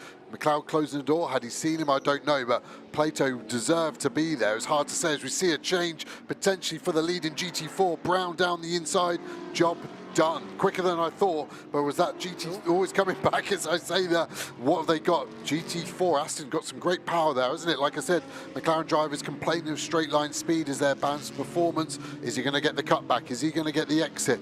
Definitely got the inside, but not the speed. It's going to keep going, that battle, isn't it? Yeah, fascinating stuff, this. Will Orton defending. Can he defend for half an hour? That surely is a tall order against a driver who's been among the fastest in GT4 all weekend long. And that McLaren working really well in these conditions as well. Carries more speed off the old hairpin. Tries now to build a challenge up through Starkeys and Schwantz and towards the right-hander at McLean. But the Aston at the end of that flat-out section had just pulled half a car length or so. So to Joe's point, the Aston's advantage is in a straight line. The McLaren clearly handling better.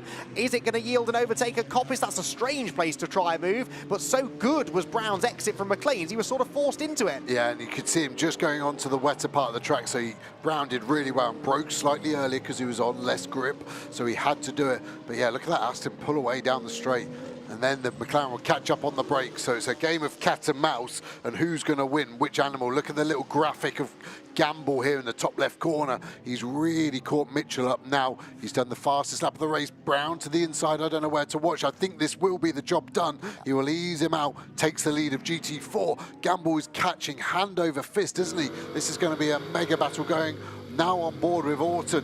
Be good to see the visualization. He's got straight line speed. Can he get a good exit?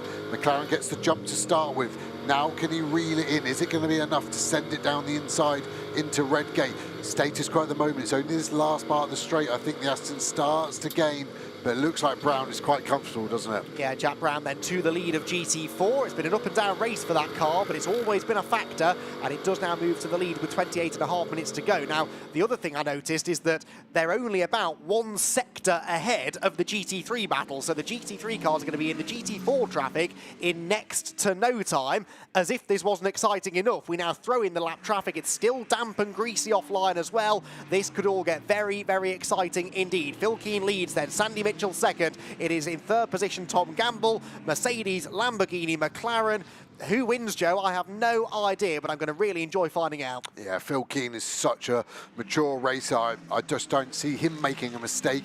Mitchell is fast, but I don't see having enough pace. Gamble is the one I think that could possibly get something done here. Is there time? Yes. Has he got tyre life? Yes. GT4 is getting involved, yes, and it's just held him up, hasn't it? Mitchell will go there, Phil will cover the inside and just block him off. Gamble gets done a little bit more. Look how dirty the windscreen is. That seems to have got really dirty really quickly, doesn't it? Maybe one of the cars in front just kicking up a bit of dust. We've seen it. The teams have the option to fit a wiper system. Both Barwell Lambos do have it. Obviously, Optimum do not on that car, but I wonder if that's going to start to just clipping the tyres on the right-hand side. And he's going to get a run. Is he going to send it down the inside straight away? You want to act quickly. When you catch a car, don't sit behind. Keep the momentum, get it done. What's the exit like? Not quite as good. He is using first gear. Do you remember yesterday Ratcliffe was in second, so using first gear to make sure he gets all of the torque out of the corner, rotate it in. We're going to see the front of Gamble now getting out of the corner. Both look quite even. Bit of damage on the front right corner for Gamble. I think I saw that earlier on in the race. Doesn't look like it should affect it. And then sort of Collard's in that awkward mode where he's not really with either of these battle packs at the moment, is he? Yeah, and he dropped about 8/10 to them on that previous lap alone, actually, even though they're perhaps starting to battle, but they're also spurring each other on, aren't they? Setting personal best sectors left, right and centre. And so, yeah, these three definitely are the class of the field right now, but if they start fighting, if they get delayed in traffic, it could still bring Ricky Collard onto their tail. Coming up through Schwann's Curve, then right on board with Tom Gamble. Third position for Optimum Motorsport. This car's been a top 5 car really all weekend long, always towards the top of the timing sheets in practice and qualifying, and now at the business end of the race they've bought themselves a ticket to the fight. But can they come out on top, catching one thing, passing another? Where, if anywhere, will this McLaren have an advantage over the 2 cars ahead? Just looks like it's through this section here, so Tom's able to carry a little bit more speed as we see big damage on the exit. Could get the leaders really caught up. Phil Keen's coming into shot now. Looks like he's clipped the tyre stack, doesn't it, on the left side. Needs to try and not go into the gravel trap and get back to the pits to not cause our 9,000th safety car of the race. Maybe even pull left would be a better idea there, Freddie. But let's see. It's looking even, and it actually looks like Collard has caught up a little bit again this lap. Is Phil starting to struggle? Look how many GT4 cars are coming. You've got to plan your moves. You can't change when you're going to catch them, but you can change how you position your car. And luckily here at Donington for Phil Keen, it's slightly narrower than Silverstone, so you can place the car to the inside. If you don't think you can get past the GT4s, you can at least block the GT3 car behind you. But they're going to be catching these through the Schwann's Curves, I think, and this could get real messy real fast. And they're battling for position ahead as well. They were side by side down the hill. They've sorted it out now, but which way do they go? Phil Keen dabs the brakes. That wasn't ideal, and you can see the momentum advantage that gives to Sandy Mitchell, but there's nowhere to go. They're both up the inside of the Lotus, and to the outside goes Mitchell. He can't get the move done. Gamble is somewhere here. He's rubbing body panels with the Lotus in the background as well, but Phil Keen getting away with that. A dab on the brakes at Starkey is not ideal, but he somehow manages to hang on. Yeah, and surprisingly, caught them at very different points, but very even. I'd say Phil got the best run through them. You can just see that gap has grown a little bit to Mitchell, but still stays fair. That was 3 GT4 cars. On my timing screen, I can see another 11 in front of them that they're going to get in the next 2.5 laps. Some really tight together. After this Aston Martin, there are 3 cars very, very close together. That could be interesting. I think Gamble's got a chance there. DTO guys having to retire the car. A lot of damage. I think that tyre stack, it's been moved closer and closer to the track. Let's have a look. Wallop. In his defence, it wasn't that tight earlier, but now with it moving after Plato hit it, it's really in the way, and it shows you how heavy it is. It's a hell of a lot of damage on that car. It didn't seem like as big a hit as I was expecting, though, actually, but obviously just at the wrong angle. You're turning the wheel anyway, so it's sticking out, and yeah, it didn't take much to break the steering there, so unfortunately that is the car that started on the front row of the GT4 grid, in fact started from pole in GT4, that is not going to see the checkered flag, unfortunately. Right, out at the old hairpin we go now. We're starting to get into the bulk of the GT4 traffic. One of the McLarens there staying to the right. That wasn't really a hindrance, but there's another car in front that really has bottled them all together. It's the Paddock Motorsport McLaren that sits 4th in GT4, and look at what that's done. Sandy Mitchell almost pushing Phil Keen up the hill towards Coppice Corner, where the Lamborghini does seem to be able to hold a slightly tighter line, but not on this occasion is he able to use it. Heading for the chicane, they've got the Century BMW to clear. The first 2 will clear it. I'm not convinced Gamble will. Yes, late enough on the brakes, sails on by, but the big cluster of GT4s is coming up shortly. Yeah, this is going to be difficult. Again, all quite even from everyone driving well with respect. I have to say, I thought Jack Brown, teammate in the Optimum garage to Tom Gamble, might try and just do something a bit different, but he was very fair and made it even for all 3 of these GT3 car leaders. You see the next GT4s there.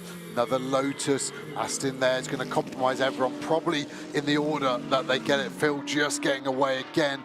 Gamble getting a bit of a slipstream, but he'd rather just a clear bit of track. They're going to catch these through Craners. I think Phil might be able to get to the inside and go there, but then is that Lotus going to try and tuck to the inside because it will want the drier part of the track? Quite a lot of damage on the rear of that Lotus as well. Going to catch this Ginetta at a really awkward point. The Lotus comes across the front. He's sort of within his right to do it because he doesn't want to be on the damper part of the track. Phil then gets held up by the Lamborghini. Gamble has a bit of a run, but then none of them are really able to kind of hold back and get a bit of a slingshot on them. And then we've really got 3 GT4s left. Just trying to do the math in my head. I don't think we're going to catch them again in 20 minutes. It's going to be tight though.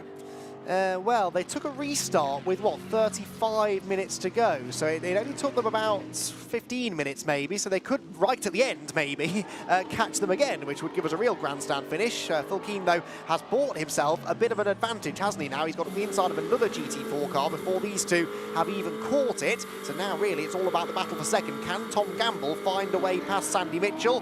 Looking to the inside of Melbourne, but they're all so even on the brakes, there's no way through. In the background, meanwhile, Marcus Clutton up alongside Dan Harper in the battle for 5th place. They both caught Ricky Collard on the previous lap, so they're all stacking together as well. So as the lead battle perhaps starts to calm down a bit more, temporarily anyway, we can focus in on that fight for 4th, which is doing anything but. You can see Gamble do the windscreen wiper there, and it just smeared everything. It's like when you got that itch on your back, you know, I give it a little scratch, it'll be fine. It makes it much, much worse. He's made his vision for this last 20 minutes much, much harder. Meanwhile, behind them, Clutton, I think, has just gone right round the outside of Dan Harper to claim that place. You didn't see it on screen, but it was a brilliant move from Marcus Clutton, and he's gone through into 5th. So Clutton then up into the top 5. Here he comes towards us. He will now set off after Ricky Collard. I'm intrigued, Joe, to see the pace of Clutton's McLaren in clean air now. Yeah, I'm amazed with how much damage he's got on that front corner as that GT3 car is really getting sideways. Gamble coming into the shot real hot. I didn't see that Mustang on my timing screen, to be honest. I thought we were clear. We've got one more Mustang as well. I think that will be cleared by all of them on this straight. But yeah, great move by Clutton. Considering the damage he's got, his pace is absolutely insane. Yeah, it is indeed. The Mustang there ducking from one side of the road to the other, so Mitchell has to do the same in reaction, and Gamble also slipping through as well. Right, that is it for traffic now. There's no more traffic for the next number of laps, so clear air, a straight fight. Can Keane escape? It's looking doubtful, isn't it? But really, unless they can get a big run on him or he makes a mistake, I just don't see a way they're going to make this move without being really aggressive. Yeah, agreed. And I think Gamble caught up quickly, but doesn't seem to be able to do much. I don't think it's vision linked. He'll be happy with that. It's just the dirty air. These GT3 cars generate so much downforce now. The dirty air making it hard to follow. Just see, just hasn't got the pace to just stick on the back easily of Mitchell, so he's not in striking range when we get to some of the overtaking spots. None of them seem to be doing track limits yet, so they've still got some lives there. Might be worth potentially letting it run wide out of a corner to carry a bit more speed, but the gap is starting to sort of set itself at a nice even pace, isn't it? I was hopeful Gamble would be able to get past Mitchell and take it to Keane, but at the moment I think Phil Keane will be quietly confident. Car 10, by the way, has been given a stop-go penalty for a pit stop infringement. This, meanwhile, is the battle for second in Silver Am. Jess Hawkins versus Hugo Cook, Aston Martin versus Audi. Two cars we haven't seen a lot of during the race. They are running 10th and 11th overall. Adam Smalley, of course, leads that class and has just done that car's personal best lap of the race and also is the fastest man on track right now. But here, Hugo Cook tried to find a way through into second place in class against the Aston Martin that is making small steps forward, I think. Johnny Adam running in 9th place, the top Aston right now, but no doubt about it, they're not as far up the top 10 order as they would like to be. There you can see Smalley leads that class, second for Hawkins, third for Cook, and then Lewis Plato after that collision at the chicane. Oh, Hawkins straight on at the chicane and makes it easy in the end for Hugo Cook. That looked a little bit odd. It's strange. I could really defensive on Neary there, squeezing Neary all the way over. I could hear the wastegates of that Aston Martin really whistling. It was like missed a downshift or something. Maybe didn't get as much engine braking as she was expecting, but yeah, that was lucky to get through the gravel without too much damage by the looks of it. Marcus Clutton, by the way, has caught Ricky Collard further up the order as well and was almost as quick as Adam Smalley, who is the fastest man on track until he caught them. There goes the 10 car in to serve its penalty, and we'll get another chance to have a look at what just happened to Jess Hawkins. Yeah, line looks okay, but just not slow enough to make the corner. She decides early on to bail, not to potentially damage the car on the tyre stacks either side. You can just see it skip through the gravel. Look at all the damage popping up. You can see all the carbon fibre that's been put through there, spraying it through. Who knew Aston Martin made a GT3 World Rally car, hey? And ProDrive know their rally cars, but maybe shouldn't have been using Subaru for all these years, should have been using Aston Martin. I know, it barely seemed to sort of bounce around or slide at all, did it? There she goes, exit stage right. She got quite a long way into the corner and then just almost seemed to give up on it. So yeah, carried a bit too much speed in, but no obvious reason why. Yeah, and even with the Cook on board, it didn't look like she was accelerating away from us under braking. So it must just been a feeling she had in the seat that wasn't quite right to turn the car in, and decided to take the safer option there.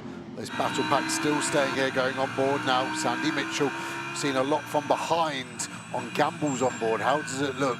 Able to really fire the car in there. What's the exit like? Pretty even, isn't it? Probably a little bit to Phil in terms of exit speed there. Gamble, probably the closest he's been here into turn one. Can he just launch one up the inside? Like you said earlier, very, very similar speed, these pros. It makes it difficult for them to make a really big difference. It's probably now down to a mistake, isn't it? There's no GT3 or 4 cars anywhere near them. I think this could be clean to the end. Let's see. Well, we'll find out. 16.25 minutes to go. The last couple of minutes could be interesting. Now, there was this investigation ongoing about the final pit stop for car number 6, the race leading car. The data has been reviewed and no further action taken. So exactly what it was that they were reviewing, we don't really know. We know it wasn't pit stop time, so something else that did or didn't happen during the pit stop, but they've looked back over it and decided no penalty, so that's good news. They don't have that hanging over them now as they do battle for the race win, and Phil Keane looks for his 20th victory in British GT. He is 0.3 of a second clear of Sandy Mitchell, who is 0.3 of a second clear of Tom Gamble. Gaps ebbing and flowing by the corner. They are all on the limit. Gamble took a big hit on the tyres there, even more damage to the front right there. I think he's got away with it. I'm just scared the more you damage that bodywork, the more likely it is to push itself onto the tyre and then potentially a puncture. It's hard because you're very unsighted. He's so close behind that Lamborghini, he can't see, so he's having to just follow the wheel tracks of Mitchell. So if Mitchell's close to it and he decides to get a bit greedier, he goes again with the wiper trying to clear it. Mitchell just going for a look, potentially just trying to cool everything down. Here's the next battle. Clutton has been on the move. Collard super defensive, swings out, but this will give Clutton a chance to get a cutback. And is this going to be the 4th or 5th car? No, Collard has now changed his tact. He blocks that inside cutback. Clutton is really tucked up. Not really any overtaking spots for the next 3 corners. He will then just regroup and look to probably assault him into the Melbourne hairpin half a lap's time. Yeah, these two are about 5.5 seconds back from the leading group, but in clean air, Clutton has been fractionally quicker than them. Now, he might not have time to catch them. He certainly won't if he gets stuck behind Ricky Collard for too long, but he will want to try and get through as quickly as possible. A, to try and chase after the leaders, but B, because that man there, Dan Harbour, is lurking ominously behind. If this battle really starts to intensify, if they really start holding each other up, then the BMW could buy into this as well. They head down past the exhibition centre into the Fogarty S's. There is Harper.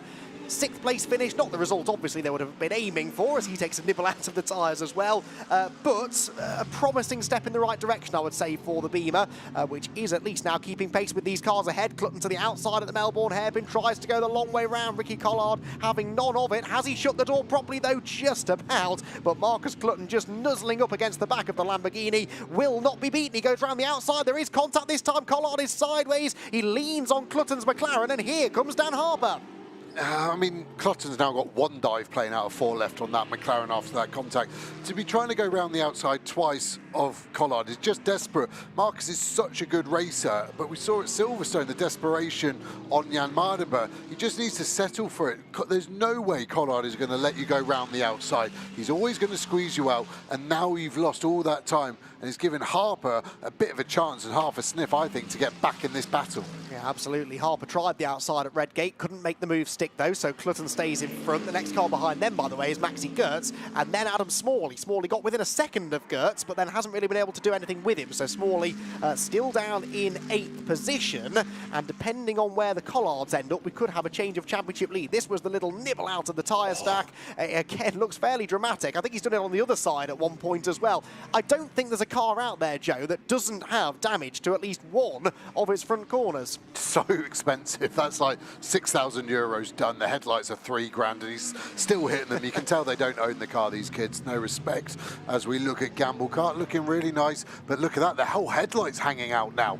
Wow, well, that is going to be really interesting. It's just about a small enough piece of bodywork where I don't think it's a mechanical warning flag. But if it was much bigger, I think Peter Daly would have a decision there, because the headlight probably still weighs 5 to 6 kilos. You can see it flapping there. Like I said, he's just got too greedy with that. Mitchell to the inside just to look, wasn't really an attack, was it?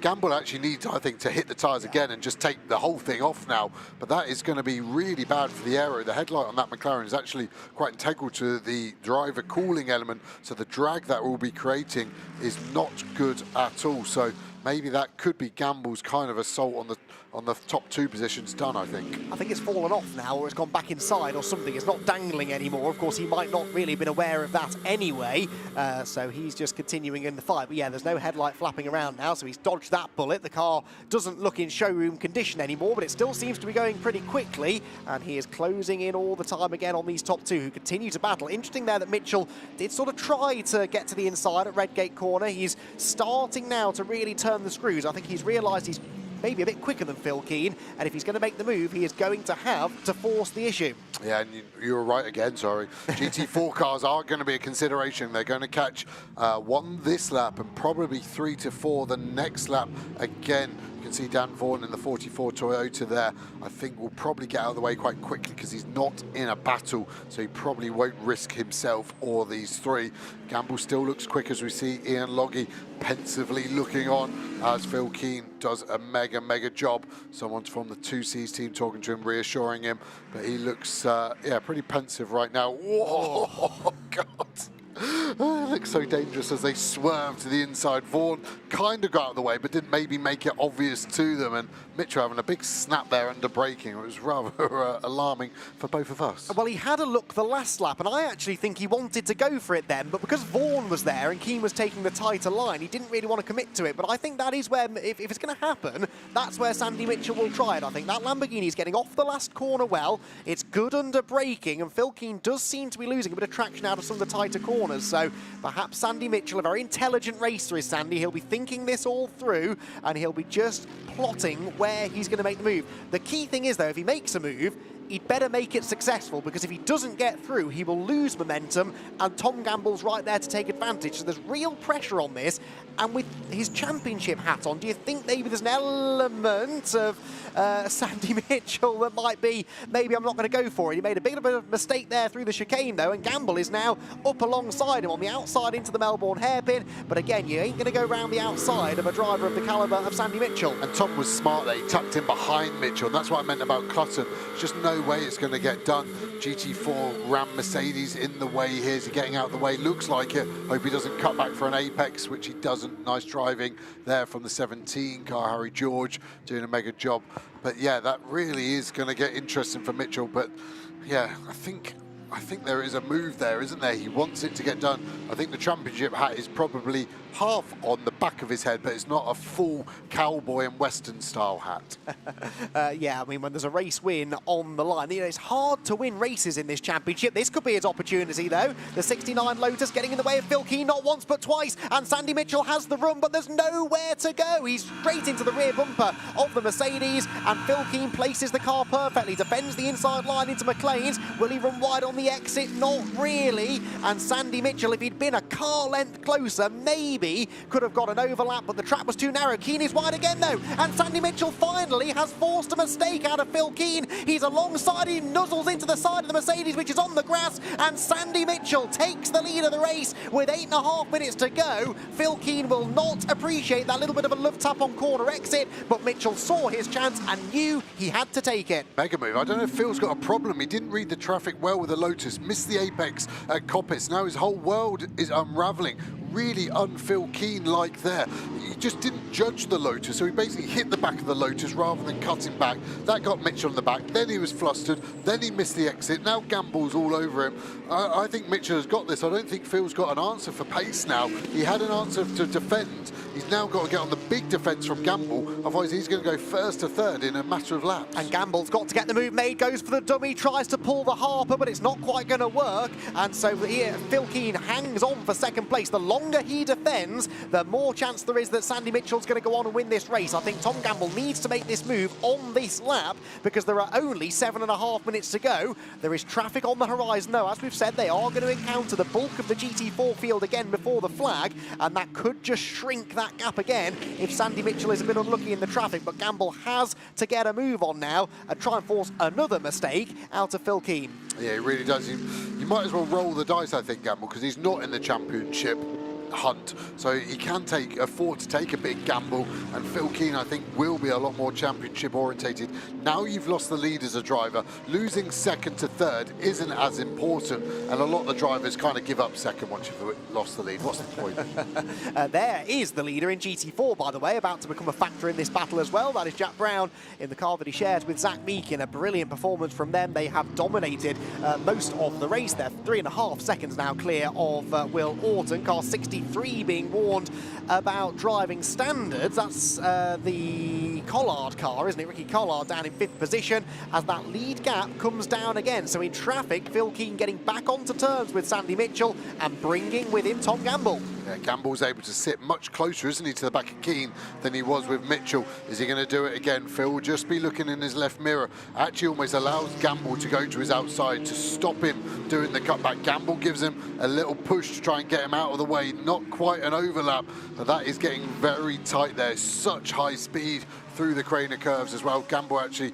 probably have to have such a big lift to not hit Keane again that he's just lost a couple of car lengths. Yeah, Phil Keane then gaps him, and that means Mitchell gets away to the tune of 1.1 seconds, but that can vanish in a corner if you catch a back marker at the wrong point, as we've seen. Speaking of, Phil Keane has to get very punchy there to get to the inside into McLean's corner. Does get the job done on the Century BMW, and Tom Gamble not able to take advantage of that. Again, Phil opens the door. Gamble steps right through it again, and he is a bit closer this time, heading onto the back straight. Yeah, I think the Mercedes is safe into this chicane, but Gamble seems to be able to get the car very close to the tyres. There might be some evidence there flapping away that he's done it. Phil getting even closer. I think Gamble could get a slight run here. I think Phil will go to the inside, just cover it.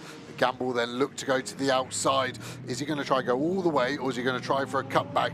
Just able to get the back of the car in now. Can he go? Mercedes grumbling away up the hill into the last corner.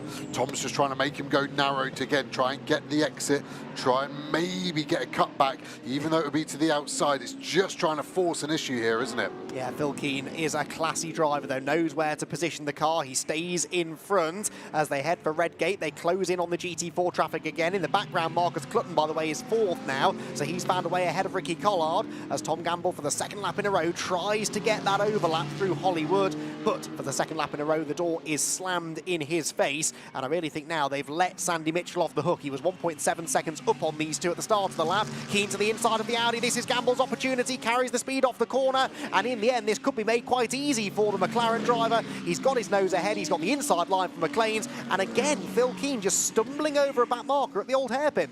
Yeah, really bizarre. Tom read it really well, decided not to go for the Audi and concentrate on the exit and open the corner up really well and made the job, like you said, really easy in the end. And I think it's a shame it's a little bit too late, because I'd love to see what he can do to catch Mitchell back up in the final 3 minutes. It's just not going to be enough time, is it? Yeah, we've got 4 minutes to go, so there's a couple more laps after this one, and with traffic still in play, you never know. There are the 2 Academy Ford Mustangs to be lapped. They will likely be the last 2 cars that the race leader has to negotiate. It's 2.9 seconds the starting point then. That was 1.7 at the start of the lap. That's how much time they lost with that battle. There is the visual gap. Sandy Mitchell doesn't need to do anything special here. Just keep his cool. He is going to have 3 more laps to go there. We're lapping in the 128s, 129s, and they've got 3.5 minutes to go. The gap is 2.1 seconds at the end of the lap.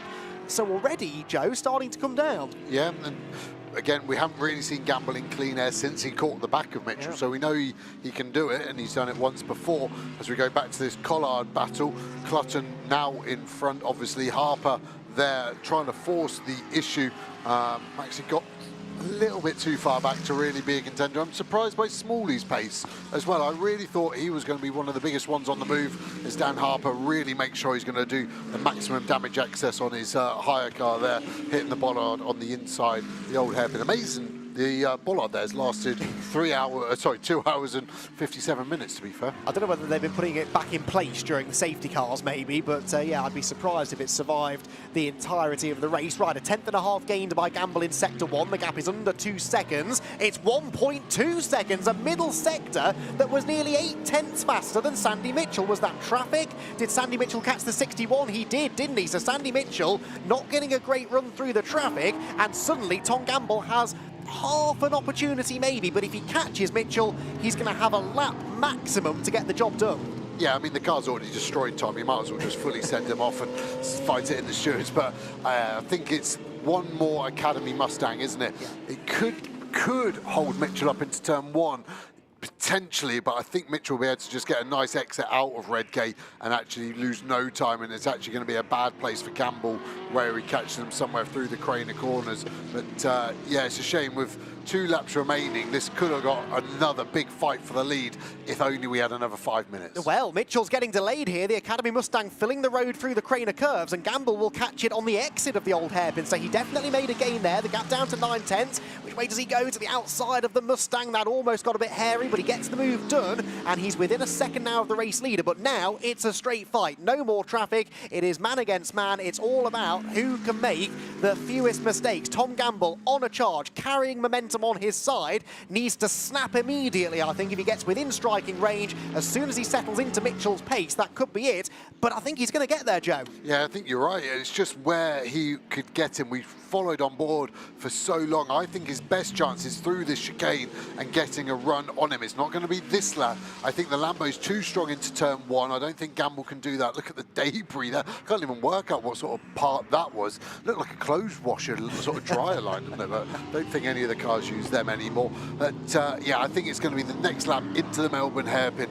Can he make Mitchell make a mistake? I think not. He's only got half of his headlights to flash with anyway. I don't know if that means the one remaining one flashes twice as bright or twice as fast, but I don't think Mitchell has got a mistake in him. Very metronomic, the young Scot. Right then, 1 lap to go, half a second the gap. Mitchell v Gamble, Barwell versus Optimum, 2 Goliaths of the GT racing world, and Gamble makes the first mistake, understeers wide over the exit curve. That will lose him time on the exit. There'll be dirt on his tyres as well, and that could now be his chance gone. Meanwhile, Clutton is almost going to catch Phil Keane by the end of the race. Keane's pace has just deteriorated in the closing stages, but that mistake for Gamble, I fear, Joe, has sealed the deal. Yeah, it was greed, pure greed, Tom Gamble. You need to look at yourself there. He's used the track limit to try and get a good exit, used too much, hit the gravel, and it's just lost him traction there. There's a shame. I see why he did it.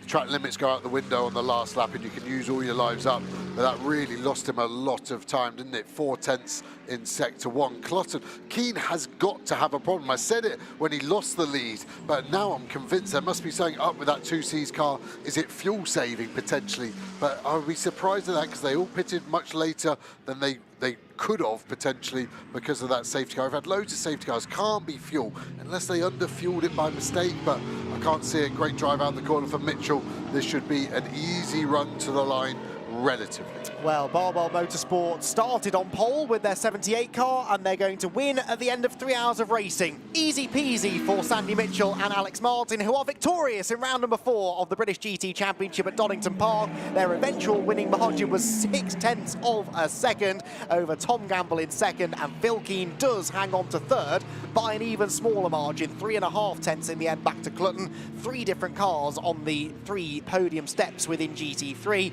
The rest of them cycling through as well. The GT4 leader is here, right on cue, heading through the Melbourne hairpin, and for Jack Brown and Zach Meakin, it's not quite pole position to the race victory, but a front row start. They managed the strategy well. They somehow came through all the chaos and confusion in a position to win, and in the end, Jack Brown has got the job done. He caught and passed Will Orton, and since then has stretched his legs. He comes off the final corner. It is a race victory for the number 90, and Optimum Motorsport miss out on the victory in GT3, but they do at least get to celebrate the win in GT4 with the Will Orton Aston Martin in second, and Dan Vaughan will hold on to third position in the Toyota. But it's Barwell Motorsport victorious in GT3 in what I think, Joe, will go down as a true classic British GT race. Yeah, you can see Mark Lemmer congratulating all of his crew. Demands a lot from him. Charles Hodge, race engineer, probably one of the best race engineers I've worked with over the years as well. So great team effort, and yeah, a real classic for a lot of reasons. When you think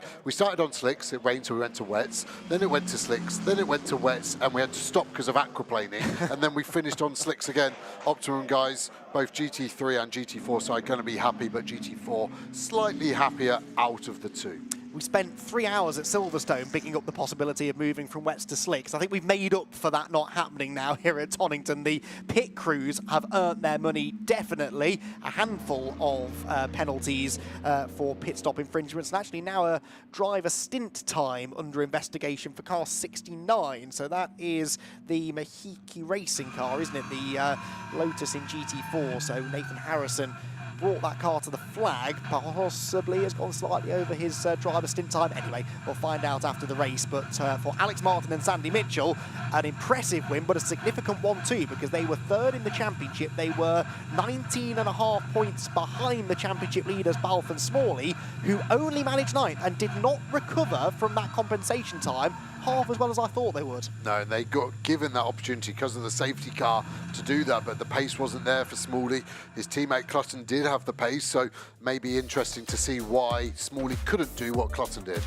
Sandy Mitchell and Alex Martin victorious at Donington Park. Then the fourth round of the championship goes to Barwell Motorsport, with Tom Gamble and Mark Radcliffe for Optimum Motorsport second, and Ian Loggin and Phil Keane for 2Cs Motorsport in third. A charging drive for Marcus Clutton gives Garage 59 something to smile about with a fourth place finish, and Barwell's second car, which seemed to fade in the closing stages, was only in fifth. Then it was Century Motorsports number 14 ahead of 2Cs, Garage 59's championship leading car, only eighth in the end, ahead of Blackthorn and J&S Racing. Then further down, the GT4s, 18th place overall for Zach Meakin and Jack Brown. Optimum Motorsport with the victory. Forsetti gets second position in the Aston Martin, with Toyota Gazoo Racing UK in third. It could have been a win for Paddock Motorsport, but they ended up the wrong side of a safety car and finished only fourth ahead of Ram Racing's Mercedes. Then it was Academy, Forsetti, CWS, Century and Racelab to complete the top 10 in GT4, with class winners amongst them as well. Right, so much to unpack after an instant classic here in British GT. The Donington Park fourth round of the championship goes to Barwell Motorsport, and their drivers catching up now with Bryn Lucas. Well, thanks very much, Andy. Just looking off to my right-hand side, you can see Sandy. They're having a big debrief at the moment. Sandy Mitchell and Phil Keane just there. What a ding-dong battle that was. Let's just go to Sandy's teammate, though, because there's a big smile on your face, painted on right now. I think it'll be there for some time, Alex. Yeah. I thought we'd lost the race earlier on. We missing a full course yellow, or missing at least half of it, and dropping back, and then just we both dug deep. Sandy did an amazing race. That's like 45 minutes of nose to tail racing. That was brilliant. Yeah, it was more stressful being out of the car. I would have rather been in, I think. I bet. I'm just going to quickly grab Sandy right now. If we could just get Sandy's attention. He's too busy talking to all the other drivers there. Sandy, that was a great battle you had there with Phil. I mean, you had a real fight with Phil for a while, trying to get past him. But once you got past him, you were able to gap him and hold him off. Yeah, I mean, geez, that's got to be one of the craziest races I've done in British GT. Yeah, it felt like it lasted forever, and yeah, just I knew it was going to be really tricky to get past Phil. You know, he doesn't make many mistakes at all, and just with the differences in the car, it was hard to get close enough to be able to make a move. And then, yeah, just got a little bit held up by a GT4 and was slightly wide, and I thought that's the only moment I'm going to get. So yeah, went full steam ahead, and I still can't believe we won, to be honest. It was a bizarre race, an amazing race in many ways. Well done to both of you. Go and celebrate. Thank you. Thank you. Cheers. Thanks, Bryn. Well, yeah, Barwell Motorsport with the race win, and what a well-earned victory. That last sort of run of green flag running, it started with the sister car, the 63 as the race leader. They fell back, but as they dropped into the ascendancy, rose Sandy Mitchell. That was a stunning drive. And he and Alex Martin, who did his job well as well in his stints, he was pretty flawless too. One of the few cars that isn't sporting any damage, that didn't pick up any penalties, that never really went off the road at all, I don't think, even in the wet conditions. And they come out deserved race winners. Right, back down to Parc Fermé and to Bryn. wasn't just a win for you two, but everything was stacked against you winning, because you had that 20 seconds as well to serve too. But it was the most bizarre, incredible race where nobody knew what was going to happen at any point. It was definitely strange. Adam played the game. To be honest, he did everything, even for the unsuspecting conditions. It's been all good, really. We've managed to get where we were through the pit stops and managed to take back the win. Well, look, Jack, you've been in this situation before where you've been, vying for a championship, but this is a big moment. It's a big stamp on the championship, because this momentum that you had at the same point last year is continuing at the moment this season. Yeah, that's the plan. We're going to keep things moving forward, hopefully. We didn't quite expect to win here, given that we won at Silverstone, so that's just a massive bonus for us. I think we're probably winning the championship now, which is, I think that we come to do what we need to do. We've done that very well, I think. So. You made life difficult for yourselves at Spa, but well done. Go and celebrate. Thank you very much, guys. We'll do the same again. Thanks, Bryn. Yeah, that's a good point, actually. Back-to-back wins for Optimum Motorsport in GT4, which doesn't happen very often. That's the whole point, isn't it, really, of these compensation times that get added on. If you win a race, you're not really supposed to be able to win the next one, but they played the strategy perfectly again. They kept themselves out of trouble, but really, they had the speed. They were the fastest GT4 car across the race. The other quick GT4 car in qualifying yesterday was the Ginetta, but they had their drama with the brake failure, didn't they? So they dropped back and ultimately just weren't able to challenge in the end. So shame for them, but obviously Optimum Motorsport only too happy to pick up the pieces. Right, this is what it means for the championship then. It is now a change around at the top. Garage 59 came in as the points leaders. They leave 10 points behind the leaders and in third place, and it's, well, not for the first time this weekend, a Barwell Motorsport 1-2. The 78 car of Alex Martin and Sandy Mitchell to the top, Rob and Ricky Collard second, and Balf and Smalley dropped out at third. They're only 4 points clear of Loggy and Keane in fourth, and then a further, what's that, 4.5 points back to Mark Radcliffe and Tom Gamble in fifth. So Joe said earlier on, Tom Gamble, Mark Radcliffe not really in the championship fight. Well, they're 20.5 points back, but with well over 150 points, I think, still left on the table, they could still be contenders from the end of the season. Well, fantastic stuff from Barwell. And other winners as well, actually. Garage 59, 77 car, they've gained some in the points, haven't they, too? So, yeah, that was a pretty good points day for a few teams that really needed it, as we now prepare for our podium presentations then. Lauren Granville from SRO and her team have hopefully assembled all of the right drivers, and they will now one by one be brought up onto the podium then. And first of all, Phil Keane and Ian Loggy. They were third overall. They were also third in GT3 Pro-Am. Our top three overall will also be our Pro-Am podium, so we're doing 2 in 1 here, I think. So Phil Keane and Ian Loggy with third. It is Tom Gamble who brought home that 27 car that he shares with Mark Radcliffe to second place, but the win goes to Barwell Motorsport. Sandy Mitchell and Alex Martin victorious at Donington Park, and another trophy to add to the collection, and Sandy Mitchell looking about as animated as I've ever seen him there, with a big grin on his face. He started the afternoon smiling on the grid when he spoke to Bryn, and now completes his day with a smile also after a hard-earned but well-deserved race victory. Champagne flies then on the Donington podium. Gamble pretty pleased with that as well. Nice to have Optimum up on the podium. Not always been the best McLaren track, really, Donington Park. Often was the case that it was always the front engine cars, the BMWs, the Mercedes, the Bentleys back in the day that used to go really well here. But these days, that seems to be changing, doesn't it? And Lamborghini, McLaren to the fore, but the Mercedes also still looking pretty competitive. Our GT4 podium finishers are now standing by, ready to make their way up onto the podium as well. And we will get to those very shortly. Top 3 in GT4, well, they were the only 3 cars in the end on the lead lap. A shame that these two got that penalty late on, because they were looking rapid, weren't they? Dan Vorm was in the car at the time with Kavi Jundo, his co-driver. They finish in third position.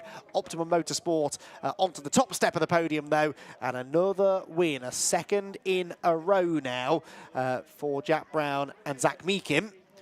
And championship-wise, that will now obviously put them in a very, very healthy position because they had that win. They had a podium and a a podium and a 4th place at Alton Park as well. So they're putting together a really strong championship campaign. And good to see SRO Motorsport up there as well. Will Orton putting in a really good drive there, did the best he could to defend the race lead. Ultimately had to settle for 2nd place, but he and Mark Warren will be pleased with that, won't they, to be up on the podium. And where were they in the championship coming into the weekend? They were some way back, I seem to recall. And they will definitely have clawed some points back. Well, in fact, here we go. Let's answer that question. This is the GT4 Championship standings after that race. Jack Brown and Zach Meakin leading. Look at the lead they have got. But will they retain that through the rest of the season? Still 5 races to go. And 3 of them are 2-hour races, so they score 37.5 points for a win. Mikey Porter and Jamie Day up into 2nd place. And yeah, Mark Warren and Will Orton moved to 3rd, just 4 points now behind their SRO Motorsport teammates. Charles Dawson and Seb Morris, they notch up that what could be fairly disastrous non-finish today, and they've dropped down now into 4th. Right, we now move on to the Silver Am podium. And it's Jess Hawkins and Andrew Howard who get themselves onto the 3rd step of the podium. Sasha Kakad and Hugo Cook 2nd, but the win in Silver Am goes the way of our Silverstone 500 winners, Sean Balfe and Adam Smalley. They may have lost the overall championship lead today, but it's easy to forget that they are a Silver Am team. They shouldn't really be as quick as the Pro-Ams, but Adam Smalley's doing a fantastic job, every bit as quick as the other pro drivers out there. And Sean Balfe, we know, is a hugely rapid and experienced Am driver as well.